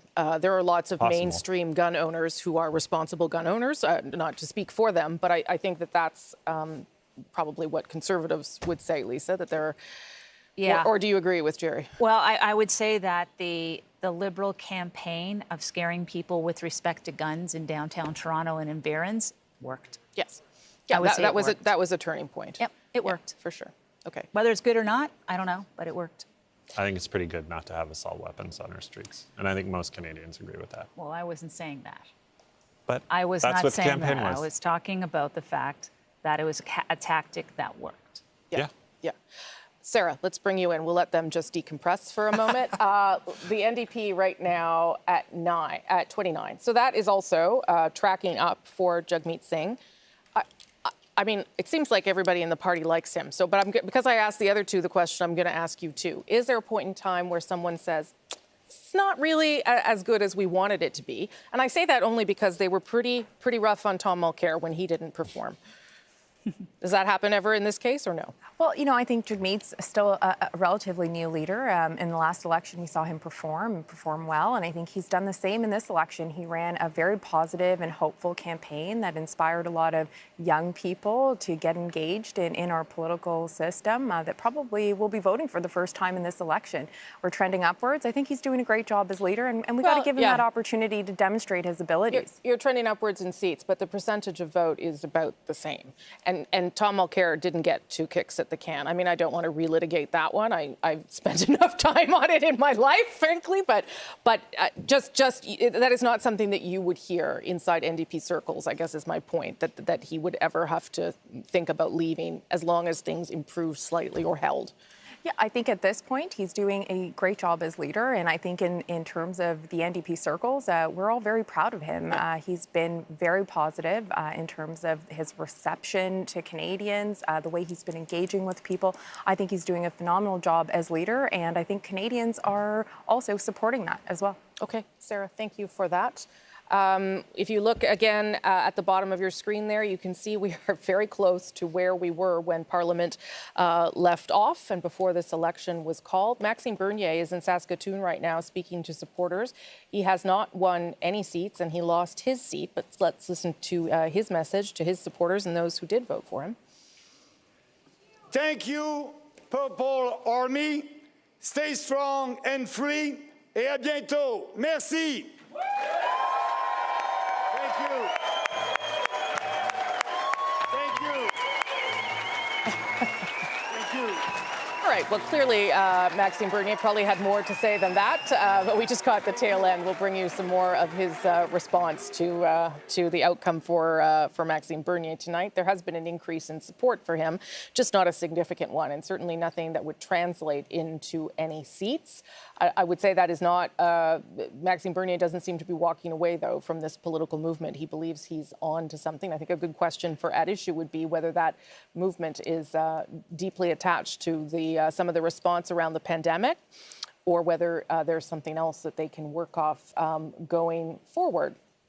Okay. We are waiting as well to hear from other leaders, because typically after a government has been projected, as we have in this case, projected a Liberal government, you will then start to hear speeches from those who did not win tonight. And those speeches should come around pretty quickly. Justin Trudeau and his team have already signaled that he's probably going to speak around 12:30 a.m. So you would hope to hear from the other leaders before then. But we'll see how all of that shakes down. Let me show you the map of Canada as it looks right now. And if you are a bit of a political nerd, you're probably looking at it and seeing some familiar colors from the last time we had an election. You'll see that notably in Western Canada, where for now anyway, the Liberals have not made really any significant inroads.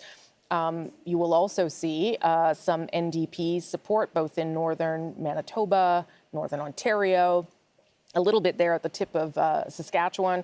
You'll see the block colors on the board in Quebec. And why it may be difficult here to see on the screen that the Liberals are forming government, if we were able to dive all the way down with our camera into the bottom of Ontario, you'll see that that's where the vast majority of those ridings are. Look at, we can do it. Aren't we amazing? You can actually see the ridings there that the Liberals held around the GTA and in Toronto. And that is really between that, Atlantic Canada and Quebec, that is what has led them to another government tonight. Cam McIntosh is in Winnipeg at this hour. Cam, over to you. Hey, Rosemary. Well, when we talk about the Liberals holding on to their minority, they're also holding on to their 4 seats here in Winnipeg, or at least leading in them, and possibly leading at this early time still here in Winnipeg in a 5th. That's the seat that I'm in right now. It's Charleswood, St. James, Assiniboia, Headingley. Dr. Doug Elifson is leading Marty Morantz, the CPC incumbent, by 374 votes with 58 of 170 polls reporting, so clearly not over yet. But what's interesting about this race is it's basically the race between 2 incumbents. Dr. Elifson held this seat after 2015, lost it in 2019 when the Liberals lost their majority. Now appears to be at least competitive and potentially winning this seat at this point in time. Speaking to the Liberal campaigns around Winnipeg, a lot of them said to us that in order to hold on to their seats and for the Liberals to do well here, they felt they may need to draw some vote out of the NDP. Looking at things again at this early hour in this riding, that appears not to be happening. The NDP actually have their vote percentage up, so the Liberal vote percentage has also come up, with the PPC not being much of a factor. Many people thought that for Liberals to hold on to their seats here, that the PPC would need to do much better than it has done, or at least appears to be doing. So right now, Liberals seem to be holding their own here in Manitoba. Cam McIntosh with The View from my home province tonight. Thank you so much. As we look at those results there, again, that are very similar to where we left off, just another point to remember is that was actually a House of Commons that Justin Trudeau made work. He had complaints about it, for sure. And when I interviewed him last week, he said that it wasn't always an easy one. But there is support there for some of his policies. One of the big ones that we could just remember right off the top is the National Child Care Program. 8 out of the 10 provinces and territories signed onto deals over the course of the summer. It is something that he pushed throughout the campaign. He will undoubtedly be able to get the support both from the NDP and the Bloc to push ahead with that policy. And that means that some sort of national childcare system will go ahead in this country, because he knows that he can get that support from other progressive parties. Let me bring in Adrienne, who's got a look at the northern ridings for us now. Yeah, you bet. Rosie, we heard Juanita Taylor, characterize what was happening in the north. 3 ridings to look at there. If we can start with Northwest Territories. Michael McLeod is the incumbent. That lead isn't big, but that is that's not inconsistent with up there. If you head over to Nunavut, this was the riding that was held by Mumulak Kakak, who, as you know, stepped back. Lori Idlout is a lawyer. She's a new candidate, but she's very well known up there. And if we head into Yukon, Brendan Hanley is taking the lead. It's a very small lead, but Yukon has a history of very tight races. He's the chief medical officer of health there, has only taken a leave from that job to do this. And Barbara Dunlop, just keep an eye on her. She is a romance novelist, has written some 50 of them. So no love for her in the Yukon. I'm so glad you got to find a way to use that line. I've been trying to get it in there. Just testing it in the makeup room. Okay, we're going to go to Thomas Degla, who incredibly is still outside in Toronto, and there are still people waiting in line. God bless them, because they should wait in line, Thomas. They still will get to vote, and their votes still matter. Tell me what people are telling you there.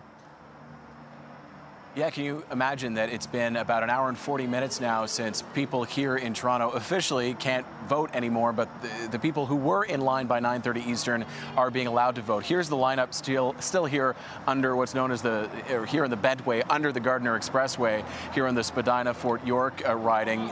You're seeing people, we might see them actually just here, Elections Canada officials coming over with clipboards and papers and just getting people's information after about a 2-hour wait. Is what people are telling me who've made it to the front of the line here, who in some cases made it just before polls closed at 9:30, made it to the back of the line, and are still waiting. I've been talking to people and asking them, why was it important for you to wait and be patient like this? And they said, well, it's our right to vote, it's our privilege to vote, we need to vote, and if it's going to take a couple hours of waiting, so be it. I can't quite see the end of the line. It's very dark here under the Gardiner Expressway, still noisy from the highway above, but I can tell you there's still at least a few dozen people behind me here, and so I would say there's still at least 45 minutes of waiting for the people in the back of the line. Very late here. Rosemary.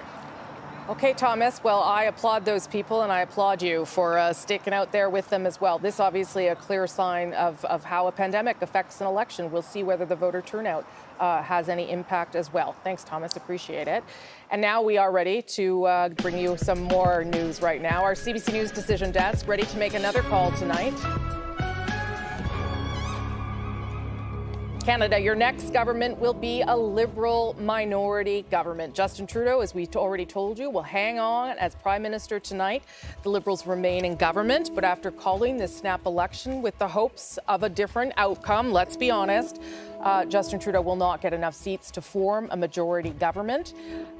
This is, as he said, Canada's choice to weigh in on the future of this country. You have done that, and you have told Justin Trudeau that you want him to have some checks and balances around him in the form of those other parties.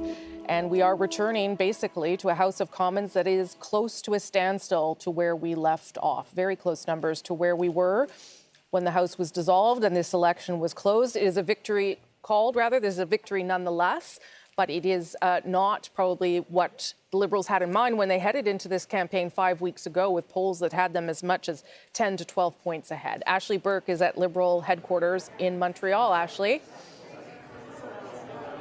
Again, hard to tell the reaction in this room. Still quite quiet here because people are not in this room due to COVID-19. But after I got off the air the last time when the CBC News called the Liberal government, headed out in the hallway, I saw people high-fiving, excited faces. I was told that in the staff room just down the hallway that there was cheering at that point. But people were saying at that time that they were watching the numbers carefully, that the seat matters count, and they were trying to get that majority or get more seats than they won last time. They would have to hit 157 seats. We're not at that point yet. So it will be interesting to see what the reaction is from the Liberals tonight. Of course, staying in government with a minority is still a success for them, but it's not what they were aiming for when they called this election. Throughout the campaign, you have not heard Justin Trudeau say that he wanted a majority. He was very careful with his wording. There was only one minister, Dominic LeBlanc, who was the only one who came out and said that. And so, interesting to see what the reaction will be tonight. We're waiting for Justin Trudeau to head out on the stage tonight. We're hearing could be about an hour and a half or so. His son was down here earlier, his oldest son, checking out the stage, but there's certainly going to be questions raised tonight about, perhaps Justin Trudeau's judgment for calling this election in the midst of a pandemic when some people didn't feel this was the right time, and coming out of it with perhaps, around the same seats or a little bit more, what that means for his future. Okay, Ashley Burke is in Montreal tonight. We're standing by, of course, to hear from the Liberal leader, the Prime Minister, when he is ready to emerge. Let me show you what we have seen that allows us to make this call, that there will be a Liberal minority. So look at that historic benchmark there of 38.5, which is the lowest we've ever seen to call a majority government. The Conservatives are ahead in the share of vote, which is not unlike what we saw in the last election, right? They had more in the popular vote, but fewer seats. The efficiency of the Liberal seats is what brings them government. So they are just slightly trailing behind the Conservatives when it comes to share of vote. Let me show you what it looks like in terms of seat change, and it's not going to look like much. We already know that because it looks shockingly like where we were just 5 weeks ago. So the Liberals right now down 2, the Conservatives up 2. Look, the Bloc down 3, which is an interesting storyline we can dig into more in the days ahead. NDP up 5. So they have an efficient vote there, too, for the NDP as it comes out. We should tell you as well, if you are wondering that there were races that are close, and you are wondering at home, you said to yourself, well, I mailed in my ballot. How do you know for sure, given that that ballot isn't being counted until tomorrow, that the result won't be different? The decision desk took all of that into account. We know how many special ballots, how many mail-in ballots were sent in from which riding across the country. We are able to tell you that that is how we made this decision. We know that it's a Liberal minority, and we took all of that into account. So it's not that your ballots don't matter. It's that they are in ridings that we already were able to call based on other information. So those ballots will still be counted tomorrow, but this is still the outcome tonight. David Cochran is over at the board with another look at how we got here. Yeah, Rosie, really for things to change tonight, we needed to see one of two things. We needed to see exponential growth and a big breakthrough in Quebec by the Liberals to get to a majority, or we needed to see that kind of exponential big breakthrough in Ontario for the Conservatives. And really, neither one of those things has happened. So just to walk it through, the Liberals are down 2 in Atlantic Canada. Right now, they're flat at 35 in Quebec. They're down 4 in Ontario at 75. The Conservatives only up 1 to 37. So it's just incremental change right across the board. The Conservatives are losing some seats right now to the New Democrats in urban Saskatchewan and urban Alberta. So those are losses that the Conservatives are having in their column going to the New Democrats. So it just stops them from catching up to the Liberals even further. Now, there's still a lot of volatility in British Columbia. Only 8% of the polls reporting there. And the Liberals are currently leading in 15 seats. That's a higher number than we expect that to be. So we might see some change in the Liberal seat count in British Columbia. But really, it's all about ballgame Ontario. We said that from the very beginning, that if the Liberal seats held in Ontario, in particular in the Greater Toronto area, which you can see is red from Whitby down to Burlington right now, there was no breakthrough here for Erin O'Toole. And, you know, you look at where things are going to stand, Rosie, what you just talked about in vote share and what you just talked about in seat count. It's very much like 2019, right? That Justin Trudeau is going to be the prime minister of potentially a slightly diminished minority Liberal government. And Erin O'Toole could win the popular vote like Andrew Scheer did, increase the seat total marginally like Andrew Scheer did, and still face a leadership challenge potentially like Andrew Scheer did, because within 1 month, Andrew Scheer had more knives in him than an episode of Top Chef, and Erin O'Toole is going to face some of those same questions. Yeah, and I mean, I think it also brings us back to the points that happened with Andrew Scheer and after the departure of Stephen Harper, is if you are trying to grow the base, where are you growing it and how are you growing it? And if you can't make sure that the seat count also grows, you know, how are you going to get back to forming government? I think unless you look for other ways to stop or split the Liberal vote. I'm going to, David, I'll come back to you. I'm going to now, though, make sure that you all know that the Conservative leader, Erin O'Toole, has been re-elected in his riding of Durham, Ontario. So not only will he be re-elected, but he will also return to the House of Commons for now as leader of the official opposition. We'll see whether that satisfies both him and his own party. I'll tell you as well that the last time we had 2 successive minority governments was under a Conservative Prime Minister, and that was Stephen Harper. Okay, Andrew, over to you. Yeah, so let me expand on a point that David was just making about the lack of a breakthrough in Quebec, because when you think about Quebec, the Bloc Québécois did 2 things in 2019. They took a big bite out of the NDP, and they took a big bite out of the Liberals. And if the Liberals were going to really have traction tonight, they would have had to undo a lot of the damage done by the Bloc in the last election. But we can see in a number of key ridings, they were not able to do that. I'll show you what I mean. Okay. So in La Prairie, this was a riding that did go to the Bloc Québécois in the last election, a riding that the Liberals had pegged as one that they had a shot in. It was close in 2019. They lost just by 5 percentage points, but Alain Terrien well known politically. He spent 6 years at the provincial level with the Parti Québécois, a known quantity with a lot of voters. He's in the lead right now. Another riding, Montarville on the south shore of Montreal, another Liberal target, but another strong candidate in the Bloc Québécois. Stéphane Bergeron, a career politician, for 30 years, both with the Bloc Québécois and with the Parti Québécois at the provincial level. And Yves-François Blanchet played defense in this riding just in the last week. He visited, and so he knew this was a riding that was under threat, and he knew that this was one that he wanted to keep. One more that I'll show you, Abitibi-Baie-James Nunavik EO. You can see the Bloc Québécois candidate with a check mark. Yeah. Sylvie Bérubé, abolishing the Indian Act was a big part of what she campaigned on during this election campaign. And in a riding as big as this one with as large an Indigenous population as it has, this is something that resonated. Okay, I don't mean to put you on the spot. Do you know what's happening in Trois-Rivières? And I only ask that because the Liberals were hoping to hold that.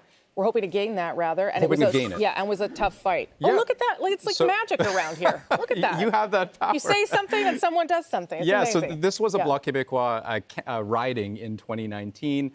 You're right that this was a really tight three-way race 2 years ago. Yes. A really tight three-way race this time around. Star candidates fielded left, right, and center. Yves Lévesque, though, the Conservative candidate, with a marginal lead. He's a very well-known figure in that part of the province, former mayor of Trois-Rivières. So okay, that's interesting. how that race is going. And it's not just magic. It's a woman named Allie who just listens and knows everything and does it. It's not magic. It's magic that is Allie. Adrian, you're going to tell us more about the prairies. You bet. So this conversation that we've been having about the NDP making gains at the expense of the Conservatives, that's definitely happening in the prairies. Two spots really to keep an eye on. Edmonton, Griesbach. This is a place where Jagmeet Singh was there twice in a month. It's a place where there's been lots of conversation about tactical voting. That may be working out just fine for the New Democrats. And then there's the tightest race in the prairies right now is Saskatoon West. You've got Brad Redekop, who is the incumbent. He's in the lead, but just by 86. Robert Doucette, it's been going back and forth throughout the night.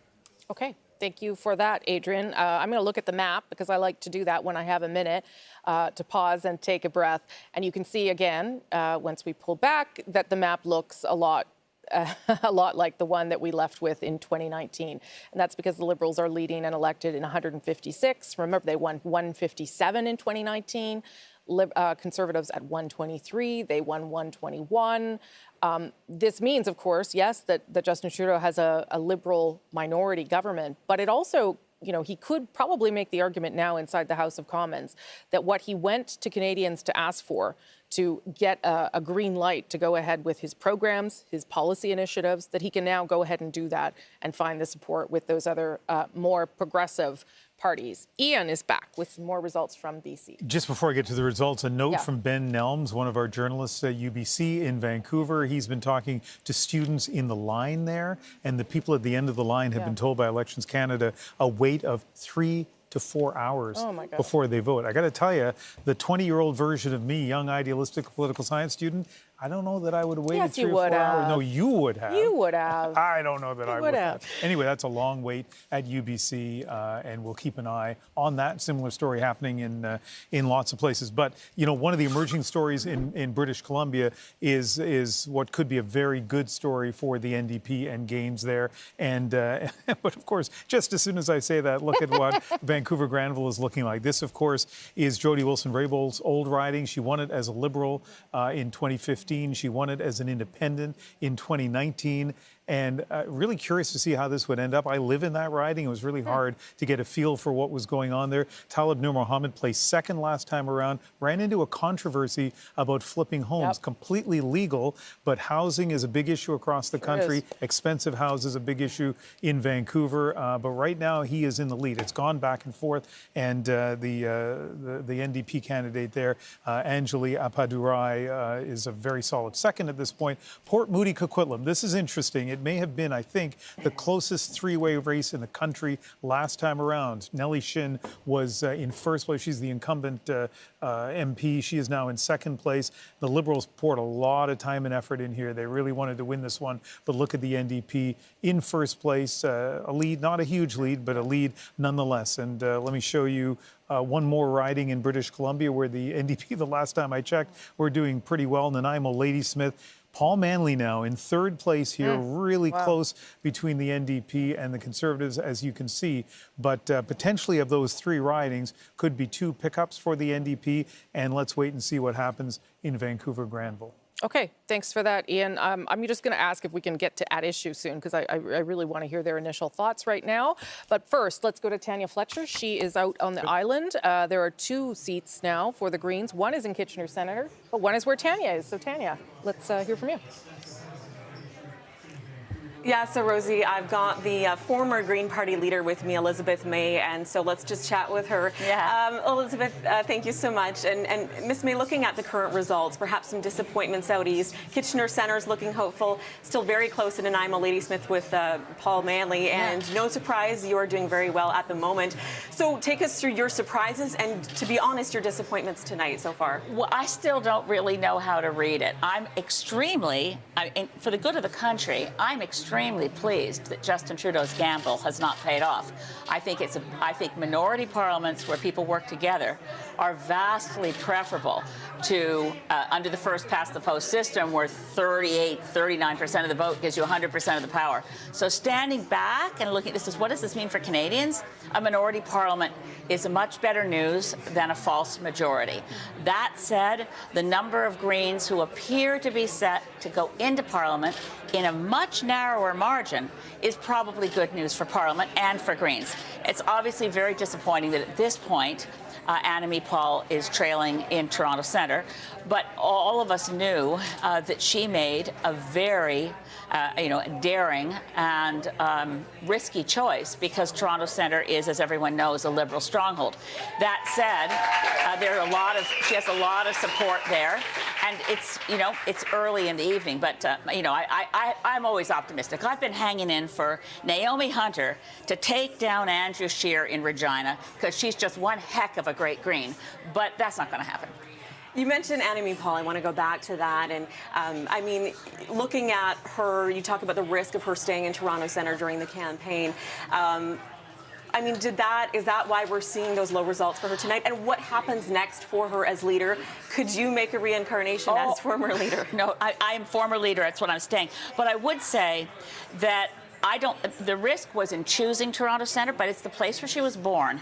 She has deep, deep roots to the needs of that community. She's driven by what that community needs that has been, overlooked by the Liberal MPs historically, including when Bill Morneau was Minister of Finance and represented that area for so long, and still it had the highest child poverty rate in Ontario. So she was driven by what Toronto Centre needs for change.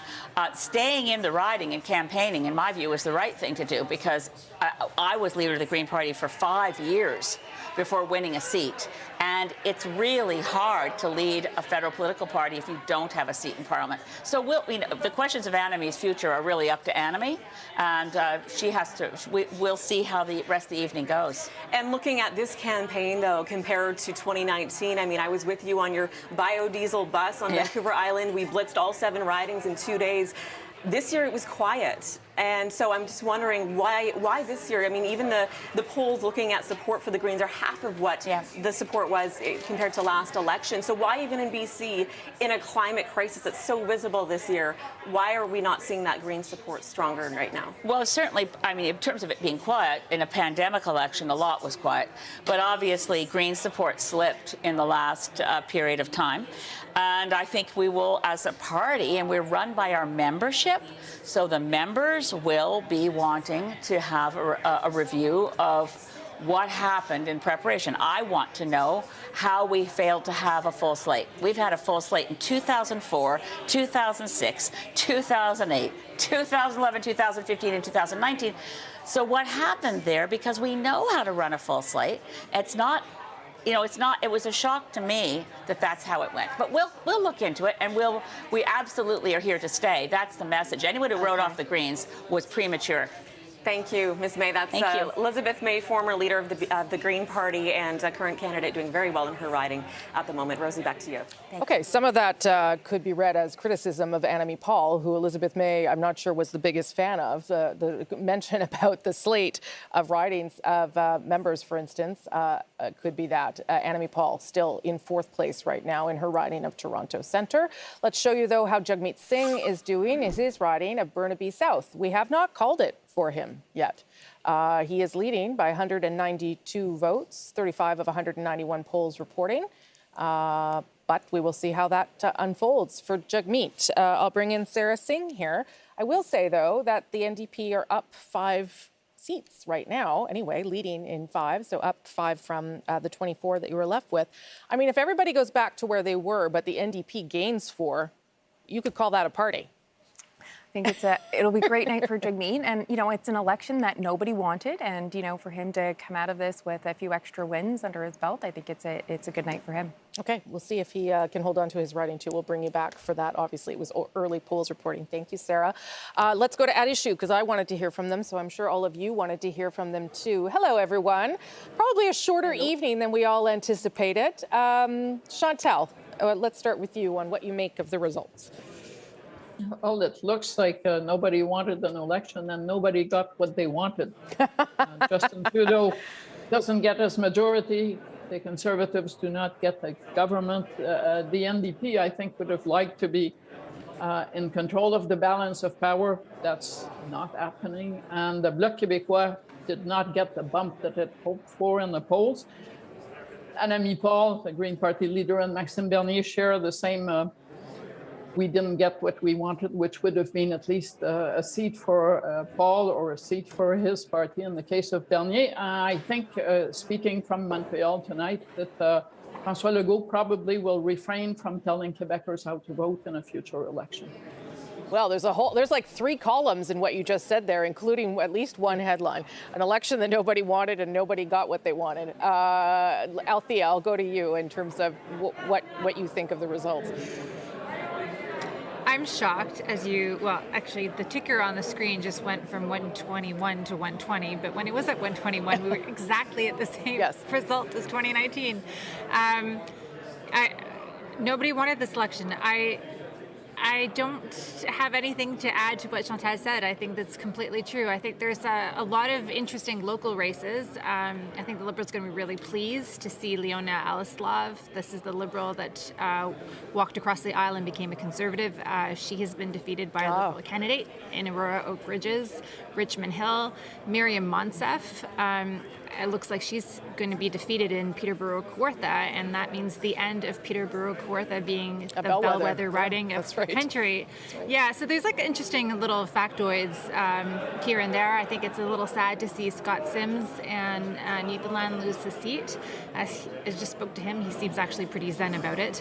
But I don't think that that's something the Liberals saw coming. I think the Liberals are immensely relieved. I spoke to some senior advisors over the weekend, and the numbers that they had were much worse than what we're seeing on the screen at the moment. And so they are feeling a little, thankful that the NDP vote has come their way. And so there's a big relief for them there. But this is kind of a pointless exercise, isn't it?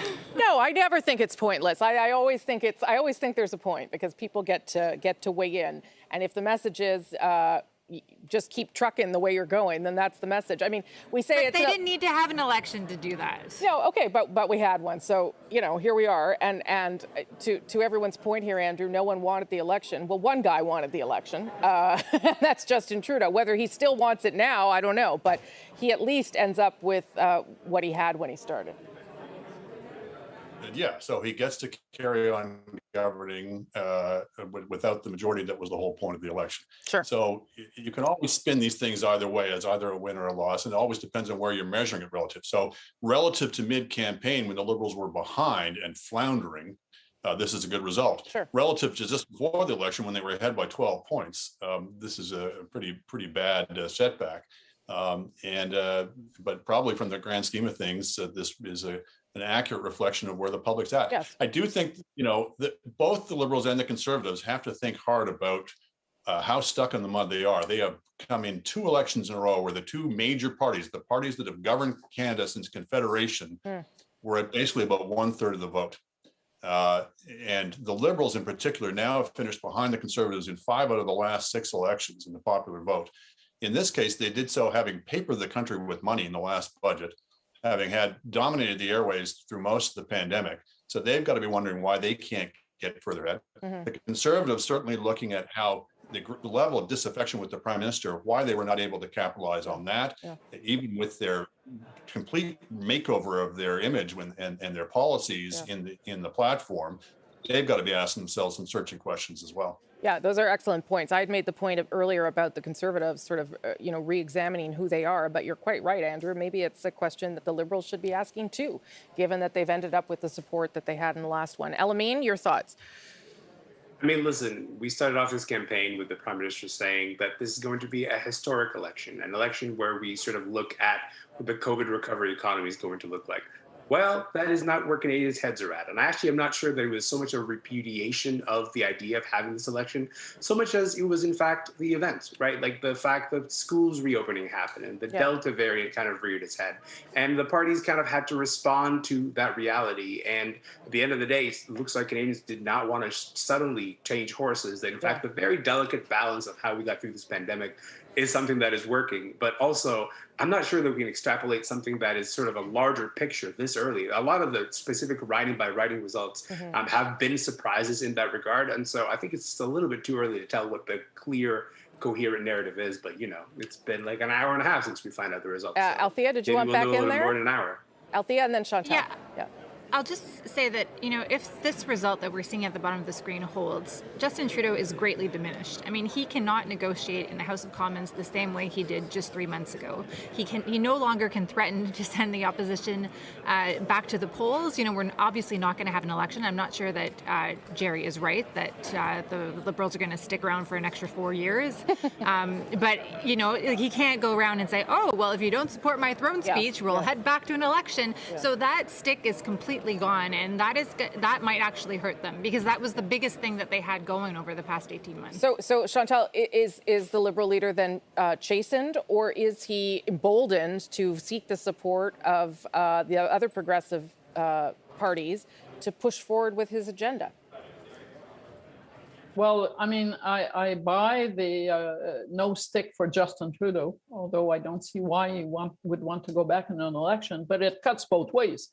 You do not have an emboldened third party saying, I dare you to not do my bidding because I'm going to come back and if you're the Bloc Québécois, take over Quebec from you.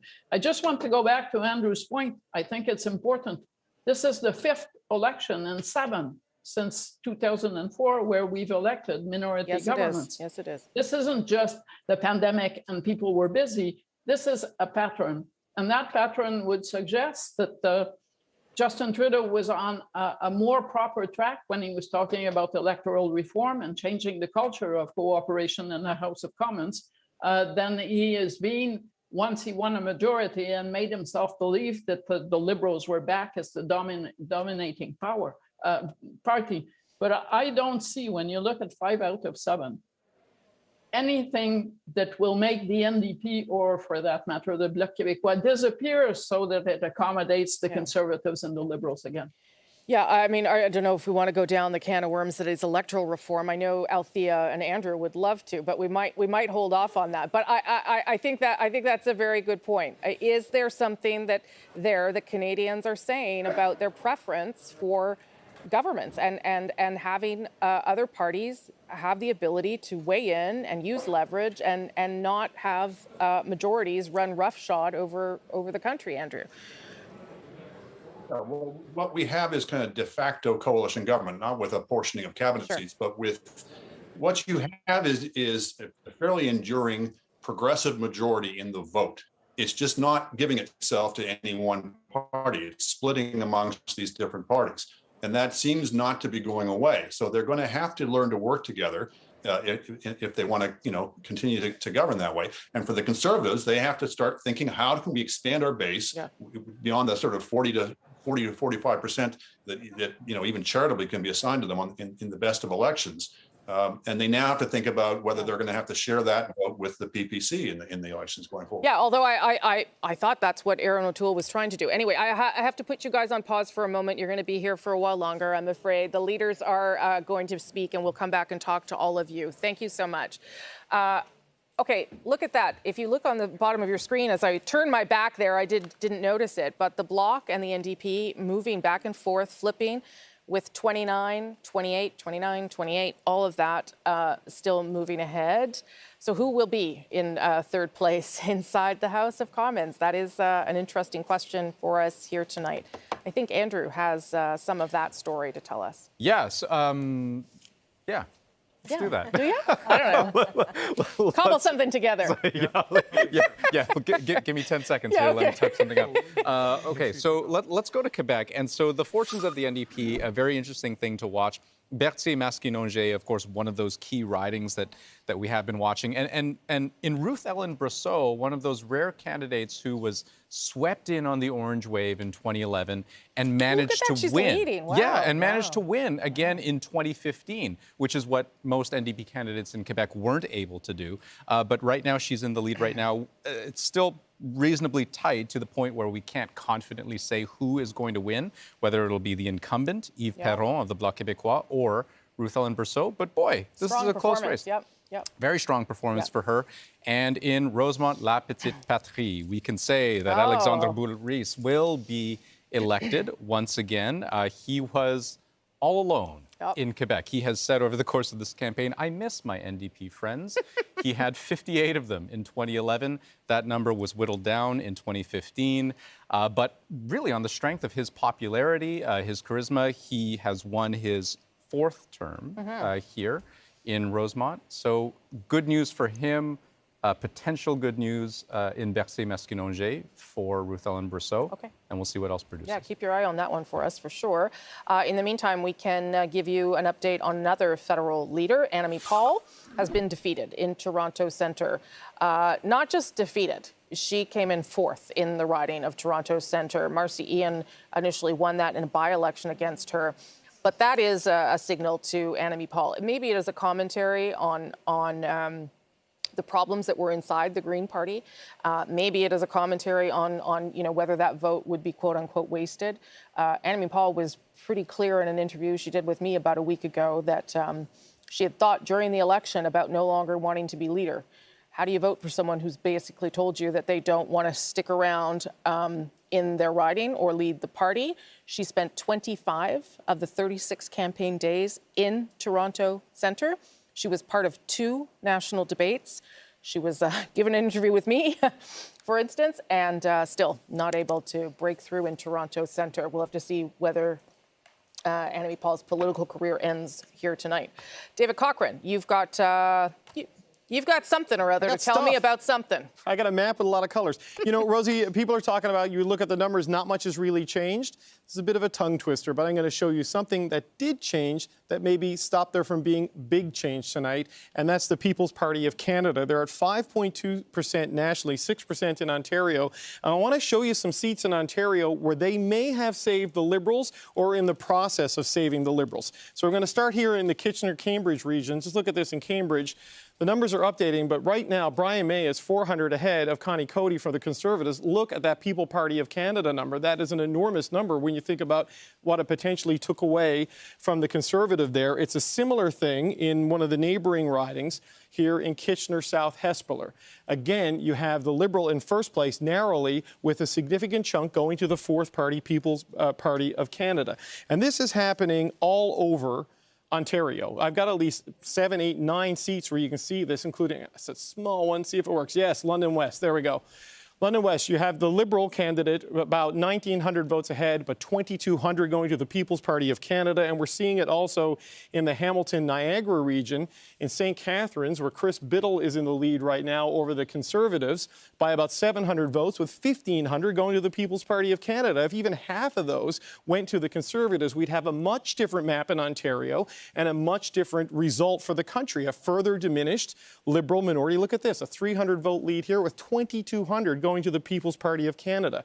This was the concern for a lot of conservative-minded pundits and advocates. We saw this on the front page of the Toronto Sun, saying that a vote for the People's Party is a vote for Justin Trudeau. We even saw it playing a role in Newfoundland and Labrador, where Goody Hutchings has won by about 1,400, and Darrell Shelley of the People's Party of Canada getting 1,500. So it's not just in things that are settled. In Ontario, where the government was kind of decided, we're seeing it as we move across the country.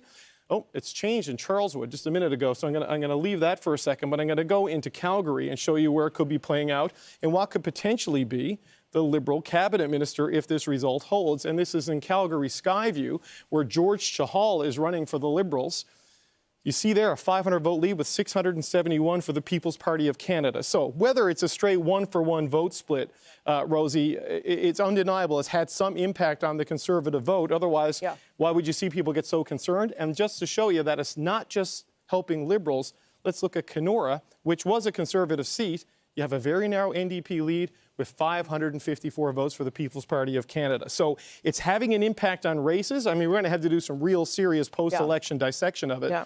But it wasn't just noise, it's showing up on the map. Yeah, and it is not necessarily just hurting the Conservatives and not necessarily just helping the Liberals. It is all over the place, and that's why we'll need to look into that a little deeper in the days ahead. Ian now has some more results from British Columbia. Yeah, you know, this is the time in the evening, Rosemary, that, of course, we've been at this for a long time, and here it is, 11:46 Eastern. It's not even 9 o'clock in British Columbia, and they're all sitting there in front of their televisions going, tell us more about what's happening in and around, for example, Vancouver. And Metro Vancouver has been relatively kind, or at least in terms of leading in some of these ridings, relatively kind to the NDP. We talked about that last time, and the Liberals. Let's look at some of the seats where the Liberals are doing very well. Richmond Centre, Alice Wong in second place here. Wow. Yeah, exactly. Wow. She has been the MP here since 2008, a former cabinet minister in the Stephen Harper government, and still relatively close there, 344 votes, but still, yeah, wow is exactly the reaction I had when I saw those numbers as well. Steveston, Richmond East, a riding not too far away, and now you see this lead widening for Parm Bains over the incumbent Conservative, and Cloverdale, Langley City. This is a really interesting one. Let's keep this up for a sec, because first of all, that is a significant lead for the Liberals. John Aldag won this riding in 2015, but he lost it 2 years ago. What's interesting here is the margin last time around between the Conservatives and the Liberals was 2.5 percentage points. The Greens had 6.4 percentage points. So not to like drown people in numbers, but there was no Green candidate this time around. And, you know, to Lisa's point earlier about the PPC, you can't assume the Greens, for example, that those would all break one way or the other. But that's a lot of free votes that were available in that riding, and you wonder if that didn't help. And in Kamloops, Thompson, Caribou, this is a reminder that the Conservatives are incredibly strong in huge geographic swaths of British Columbia, the interior, the north, Fraser Valley, and here Kamloops, Thompson, Caribou in the interior, big lead. We were projecting elected for Frank Caputo. Interesting, the three major parties all had lawyers running for them. And in third place, Jesse McCormick from the Liberals, an Indigenous lawyer who did make reconciliation a really key theme of his campaign. But all of those examples you gave there do prove that BC is a three-way race. Like it's very, very tight often. Okay, let me again show you what has happened here tonight. We again are projecting a Liberal minority government. Numbers very similar to where we were in 2019, where we were around dissolution. In 2019, the Liberals won 157. Right now, they're leading or elected in 156. The Bloc is down a little bit, so that's something that we will continue to track. And the Greens, I imagine that's still Kitchener Centre. We'll bring you that update when we have a minute. That would be an interesting breakthrough on a bad night for the Green Party. Okay, Ian mentioned Kamloops as one of those ridings that he is tracking and watching closely. Angela Starrett is in that riding, in the riding of Kamloops with a guest. Angela? Yeah, that's right. And like Ian said, like I said earlier, it is no surprise that Frank Caputo, the Conservative candidate, is in the lead and will most likely perform very well tonight. Again, I'm in Kamloops to Secwepemc. This is a territory that captured worldwide attention when it came to the thousands of children who never made it home from residential school. And leaders here have been looking throughout this election for accountability. What are the leaders saying when it comes to residential school survivors and the missing?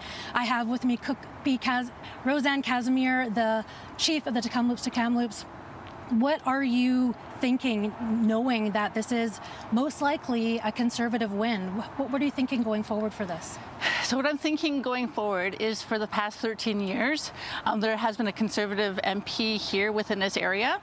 And, I know that with a newly elected Conservative MP, we'll be continuing in that relationship moving forward. And I also just want to take this opportunity to say thank you to former Cathy McLeod, MP riding here within the Kamloops region. We had an excellent relationship and we wish her well in her retirement.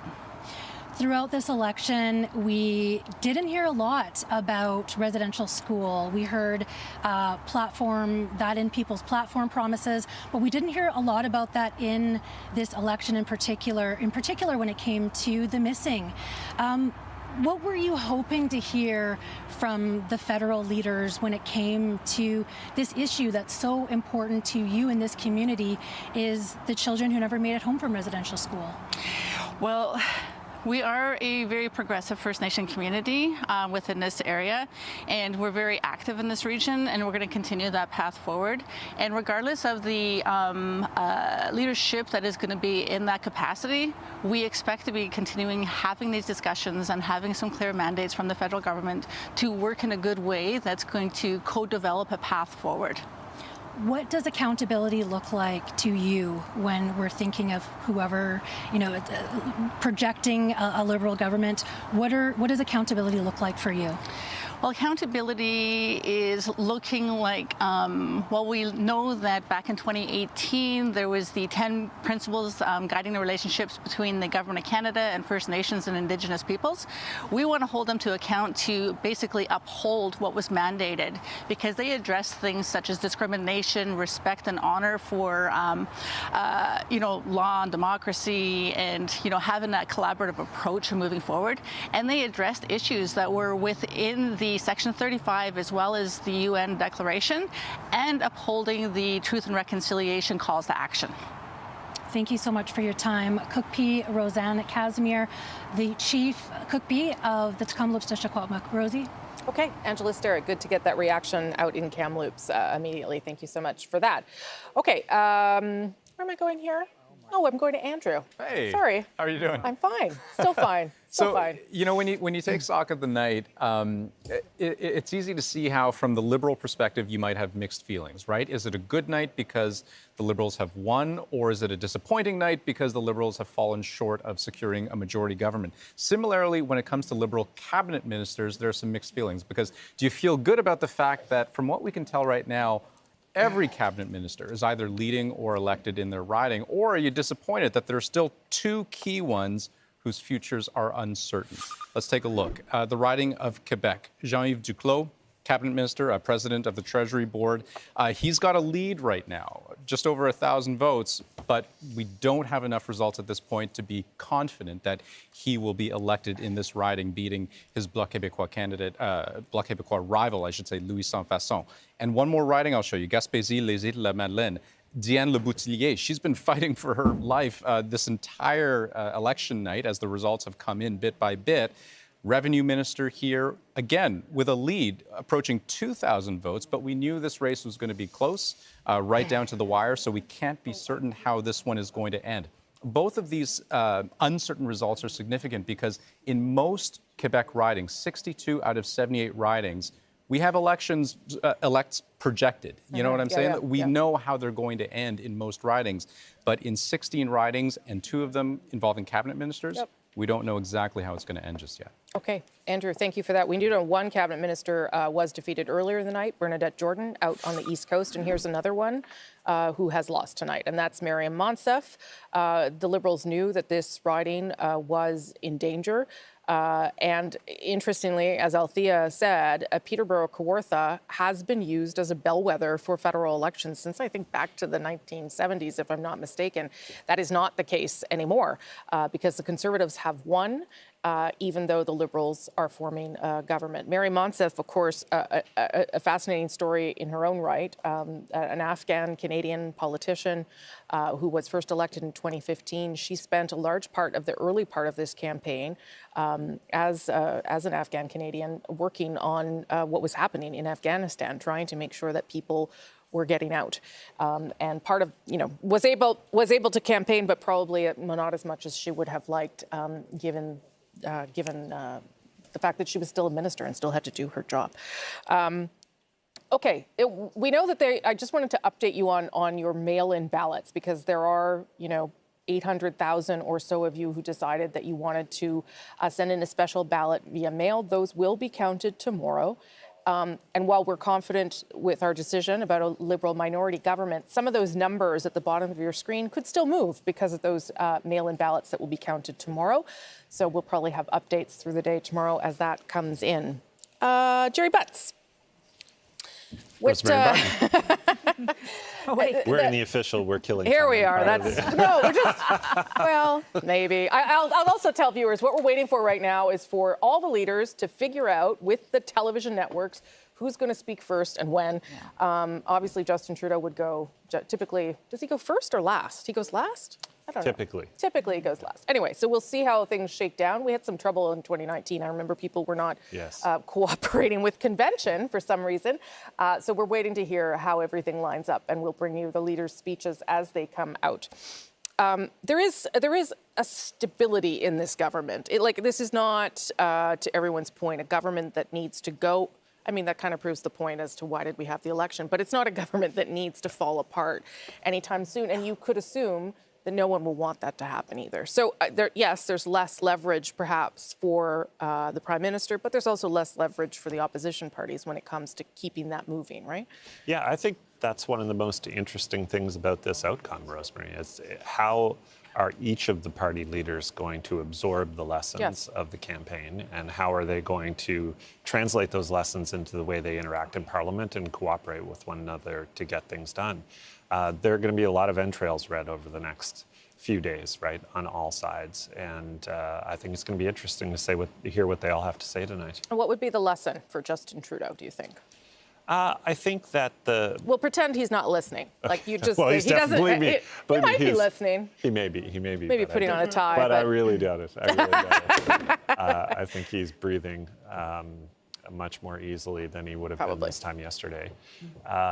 I think the lesson is that the country wanted the direction the government was taking major policy issues like climate change, like childcare in particular, and like the approach to the pandemic.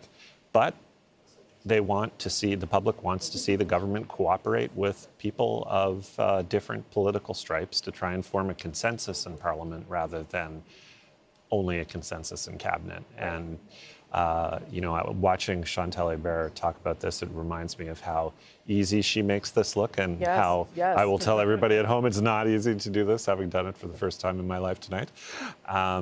I think she's got an excellent point, and that is they're sent right back to work to keep doing the work that they have been doing, and to hopefully do it a little more cooperatively than they have been. Well, it's been lovely having you. You seem to be doing just fine. Yeah. You might have a career in this. No, I don't. No, all right.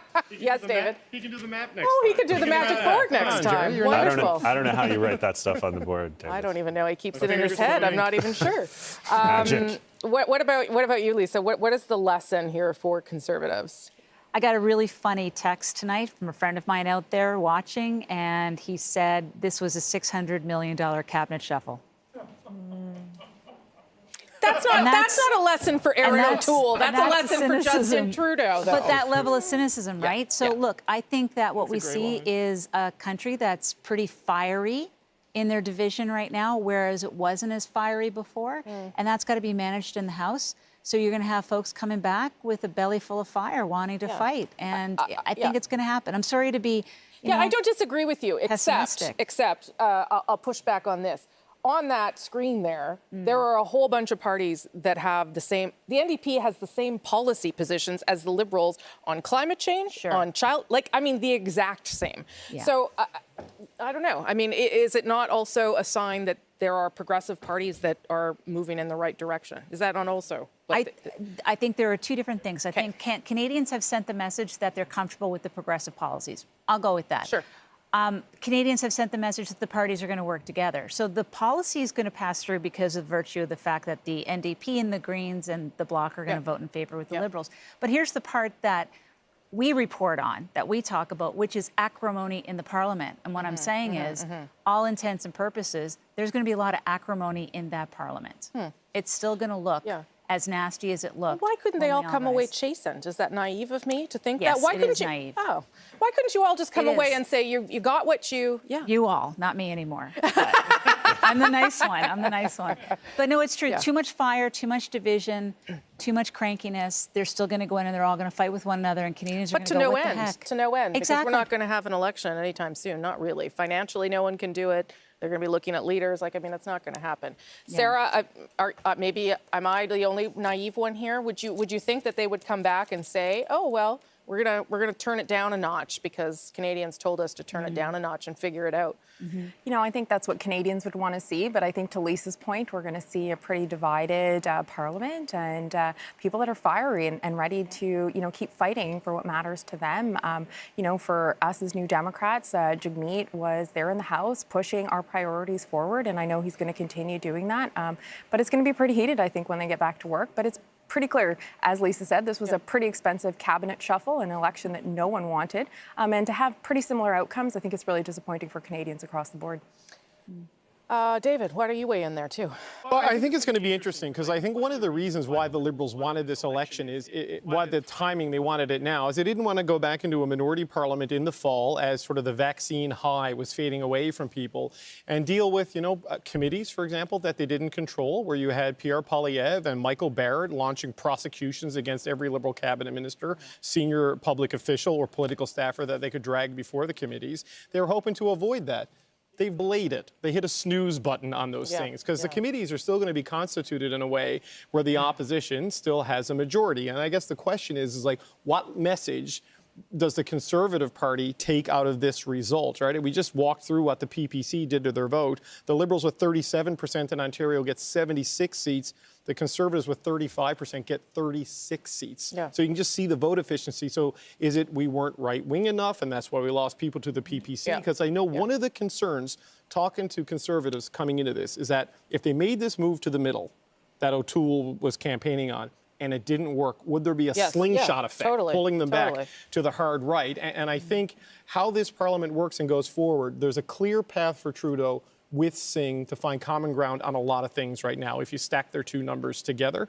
It's just what is the personal relationship going to be like? Because Jagmeet Singh ran a very negative campaign against Justin Trudeau in this election. That's true, he did. Last word to you, Jerry, then I'm going to Ian. Yeah, I would just say, and I certainly agree with David's point about the consolidation on the right, but you have to look at the consolidation on the left as well. And if Conservatives are now worried about how much farther right they need to go to appeal to PPC voters, I would say welcome to life as a Liberal, where you're always concerned about having your progressive flank exposed to the NDP. Yeah. Okay. All very good thoughts and good analysis there. We're going to go to Ian briefly. We're waiting for the Green Party leader, Annamie Paul, to speak. But we'll go to you first, Ian. Yeah, and let's look at three ridings where the Greens were prominent today. Trying to do the math. Math is really tough for me the best of times, especially on live television. Yeah. But it was many hours ago that the polls closed in New Brunswick, and yet this one is still too close to call. We're looking at Fredericton.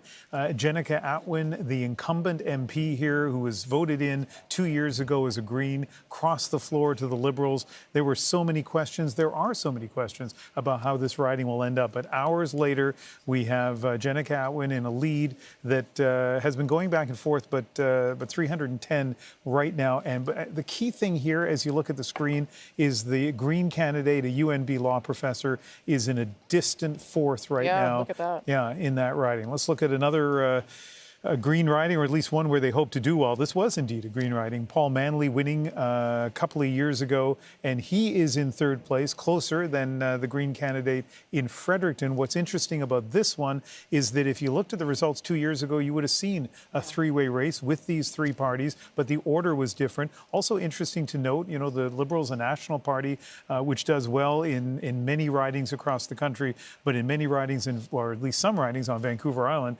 they're a fourth place party, and it's just interesting to see that there. Let's go on to another riding, Kitchener Centre.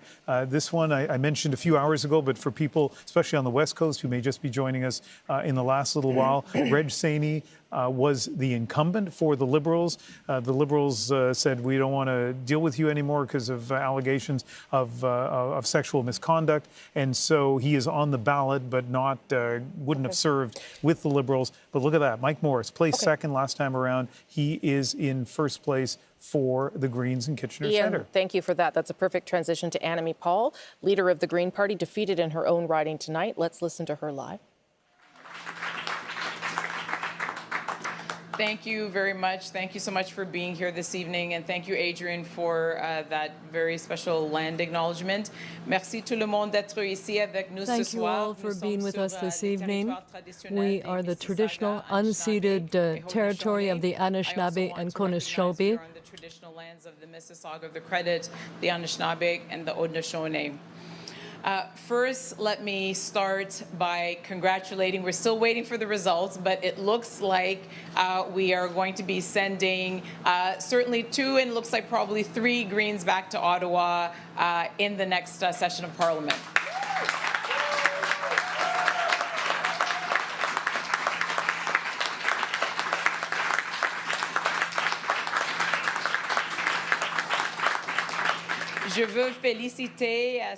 I want to extend my sincere congratulations to Elizabeth May.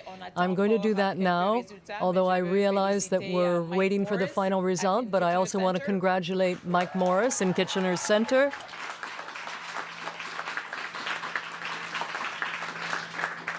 Incredibly well-deserved, an incredible leader that's headed to Ottawa. And also, Paul is in a very close race, but I feel very confident that he's going to take that one over the finish line. So I'm going to send him the good luck of, I hope it's good luck, to wish him good luck now in that seat as well.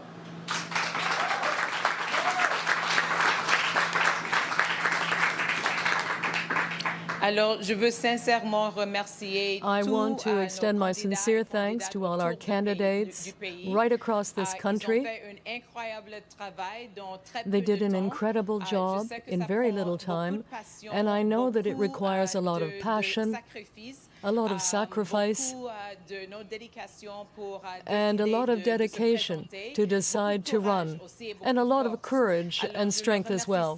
So I want to thank them most sincerely for deciding to make the jump this time on my behalf and on the behalf of all our party and our members. Every single candidate who ran for the Green Party in this election, it takes passion, it takes dedication, it takes sacrifice, it takes courage, and so many of them were running for the first time. We told them that it was time to run. We told them that we needed a new culture in Ottawa. We needed more diversity in Ottawa.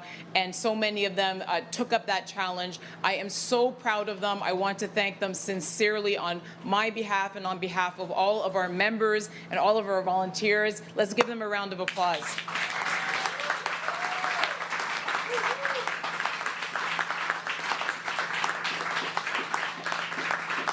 And I say that particularly so because this was a pandemic election. This was the 4th wave. This was a very difficult time to be running in the first place, very difficult circumstances. And so it means even more that they stepped forward. It means even more that they chose to live their values by standing up for us and running for us in this election. I'm so grateful to them.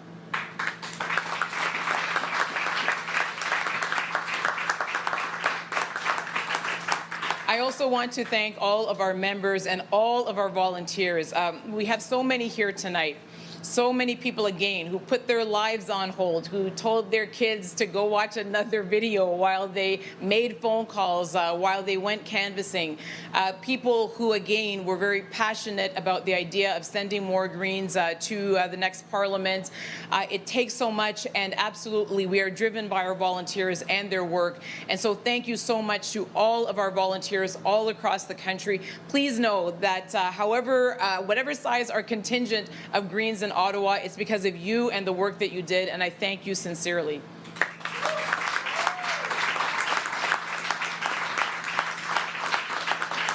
We are a small party, which is part of a system that was created for larger or traditional parties. So we are always very grateful to our volunteers for their efforts, their sacrifice, and their dedication, because it is thanks to them that a small party such as ours has succeeded. It is thanks to them, and I believe we will be sending 3 Green MPs to Ottawa to represent their constituents in the next Parliament, and I want to thank them for that. And I want to, I just spoke with Marcy Ian before coming down here. I wanted to sincerely congratulate her. I hope that, and I'm sure that the people of Toronto Centre will make sure that, that she provides them with good representation. Congratulated her on her race here in Toronto Centre. Clearly, I am, well, not clearly, but I will tell you that certainly I am disappointed. It is hard to lose. No one likes to lose. But I'm so proud of the effort, the creativity, the innovation that our team brought to this race. We promised to offer real representation. We promised to offer a real choice to the people of Toronto Centre who have so much need, so much work that needs to get done. And you did that, and I thank you for that.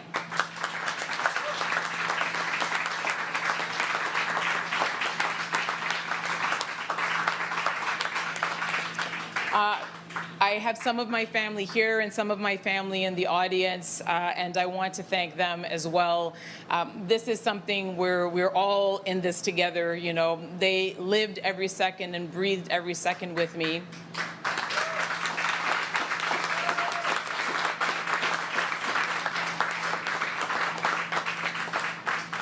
And I've said this many times. I mean, I've been campaigning in one way or another for the Green Party for the last almost 2.5 years now. And so this has been a very long journey for our entire family. And of course, you know, I love you, Mark, Malachi, my son Jonas, who's not here, my mother-in-law, my nephew, my sister-in-law, all of my family that is here.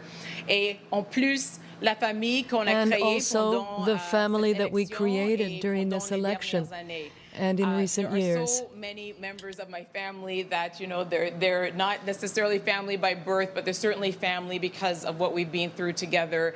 They're the most special people in the world. They are everything that is good about our country, everything that is good about our party. And I love you, and I will be grateful to you forever.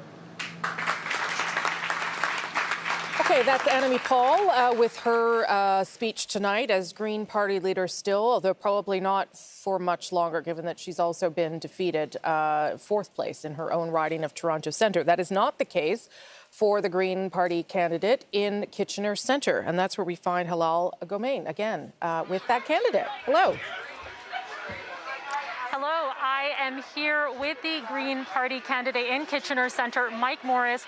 Mike, you are leading in the polls, and if you do win, you will be the first elected Green MP in Ontario. How do you feel, and what would this mean for the party? I think a mix of exhausted and exhilarated. Behind me are some of the hundreds of people who've been joining to knock on doors, you know, since 2019, and now these past number of months. We've had to step outside. There was so much of that energy inside, and so there's a bit of a deep breath after having walked on all these streets and, you know, listened to so many of our neighbors, to their concerns and priorities, with this aspiration to really be a voice for our community in Ottawa.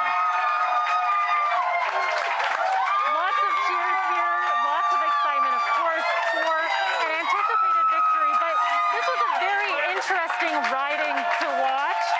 There was no Liberal incumbent in the riding. How do you think that impacted the race? Well, a lot of folks in our community knew from last time that, this was a viable option. Having come in second in 2019, this time around, even before that news, a lot more folks were kind of curious to share more of their priorities, to focus on democracy in place of politics, on actually being a voice for those priorities, from the lack of affordable housing in our community to the climate crisis. And so once the Liberal incumbent stepped back from the campaign, there were then that many more people right across our community who were that much more eager to have that conversation. Thank you. Thank you. That's all from Kitchener Centre. Back to you. Okay, thanks, Hala. Obviously, they turned the channel and realized that their candidate was suddenly on TV. There you go. That is an interesting move for the Green Party on a disappointing night overall. And again, just a reminder of where we are at as we ease towards the end of this night. A Liberal minority government leading or elected in 156. Conservatives at 121, which is where they were when they had Andrew Scheer as leader. They again are ahead in the popular vote. But again, questions around vote efficiency and where they could actually pull out those seats. Let me quickly go back to David Thurton, who is with Annamie Paul, who's in Toronto Centre. She is still talking, so I won't keep you too long or have you talk too loud there, David, but obviously there must be a sense of disappointment. Is there any rumblings right now about whether Annamie Paul leaves immediately from her position as leader? Yeah, disappointed, but just a couple of minutes ago they were dancing. But I guess that's, people deal with defeat in different ways. It's also a campaign that's being run by black people, and typically black people dance, if there's ever excuse to dance, they dance. Anyways, so, there's a lot of disappointment right now.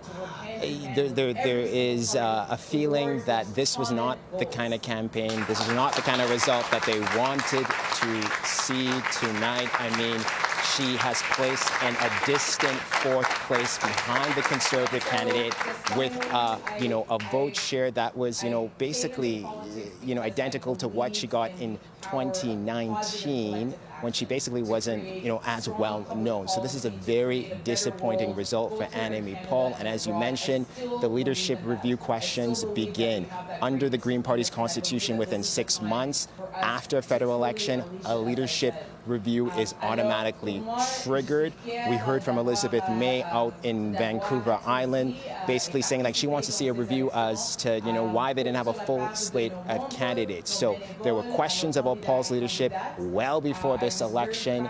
Given the result, the disappointing result we have tonight, those calls are going to grow louder, Rosie. Yeah, for sure. We'll see whether she even makes it to the review. David Thurton, thank you for all your reporting through the campaign and tonight. Have a good evening. Go, go to bed early. Well, earlier than me. Thank you, sir. I appreciate it. That's David Thurton. He's in Toronto. We are right now, of course, standing by to hear from all the leaders. We've heard from the Green Party leader at this stage, but everyone will come out and have some response and reaction to the results tonight and to what they take from those results. If you end up sort of where you started out 5 weeks ago, do you take a message or do you just go back and just do the same thing you were doing?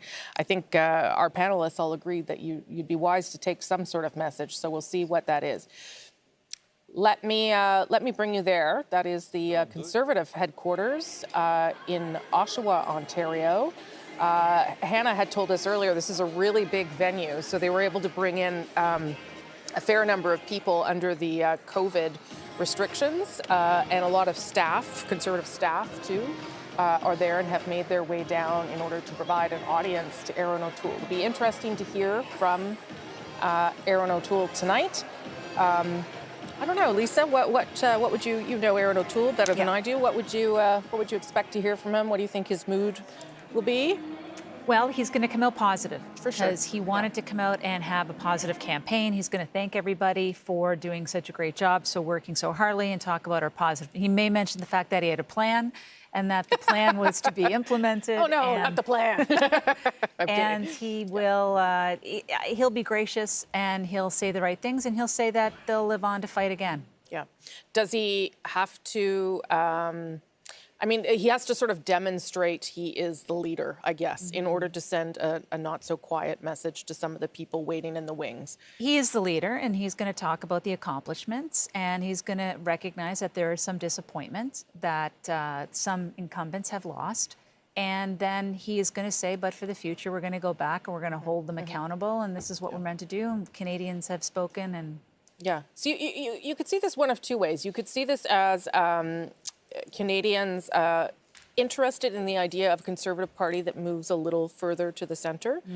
Or you could see it as maybe some Conservatives not interested in that. How are you reading it? Like, is this a message about the Conservative Party putting forth policies that are a little more towards the middle? much like other parties, it depends upon which geographic area of the country you're sitting in when you have this conversation. So out east, did it attract people? For sure. Yes. Voter rate went up all across the way.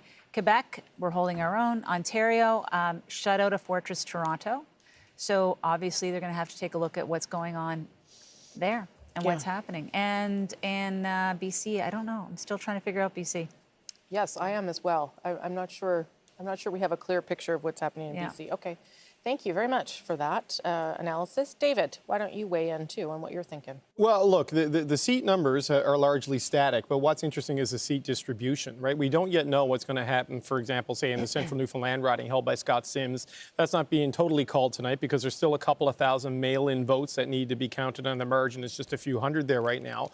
But you have better seat distribution for the two leading parties right across the country. There are more Conservatives in Atlantic Canada, while the Liberals have not yet broken through or have failed to break through in Saskatchewan. Right now, they're leading in 2 seats in urban Alberta. Randy Boissonnault in Edmonton Centre and George Chahal in Calgary Skyview. So that's one, potentially 2 cabinet ministers from Alberta once you sit down and start figuring out what you're going to do with your cabinet because you've lost a couple of ministers. So this is the $600 million cabinet shuffle, as Lisa likes to call it. So you do have a better vote distribution. The BC numbers are up big. I mean, they won Richmond-Steveston, I think, one of the Richmond seats tonight, which was not on the radar at all in any of my conversations with the Liberals. So BC, as it so often does, Rosie, it surprises. And just to pivot back to the Greens for a second, if it wasn't for Raj Saini, it's unlikely they'd be at 2 seats right now. If Ashley Burke hadn't done her report and caused Raj Saini to step down, they'd be down right now to Elizabeth May in Saanich Gulf Islands, right back to where they started, because the chaos in the party kind of turned the party into a little bit of a punchline.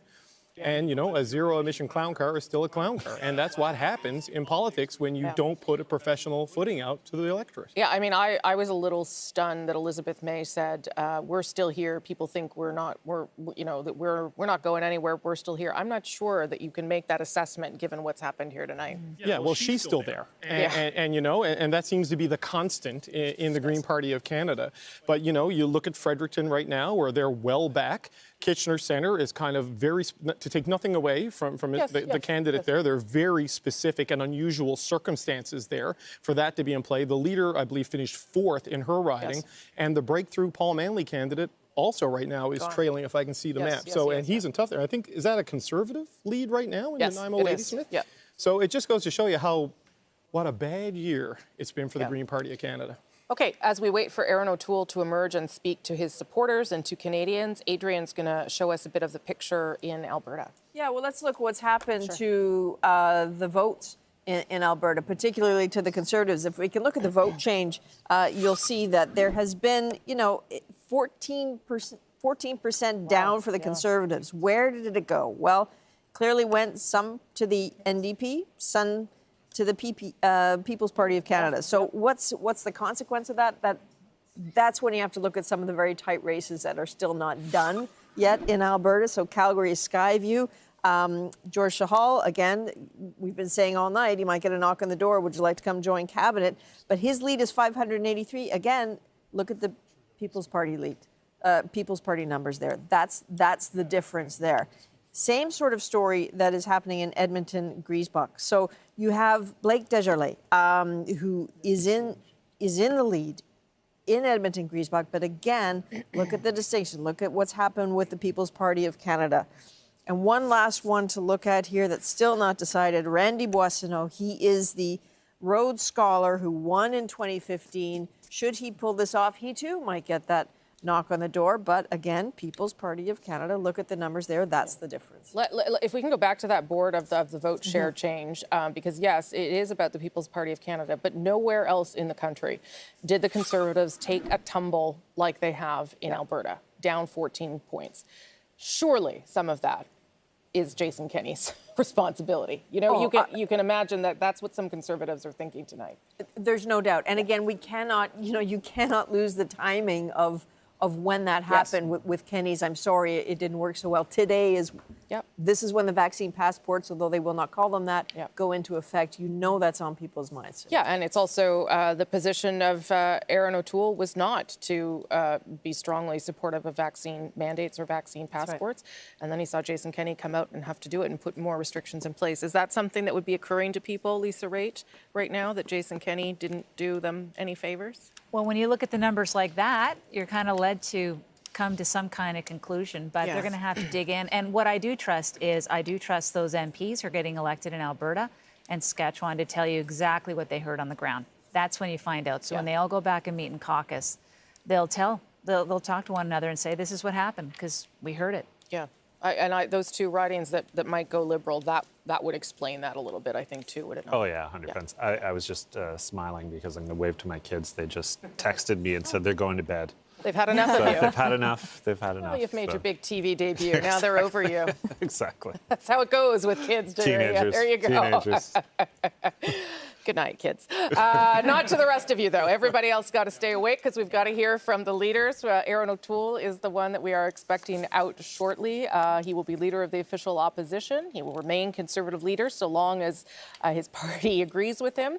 And as Lisa Raitt said, he will come out and probably thank his supporters and point to the victories that he did have. You know, those pickups in Atlantic Canada are significant. They would matter to the party and perhaps be an encouraging sign. But this is not the outcome they wanted here tonight. Okay, Aaron O'Toole is emerging now. Here he comes with his wife and children, Molly and Jack and Rebecca, his wife, making his way up to the stage to speak to supporters and to Canadians. Aaron O'Toole, really, most people believe, ran a very strong campaign. And particularly in the beginning of the campaign, the first 2 weeks and a bit, his numbers bounced way back up to where the Conservatives traditionally are. He did a decent job introducing himself to Canadians, and then it just didn't punch through. And there were a couple reasons for that. One, certainly the issue of guns and the Liberals' ability to manage that issue. And the other issue was, frankly, the pandemic and some of what we talked about here tonight. Some of Jason Kenney and how the Liberal leader and the Prime Minister was able to effectively use that as an attack against Aaron O'Toole and the Conservatives and question whether they would have the ability to manage the pandemic. You gotta love a little boy in a suit. That looks great. They'll wave hello, and then we will hear from Aaron O'Toole with a message that will have to, in some way, also assuage his party and convince them that he does intend to stay on as leader and that he feels he could do a good job. And you know, if you want to give a leader a second chance, sometimes it's that second chance that brings you to government. Whether he gets that second chance or not from his party, we will have to see. Okay, here he is now, Aaron O'Toole, leader of the official opposition going forward, leader of the Conservative Party. Down to 121, exactly where Andrew Scheer left them. And remember, Andrew Scheer didn't give another chance. Friends, thank you. Merci beaucoup, thank you. Well, it was after 1 a.m. when I first addressed the nation as leader of Canada's Conservatives, so it's fitting I address you late again. At the start of this pandemic, I called for a Team Canada approach to combat COVID-19. 18 months later, our nation needs that more than ever. Canadians spent too many sleepless nights worrying about their loved ones, the lack of a job, and the future of their children. The pandemic increased the differences among us. It also made the divisions among Canadians even worse. Unfortunately, this election only made things worse. But I am here tonight even more determined to secure this wonderful country. 5 weeks ago, Mr. Trudeau asked for a majority. He said the minority parliament was, quote, unworkable. But tonight, Canadians did not give Mr. Trudeau the majority mandate he wanted. In fact, Canadians sent him back with another minority at the cost of $600 million and deeper divisions in our great country. Just days ago, he said he would hold yet another election within 18 months if he didn't get his way. A few days ago, Mr. Trudeau said he would call another election in 18 months' time if he didn't get what he wanted. Mr. Trudeau was hoping for a quick power grab. Instead, he has thrust us into what he has promised will be 18 months of perpetual campaigning. Our country is facing the most serious economic challenge since the Great Depression. Even before the pandemic led to record debt and deficits, investment and jobs were leaving Canada. Prices continue to go up for housing, for groceries, and election. Inflation is at its highest level in years, and it continues to rise every day. Families are having trouble making ends meet. But in order to address these challenges, we must work together.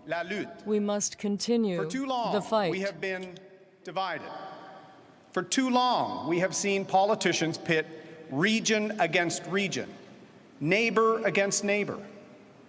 But when we are divided, Canadians get left behind. Mr. Trudeau thinks Canadians should endure 18 more months of divisive campaigning so he can try once again to get the election result he wants. We need to heal the divides in Canada, not risk worsening them for selfish gains.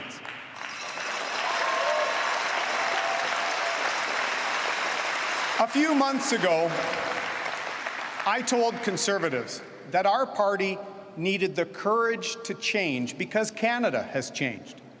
Over the past 36 days, we have demonstrated to Canadians that we have set out on a path to engage more Canadians in our Conservative movement, one that addresses the challenges of today while advancing the dreams of tomorrow. Ours is a Conservatism that dwells not in the past, but learns from it to secure the future.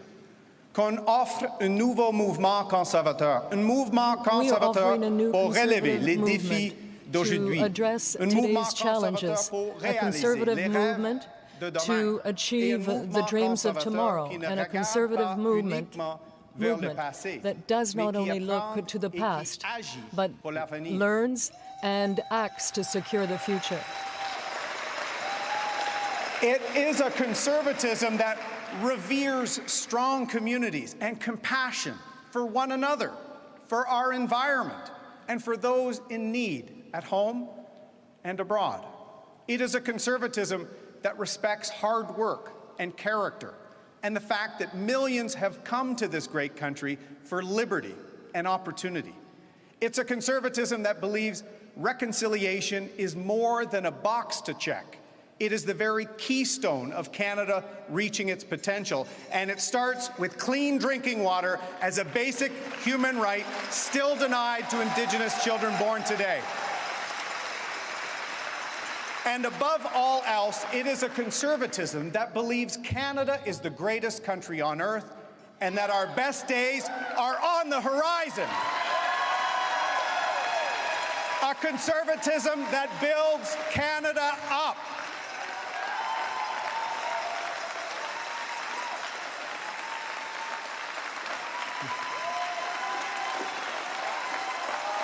Let's build it up. In the months ahead, thank you, friends. In the months ahead, as Mr. Trudeau gears up for yet another election, we must continue this journey to welcoming more Canadians to take another look at our party. More people voted for Canada's Conservatives than any other party, and that's a strength to build on. Our support has grown. It's grown across the country, but clearly there is more work for us to do to earn the trust of Canadians. On est le parti fondateur de ce pays. We are the founding party of this country and the party of its future. The Conservative Party will beat the Liberals, but only if it continues to grow. We have shown ourselves to have the courage to be bold and to have the courage to change. We must hold fast to that courage. We must show Canadians that we will not waver in our commitment to grow. On doit continuer de gagner la confiance We must des Canadiens. continue to earn the trust of Canadians. We worked hard. We made progress, but the job is not done yet. As we prepare for the election Justin Trudeau wants in another 18 months, we will take stock of what worked and what didn't. And we will continue to put in the time showing more Canadians that they are welcome in the Conservative Party of Canada. Above all, we must continue to show Canadians that whether you're black, white, brown, or from any race or creed, whether you're LGBTQ or straight, whether you are an Indigenous Canadian or came to Canada 5 weeks ago or 5 generations ago, que le français soit votre première Whether French ou is your deuxième first langue, language or whether your you're second doing language. well or barely getting by, whether you worship on Fridays, Saturdays, Sundays, every day or not at all, you are an important part of Canada, and you have a place in the Conservative Party of Canada.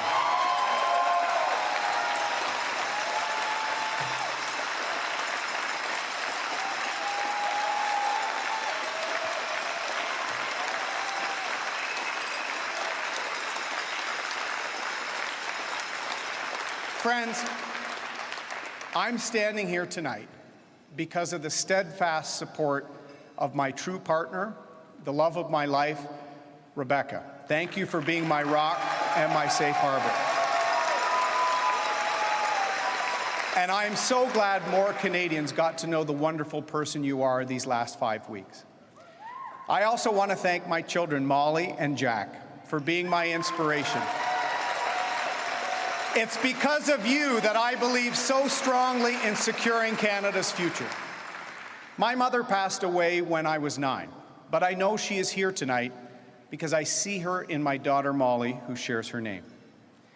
I've been so grateful to have my second mother to guide me to this very day. I'm thankful that she and my dad, who inspired me into public service, are here tonight.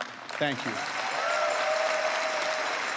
Merci à mon excellent équipe de campagne. Thank you to my excellent campaign team. Thank you for your trust and your commitment to serving this great and magnificent country.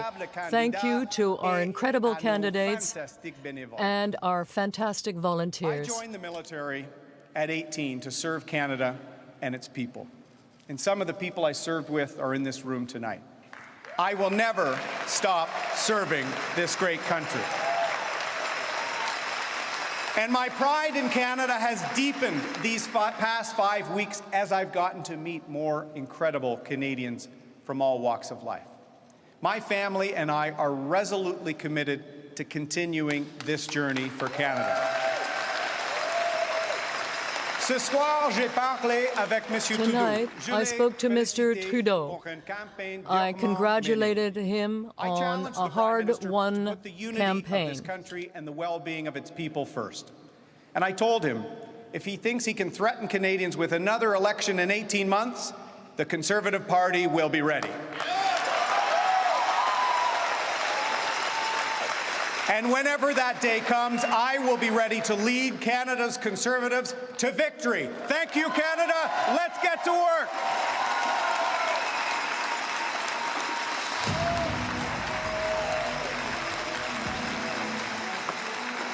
Okay, That is Aaron O'Toole, the Conservative leader, giving his speech after losing the election. A strong defense there of his own platform. Sounded shockingly like a stump speech in many ways. He also went after Justin Trudeau and the idea that some of this was a selfish decision on the part of Justin Trudeau to try and get a majority. You might also note that he said that Justin Trudeau had suggested there would be another government another election in 18 months. Justin Trudeau, of course, was making that bid in the hopes to get a stronger mandate, I suppose.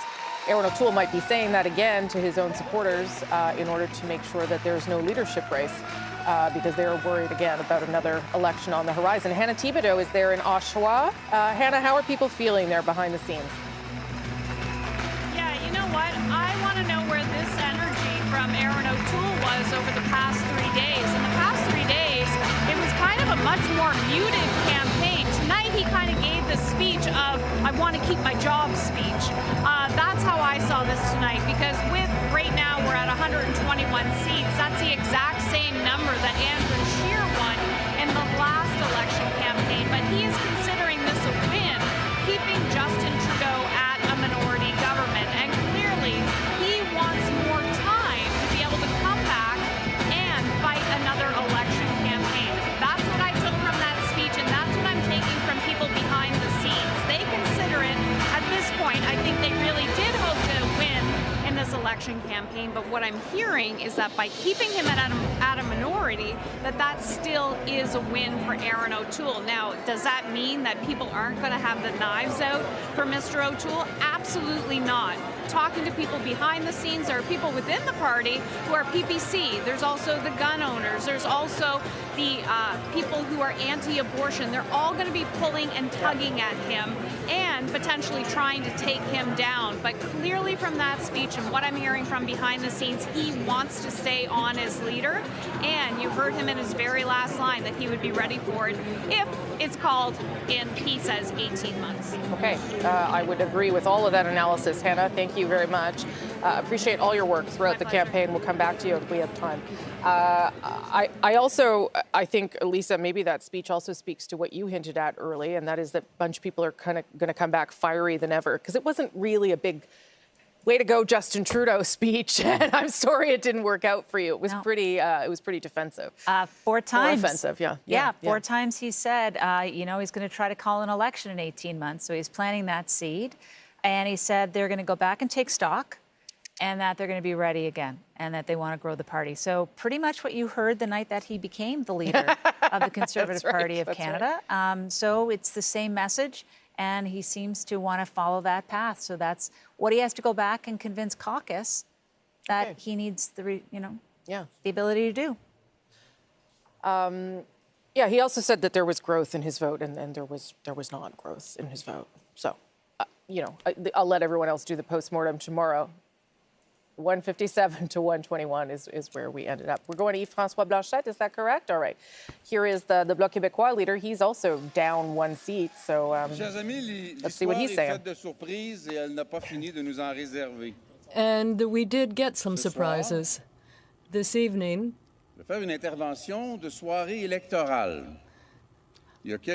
Now, I made a statement on this election evening, and I was greeted by a prime minister who decided to call an election. And 2 years ago, and now, 2 years later, we're still in a pandemic with the same minority government. And it is tempting to say, so no losers, no winners, which is certainly a harsh judgment on the part of the people who may say to themselves tomorrow morning, because they probably won't have spent all night watching, what is this all about? Why did they interrupt my barbecue? And it's a bit surprising, but there are parts of the exercise that I can go through tonight and some tomorrow. and that is the thanks.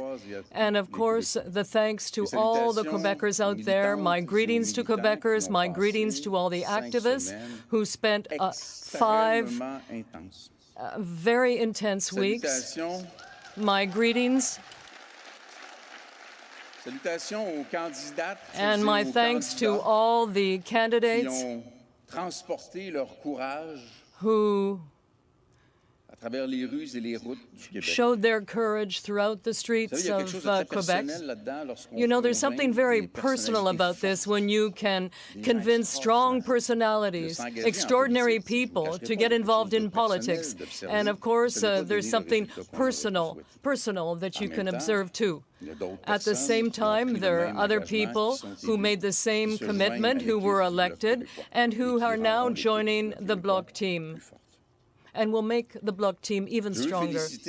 I want to congratulate all of those individuals who were elected or will be elected from every single political party.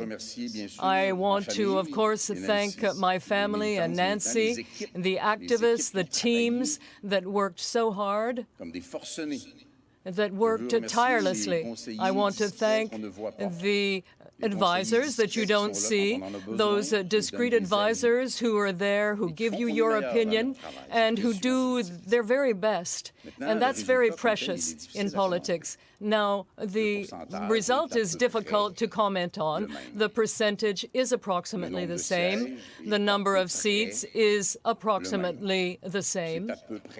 It's just about the same thing for everybody. So what this all means is that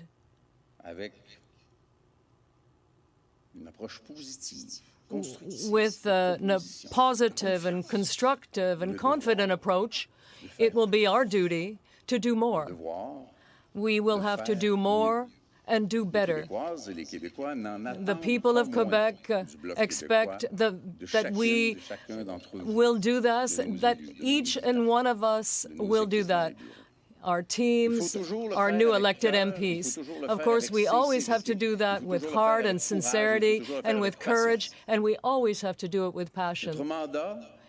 Our mandate that we had to define during the pandemic to a large part, and that we were the only ones to be able to do this, was to support the seniors so that someone somewhere would look after them.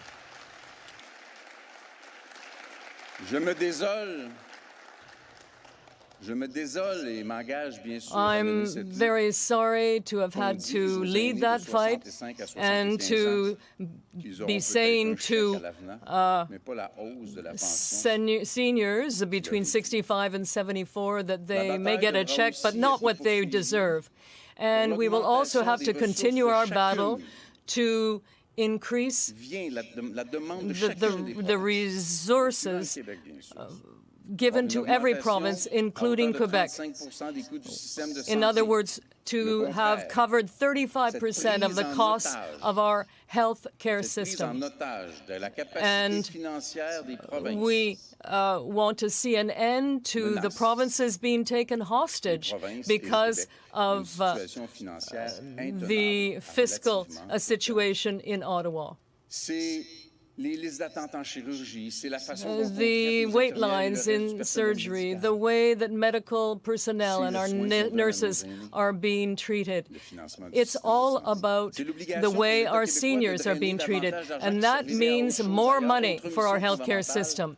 That is a fundamental mission for us. A fundamental mission to protect our healthcare system. And this is a fight the Bloc will not abandon. The Quebec regions, their recognition, their development, their diversity. This is again something we will focus on, that the regions of Quebec should be the places where Quebec's energy and natural resources should be developed. Our ability to do more and to do better with what we have and with what we are, and to stop supporting an economy of the past. We need to resolutely turn to the economy of the future. The duty that we took on as a party and that we will continue to fulfill, which is to bring the voice of the National Assembly of Quebec to Ottawa. Often they send us unanimous motions, and they say the exact opposite of what the Parliament in Ottawa is doing. And I want to reiterate that no one has to fear the Bloc Québécois. What is good for the Bloc Québécois, and for Quebec rather, will be supported by the Bloc Québécois. What is not good for Quebec will see the Bloc Québécois stand up and block. But once again, we will continue to improve what is offered and proposed so that ultimately that will serve Quebec. And it's even the better, all the better, if it serves the other provinces as well.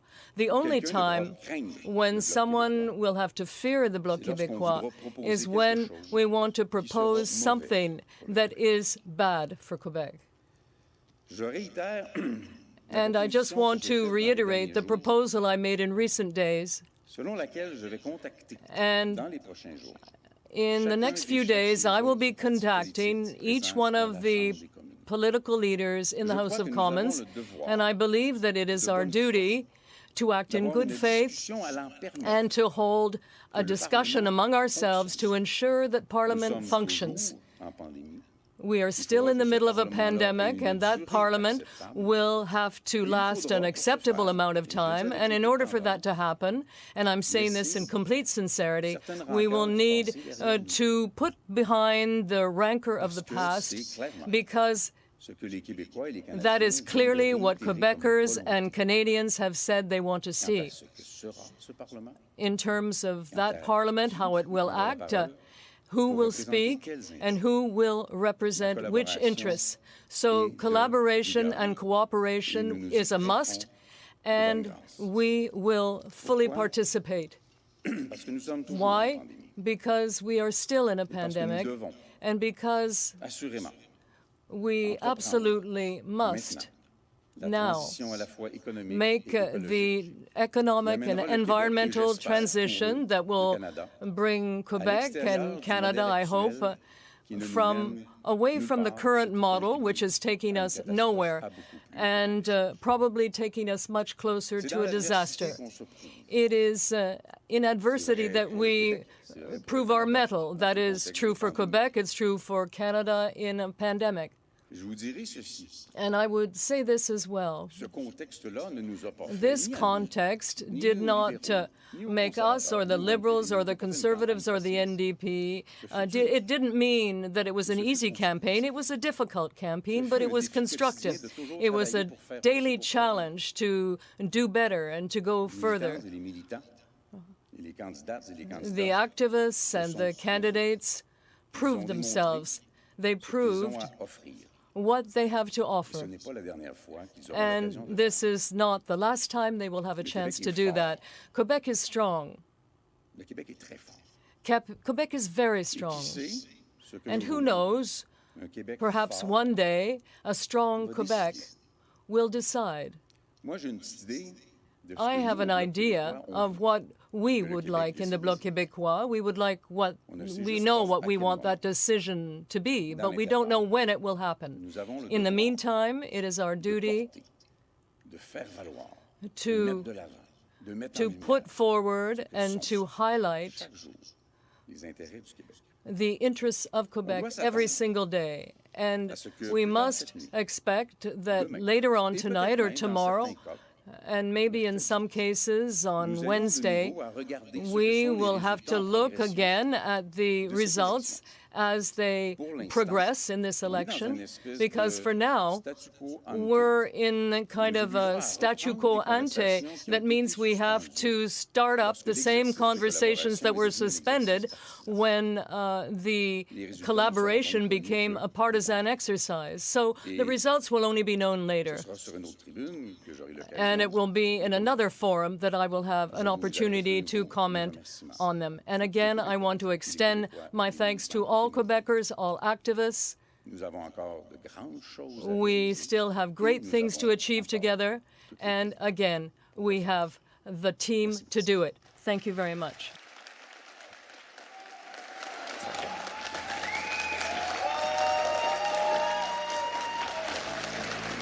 Merci beaucoup. Bonne soirée.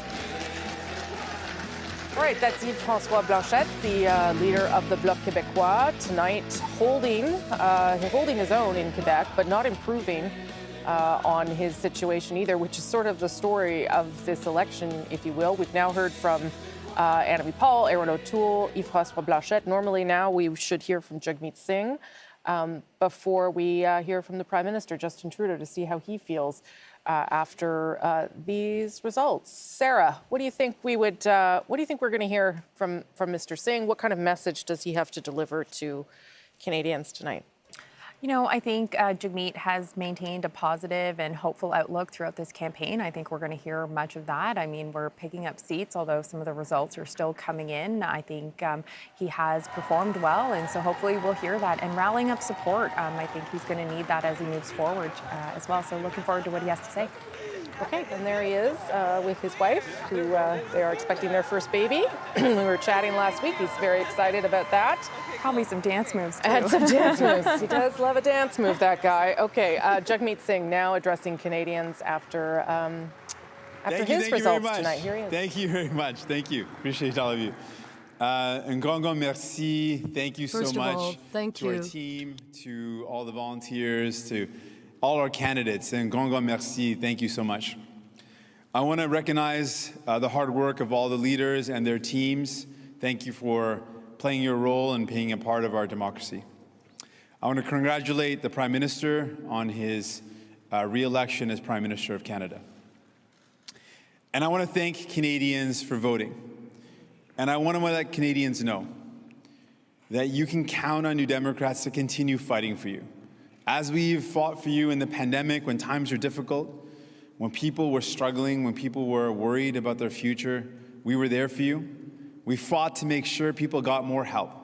We fought to increase the CERB. We fought to increase the wage subsidy. We saved millions of jobs, and we helped millions of Canadians stay at home. We are going to continue fighting for you.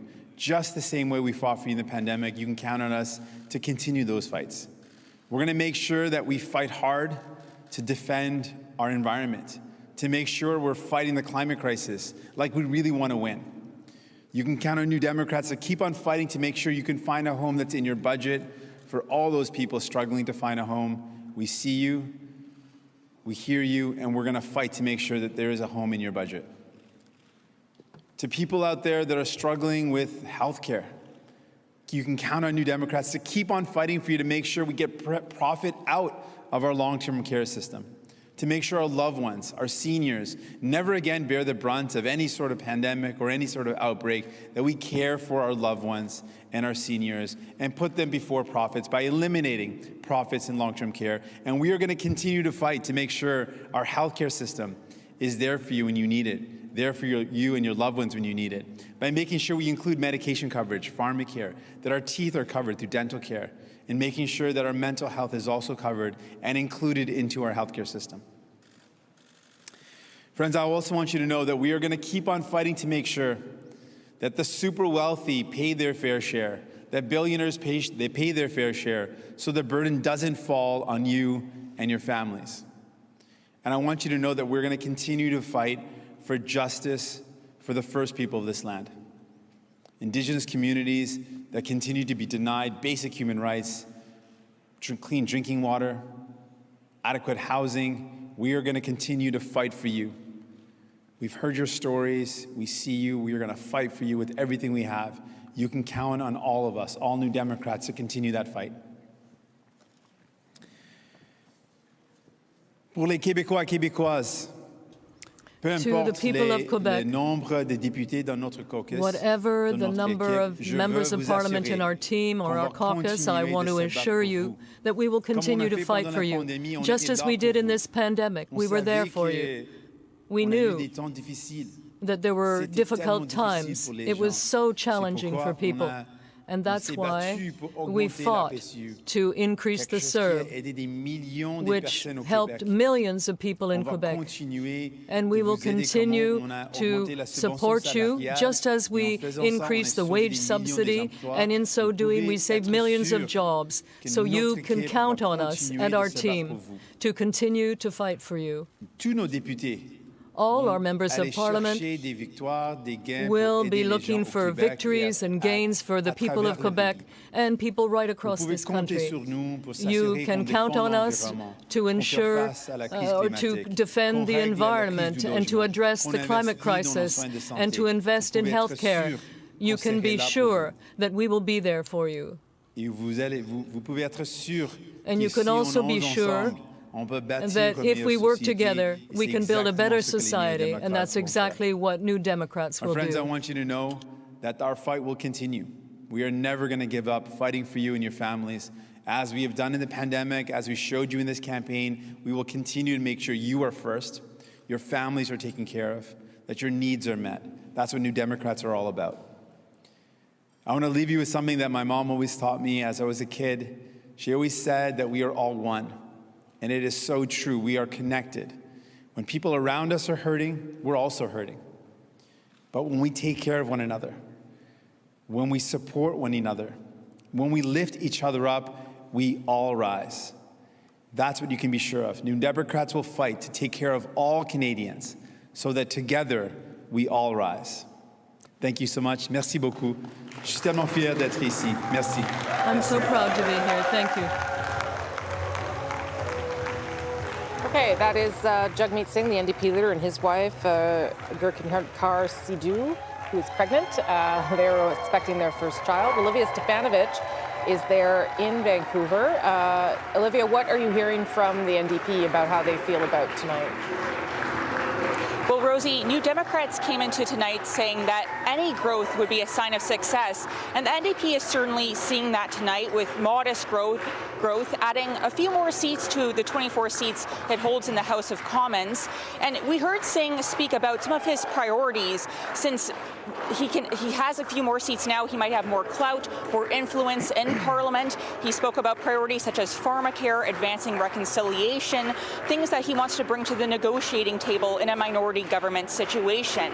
The NDP put a law on the table for this campaign, Rosie, visiting 51 ridings, all held in Conservative and Liberal held seats. So the NDP was being very aggressive, and it spent about $25 million on this campaign, which is double from what it did in 2019. Now, we aren't seeing numbers like we did in the 2011 Orange Wave. We're certainly not seeing that many gains, but the party does say that they feel like this might be something like 2008, when former NDP leader Jack Layton won about 37 seats. We're not quite there yet. It looks more like a 2006 gain at this point, but the NDP does feel happy about the gains that it is making so far, and they feel that they are building to something more, that they might be able to this momentum in future elections, Rosie.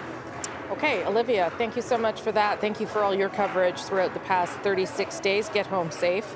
Yeah, I mean, the Jagmeet, he seems happy right now. The speech was markedly different than 2019, when he was frankly giddy, even though he had lost so many seats.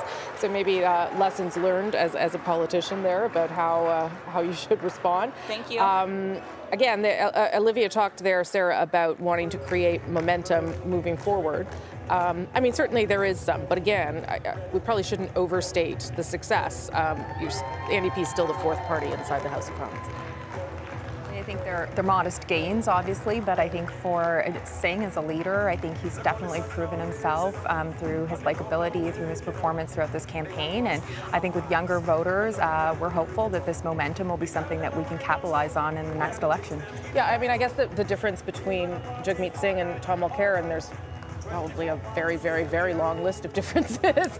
But the reason Jagmeet Singh is holding on to his leadership as opposed to Tom Mulcair is the NDP generally likes the direction that he's going in terms of his policy approach and his approach to politics, whereas Tom Mulcair was trying to pull the NDP in a different direction. Is that a fair assessment? That's absolutely fair. I think, Tom really tried to bring us more towards the center, and Jagmeet has moved us more towards the left and has been bold and, unapologetic about his zeal to tax the rich, our bold climate vision, our push for pharmacare, dental care, these types of policies that Canadians want to see. And I think he's going to continue to hold Justin Trudeau to account to make sure that Canadians are getting those priorities and the things that they need actually happening here in Canada. Yeah, the other difference, I suppose, is that Tom Mulcair was a very successful leader of the official opposition. He was actually vying to be Prime Minister.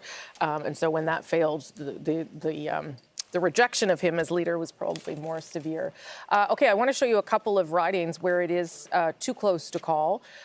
You know where things are right now, but there's some places where you might be, where you are wondering, why don't I know what's happening? And it is late now. We're at 1 a.m. We're already on Tuesday, my friends. But look, there are 6 ridings here where it is just too close to call.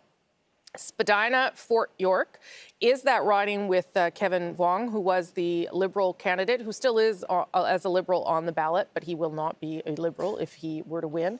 But you can see on the far right of your screen there, that's the margin from 65 all the way up to 210. Vancouver, Granville, the NDP leading a little bit over the Liberals, the Conservatives in Kitchener-Conestoga. But remember, what is happening there, what you should keep your eye on in those races that are too close to call, you may not get any clear verdict on those ridings until tomorrow. Those mail-in ballots in some of those places may be important. 4,900, for instance, mail-in ballots in Vancouver, Granville, I am told. I didn't know that off the top of my head. Don't worry. Trois-Rivières is still a very close race there. Look, between the Conservatives and the Bloc, 84 votes separating the two. So those ridings, all ones that you'll probably know tomorrow when you wake up, unless you're already asleep, or in the days to come even. It might take till Wednesday for some of them. Okay, Justin Trudeau, the Liberal leader, is about to emerge in about a minute's time. So quickly, Jerry, I'll just ask you what you think the Prime Minister needs to say tonight.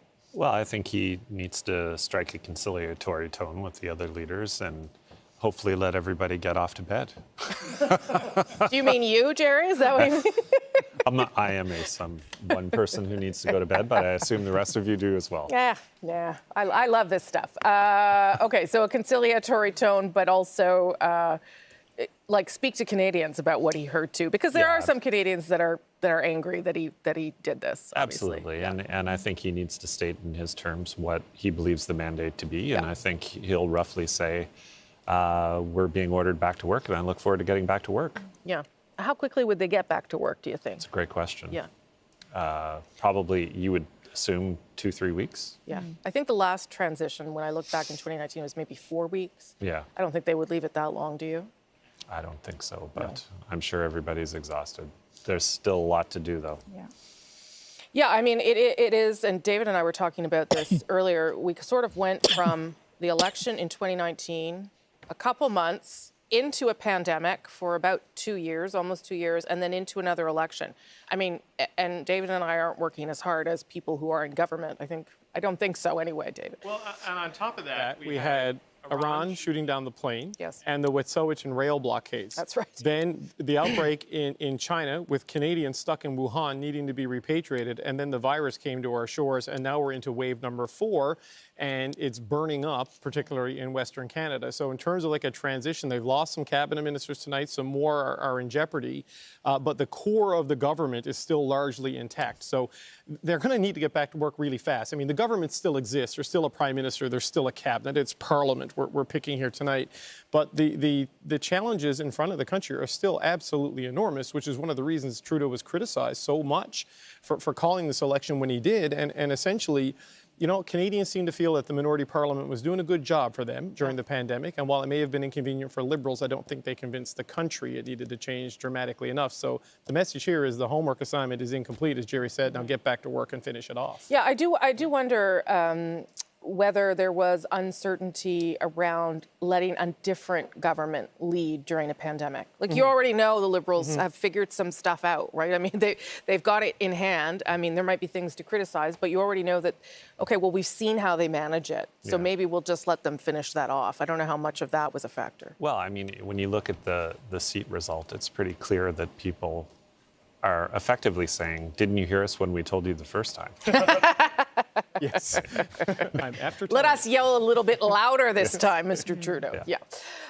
Okay, we are waiting to hear from Justin Trudeau at Liberal headquarters in Montreal. Maybe we can pop up that shot, can we? Yeah. Okay, there we go. So it's, well, that's good. It's filled in, at least. Some people showed up to hear him, because earlier when we called this Liberal government, there was nobody in the room. And I see on Twitter that Margaret Trudeau, Justin Trudeau's mother, is there, and I'm sure Justin Trudeau's whole family, although maybe the children have gone to bed at this hour.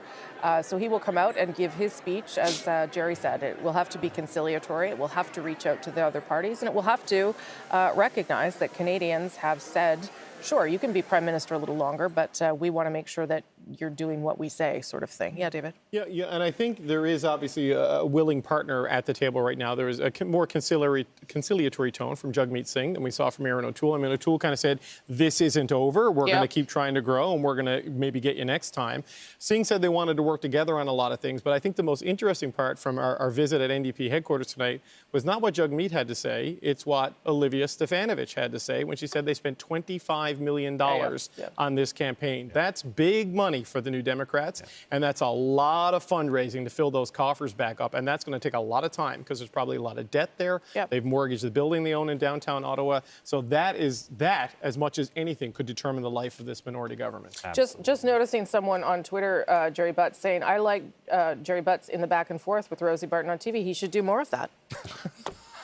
I mean, I know you have a career, but in case. People have spoken, Jer. Yeah, well. People have spoken. I'm sure they'll say the same about you too, Lisa. Let's be clear. Yeah. Okay, let's take a look at the map, because that does paint the picture of where you have decided to throw your support and what you have voted for. And I know some of you still waiting, perhaps, to have that opportunity to vote. That still matters, because it could matter in your particular riding, right? We saw how some ridings were too close to call, but this is where we have ended up tonight.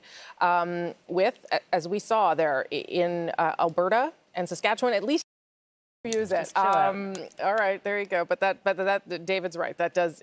It's a sign of something anyway. Okay.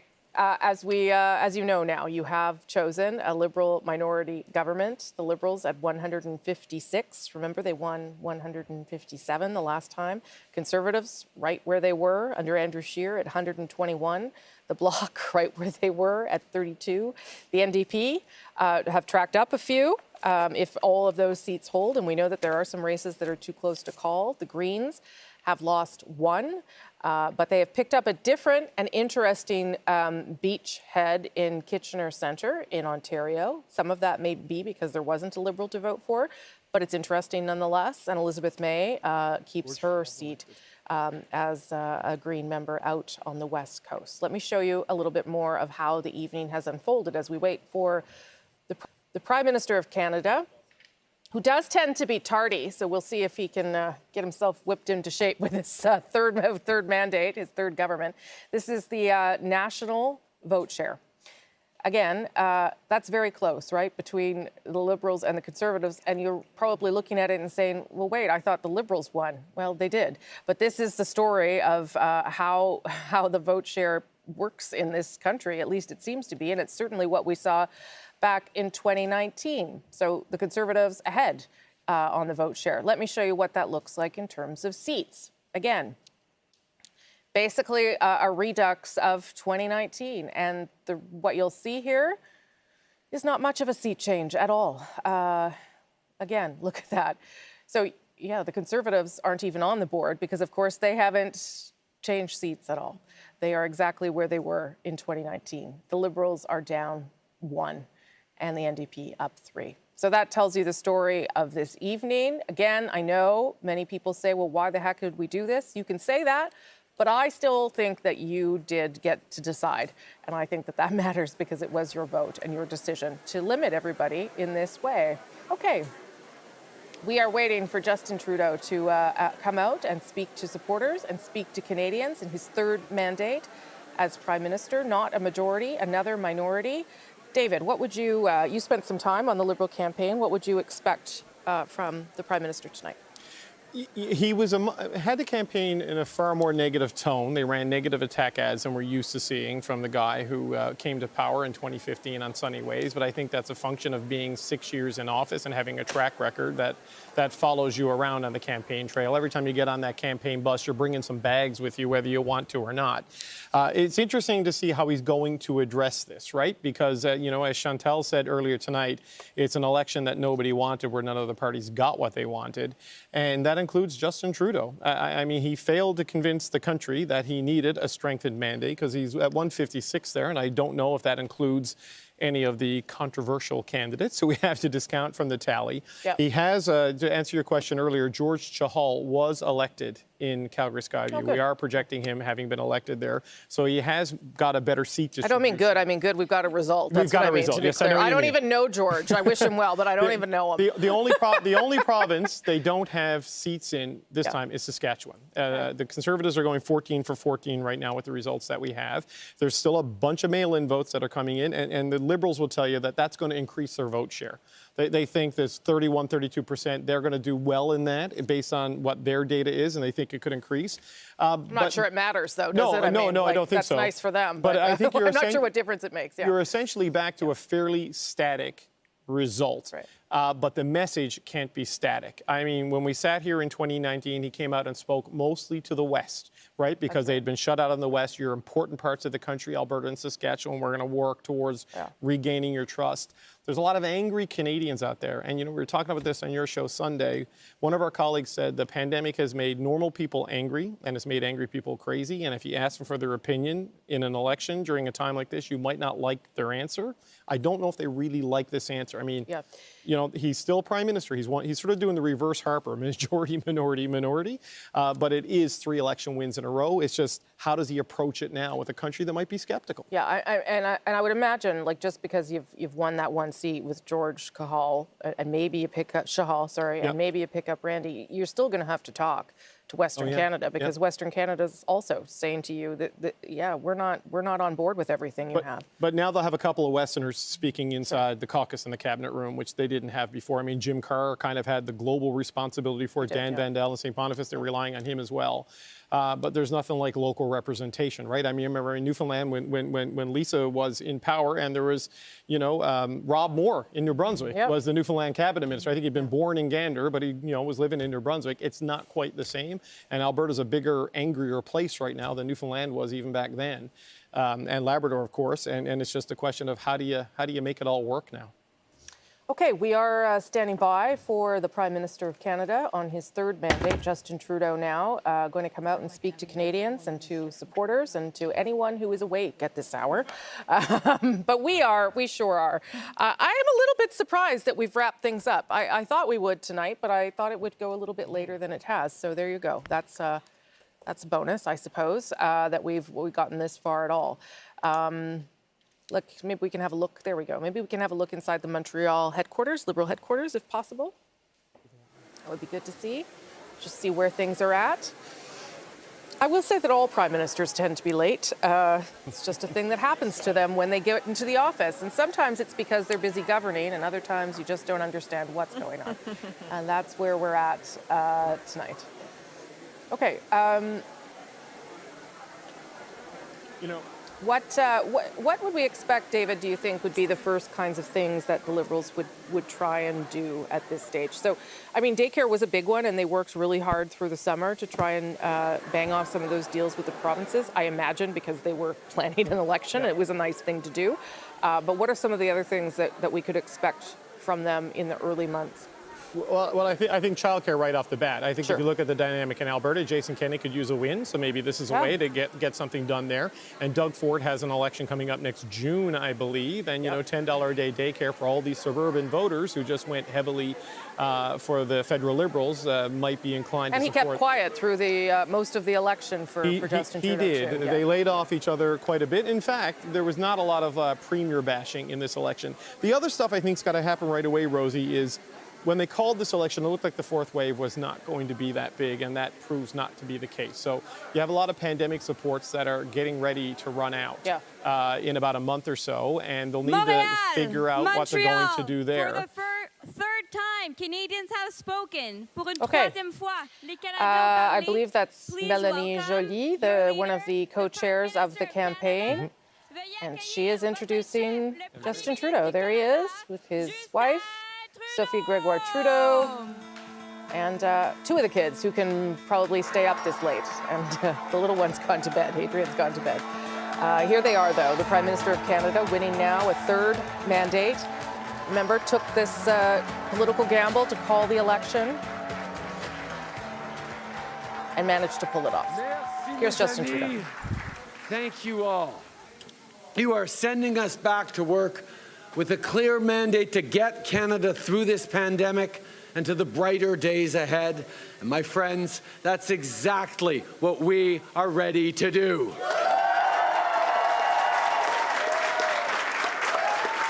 There are still votes to be counted, but what we've seen tonight is that millions of Canadians have chosen a progressive plan. Some have talked about division, but that's not what I see. That's not what I've seen these past weeks across the country. I see Canadians standing together in your determination to end this pandemic, together for real climate action, for $10 a day childcare, for homes that are in reach for middle-class families,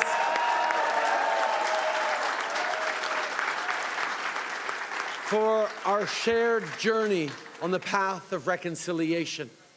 As Canadians, you've elected parliamentarians to deliver on all this, and our team, our government, is ready.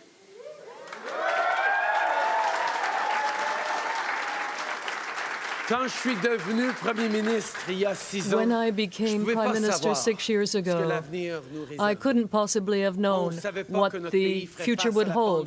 I didn't know that the government and the country would be facing such a pandemic. But what I did know already was that together Canadians are able to get around any obstacle, and that is exactly what we will continue to do. I heard you. You don't want us talking about politics or elections anymore. You want us to focus on the work that we have to do for you. I hear you when you say that you just want to get back to the things you love, not worry about this pandemic or about an election. That you just want to know that your members of Parliament of all stripes will have your back through this crisis and beyond. The moment we face demands real, important change. And you have given this Parliament and this government clear direction. Vous avez fait un choix. Vous avez donné You made a choice. You gave parliamentarians a clear mandate so that we can put an end to this pandemic once and for all and build a better future. You elected a government in Ottawa that will fight for you and that will deliver for you every single day. We hear you. We hear you when you say that you want more spaces in childcare centres and a healthcare system that's even stronger, affordable housing and good green jobs, to continue to move forward on the path to reconciliation, investments in the middle class, and for everyone working hard to join it.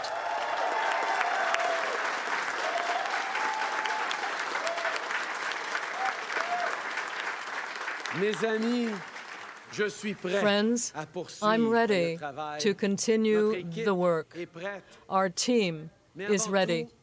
But this evening, I want to take the time to thank a few people. To the leaders of the other parties and their families, thank you for being part of this important moment. Political life isn't easy. This is a path you choose because you believe in serving those around you. Thank you for your service. To the To the Elections Canada staff and volunteers who signed up to be part of this democratic process and who will be working around the clock to count votes and tally results, thank you. This election has confirmed that our democracy and our institutions remain strong. And to my fellow Canadians, there is no greater honor than serving you and serving this country. If you voted for our party, thank you. Thank you for putting your trust in our team to keep moving forward for everyone. And if you did not vote for us, I want you to know that we will stand up for you and work for you every single day.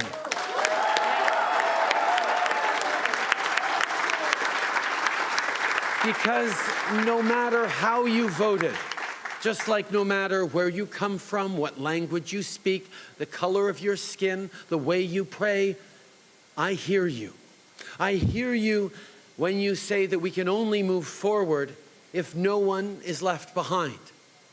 Our shared future is built vote by vote, door by door, and above all, person by person.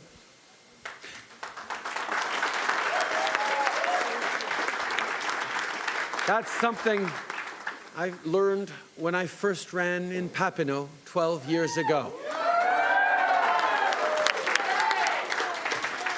Durant les 12 dernières années, over the last 12 years, as the Member of Parliament for Papineau, I had a chance to meet with people from all walks of life, and it was an honor for me to represent you, and it was with you that I began this great adventure. So again, thank you for your confidence in me. I will continue to be there for you, my dear friends in Papineau. There are a lot of people who've worked hard, very hard, to get here tonight. First off, my fellow Liberals, my friends, congratulations. Whether you're a candidate, staff, or volunteer, I know there have been a lot of late nights and early mornings. There have been tough days, but together we've done something incredible. Bravo, mes amis. Congratulations, friends. Et par-dessus tout, and above all, I want to thank my family. As always, my mom, who's here tonight,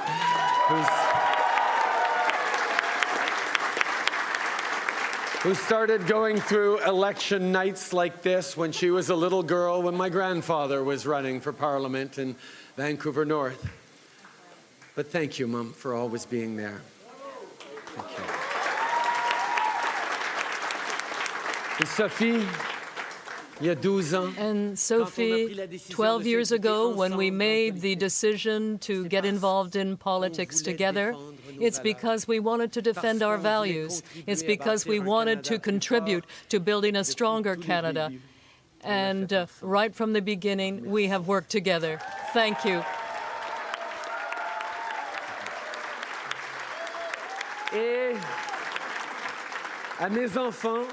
And to my children, Xavier and Ella Grace and Adrien, who's already been asleep for a few hours now. We're working hard to build a better future for you, a better future for your generation and future generations. Every single day, you remind me just how important that work is that we're doing together. So thank you. Thank you for your patience while I do this job. And thank you for the sacrifices that you make, both of you. We've all worked so hard over the last few weeks and over the last few years, and we have come so far.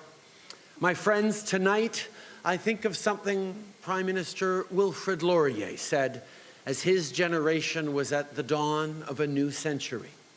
He said, "Let them look to the past, but let them still more look to the future." Let us not forget the past and the dark days we have come through together, but let us still more look to the future and all that is still to come, and all that we have still to build together. Let us feel the warmth of a new dawn, and above all, let us seize the promise of a brand new day. Merci, mes amis. Thank you, my friends. Merci tout le monde. And there he is, the Prime Minister of Canada, still for a third mandate there with his wife and two of his children. The third one, Adrian, well asleep upstairs in the hotel. Clear that Justin Trudeau is staying. He has no intention of leaving his job. Clear, too, that he wants to move forward with the pandemic recovery, maintain the stability of his government, that he got the message from Canadians. I hear you, he said. You've given this parliament and this government clear direction, meaning he will also have to work with the other parties. Ashley Burke is in Montreal. Ashley, what are people telling you about how they feel about tonight? Rosie, there is a small but loud crowd here tonight. You can hear them cheering. I've been seeing people pat each other on the backs, giving hugs. Under those masks are happy faces. Justin Trudeau, one of his senior advisors, told me that he feels humbled, happy, and that he's relieved. He's ready to get to work. I talked to other candidates and staffers that are here on site. They said that this is a win is a win and that they consider this as a success. Yes, they won a majority, but the polls were not looking that way. These results tonight did not surprise them. You heard Justin Trudeau on stage tonight justifying this election, saying that there was a chance to get a clear mandate about how Canada can move forward and get out of this pandemic. He now has a clear direction, but as you mentioned, he's going to have to work with other parties to get the Liberals' agenda through. Yeah, one of the other interesting things that he said there, Ashley, at least I thought it was interesting, he said, quote, you don't want us to talk about politics and elections anymore. I mean, the only reason we were talking about elections is because he called one. But he's clearly had the message now that this is, that Canadians want him to get back to work. And a couple of days ago on the campaign trail, this came up as well. And he did admit a few days ago, I know people want to get back to normal. I know people are tired of this pandemic, and this election's not getting back to normal. So we did have a hint that he's getting a clear message from people that this is just not something that they want right now. Okay. Ashley, thank you for all your reporting through this election campaign, and again tonight. I know you haven't slept much in the past, 48 hours, so I hope that sleep is in your future and I'll see you back in the Bureau. That's Justin Trudeau, again, re-elected as Prime Minister for his third mandate. As we leave the scene there in Montreal, let me show you just one more race that is so close. I know you're still awake out there in British Columbia, so you'll want to see this one, and it is Vancouver-Granville. Wow. And you will see the Liberal candidate is leading by 2 votes, just 2. So if you ever were wondering whether your vote counts and whether those mail-ins will matter when they start to be opened tomorrow and counted by Elections Canada, they sure do. That just one of the very close races in this country. All right, we've had lots of help and lots of people talking us through the evening. And we'll give everyone a chance to have a quick final thought. Andrew, I'll start with you. Yeah. So look, I think it makes perfect sense to use the results from 2019 as a benchmark for comparison when you're trying to gauge the results from 2021. But I think, from a Quebec perspective, it's easy to forget that even in 2019, there were 21 ridings where the margins were just so close, where fewer than 7 percentage points separated first from second. And even then, with so many ridings poised to be battlegrounds, where they could have really, in theory, gone either way. And all of those ridings, virtually all of them, were considered to be in play this time around in 2021. Let me make this point here with a graphic, a seat change graphic, and we can all soak in just how underwhelming the result is from a change point of view, right? Almost no change at all. In a province where we've come to expect change, whether it was in 2011, the Orange Wave, 2015, the Liberal majority, 2019, the Bloc bump, and yet we see an absolutely static result. I suppose it's only fitting that we see a similarly static result federally. Okay, Andrew, thank you. Good up to the very last moment. Appreciate your help with all of this tonight. Adrian, over to you. Well, Melissa, the producer who's hiding back there, and I've been looking at the provinces that we've been keeping an eye on, and it comes down to Alberta. This is the place where if you want to look at the vote change, This is the one that tells the story we've been talking about all night. The Conservative drop of 13.5% in Alberta. Nowhere, as you said, Rosie, earlier, has it been higher, more of a drop than Alberta. And what that means is that the only places in the prairies where there are changes are in the cities in Alberta. So some of those races are still too close to call right now, but it looks like between the Liberals and the NDP, they may pick up 3 of the ones that the Conservatives lost. We talked about it earlier in the evening. To what degree is the anger with Jason Kenney translating to trouble for Erin O'Toole? Well, there you go. That's it. Sure is. Okay, Adrian, thank you for all your help. Ian, Hannah Mansing, your last word, sir. All right, well, 3 quick random thoughts. First of all, I live in Vancouver, Granville. Oh, yes, that's right. I mailed in my ballot. And when I return to Vancouver tomorrow, it probably will still be undecided. So, very interesting to be living through all of that. Second random thought is that Prime Minister Trudeau yesterday at a campaign stop was asked about proportional representation and the promise he made. And he said, it's the first time I've been asked that. I think he said on the campaign, or at least on that day. Yes. A lot of people are going to be asking that question, right? There are a lot of people who maybe, unlike us, haven't been kind of grown up with the idea of the parliamentary system and will look at vote share and seat totals and say, how can this be? Third final thing, 8 of us sitting around the table, 4 of us are from Atlantic Canada. I like that ratio. Guess it shows you something about the power of Atlantic Canada overall. Right. Thank you, Ian, and thanks for all of your work tonight. This is what the map of Canada looks like as this evening comes to a close, with the results so similar to where they were 5 weeks ago. But that is what you've come up with. Elections Canada tells us that everyone that was in line has now voted, and they will keep counting votes from those delays up until 3 a.m. tonight. If they don't get it all done tonight, they will start again tomorrow. Sarah, a final thought from you on your team and where it's ended up tonight.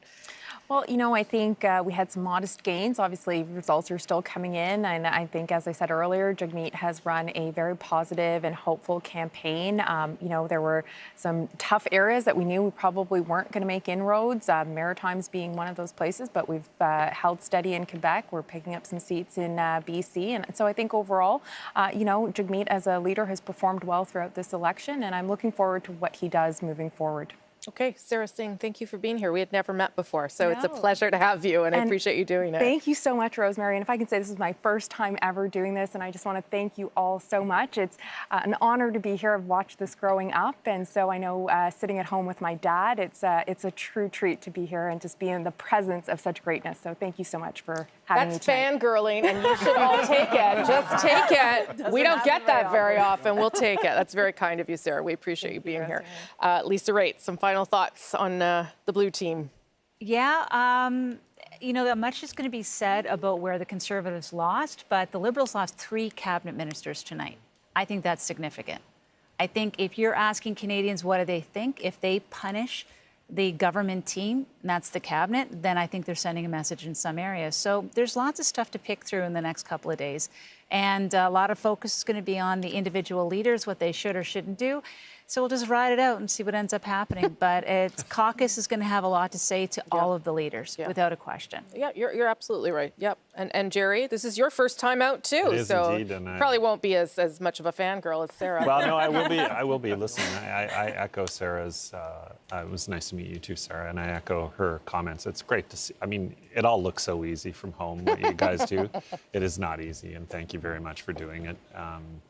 You're a huge part of making our democracy work, and you probably don't hear that enough.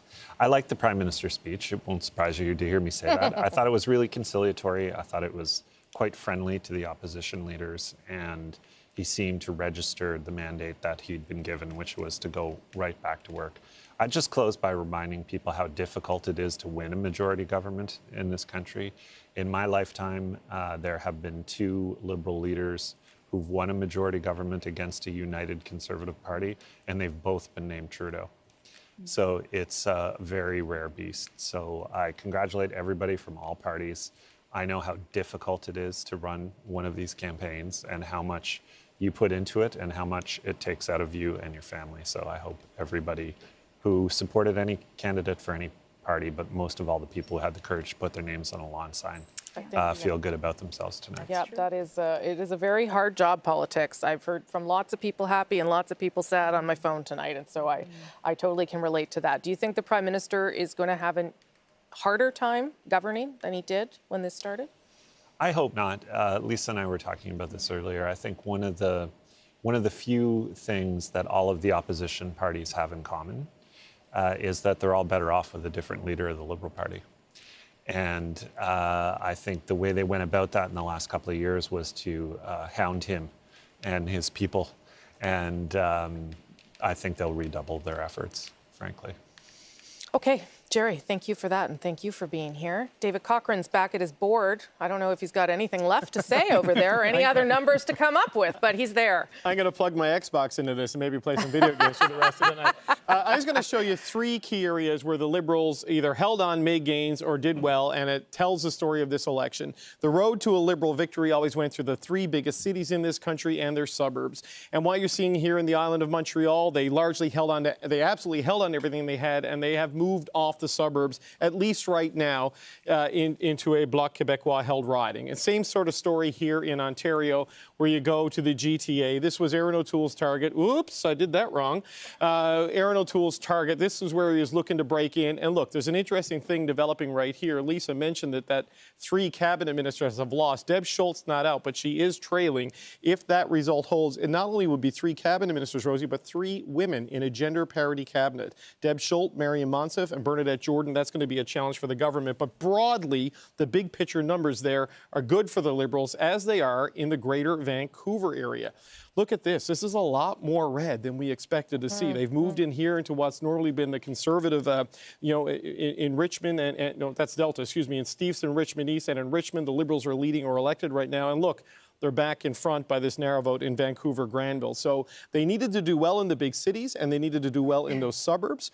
One of the things they're counting on is that people who, for example, can't afford to buy a house in Vancouver, may have rented there, are moving out to those suburbs. They're bringing with them their voting tendencies to those suburbs and bringing those urban voting values. So this is a challenge for the Conservatives. This is where the vote efficiency comes into play for the Liberals.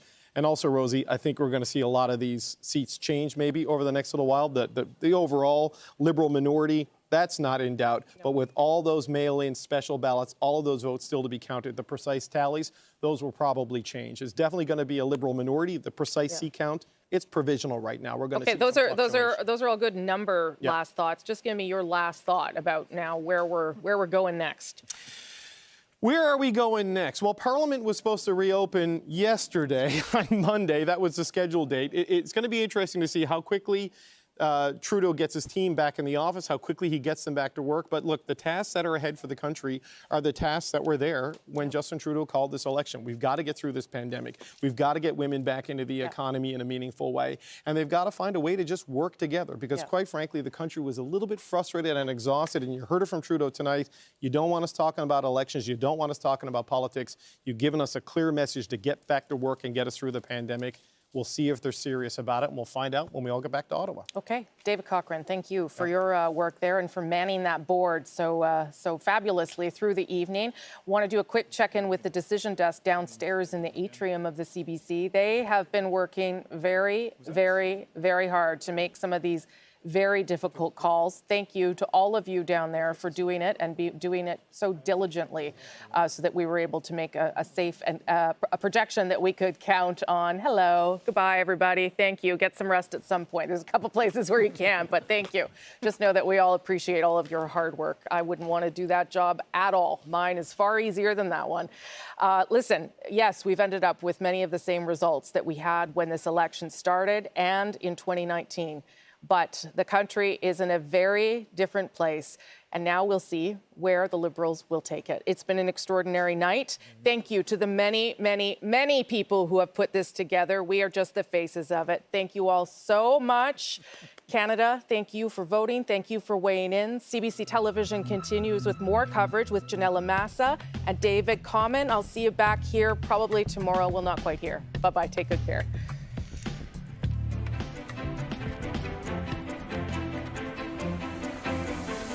Canada, your next government will be a Liberal minority government. Justin Trudeau, as we already told you, will hang on as Prime Minister tonight. The Liberals remain in government, but after calling this snap election with the hopes of a different outcome, let's be honest, Justin Trudeau will not get enough seats to form a majority government. The people of Canada clearly are saying, we want you to work together. We want you to collaborate. You have got to find a way to do that, and you've got to find a way to deliver us the help we need for the rest of this pandemic. My friends, I want you to know that our fight will continue. We are never going to give up fighting for you and your families. As we have done in the pandemic, as we showed you in this campaign, we will continue to make sure you are first, your families are taken care of, that your needs are met. That's what New Democrats are all about. With a positive and constructive and confident approach, it will be our duty to do more. We will have to do more and do better. For too long, we have seen politicians pit region against region, neighbor against neighbor. We need to heal the divides in Canada, not risk worsening them for selfish gain. I hear you when you say that you just want to get back to the things you love, not worry about this pandemic or about an election. The moment we face demands real, important change. And you have given this Parliament and this government clear direction.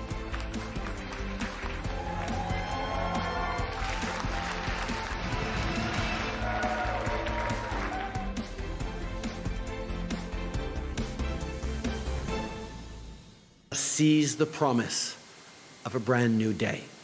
Merci, mes amis. Thank you, my friends. Merci tout le monde.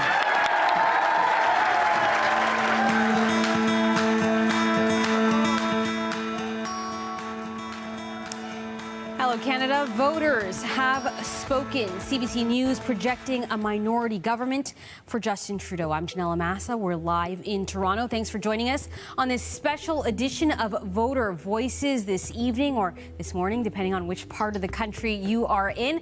Let me welcome my co-host, David Common, who is in Ottawa. Good morning to you. Good late night to others on the Pacific Coast. Tonight we'll have special coverage about that result and what it means for voters like you. But throughout the evening, we'll also be hearing from Canadians like you. You can email us at ask@cbc.ca. We'll be airing some of your reactions to this election a little later on in the show.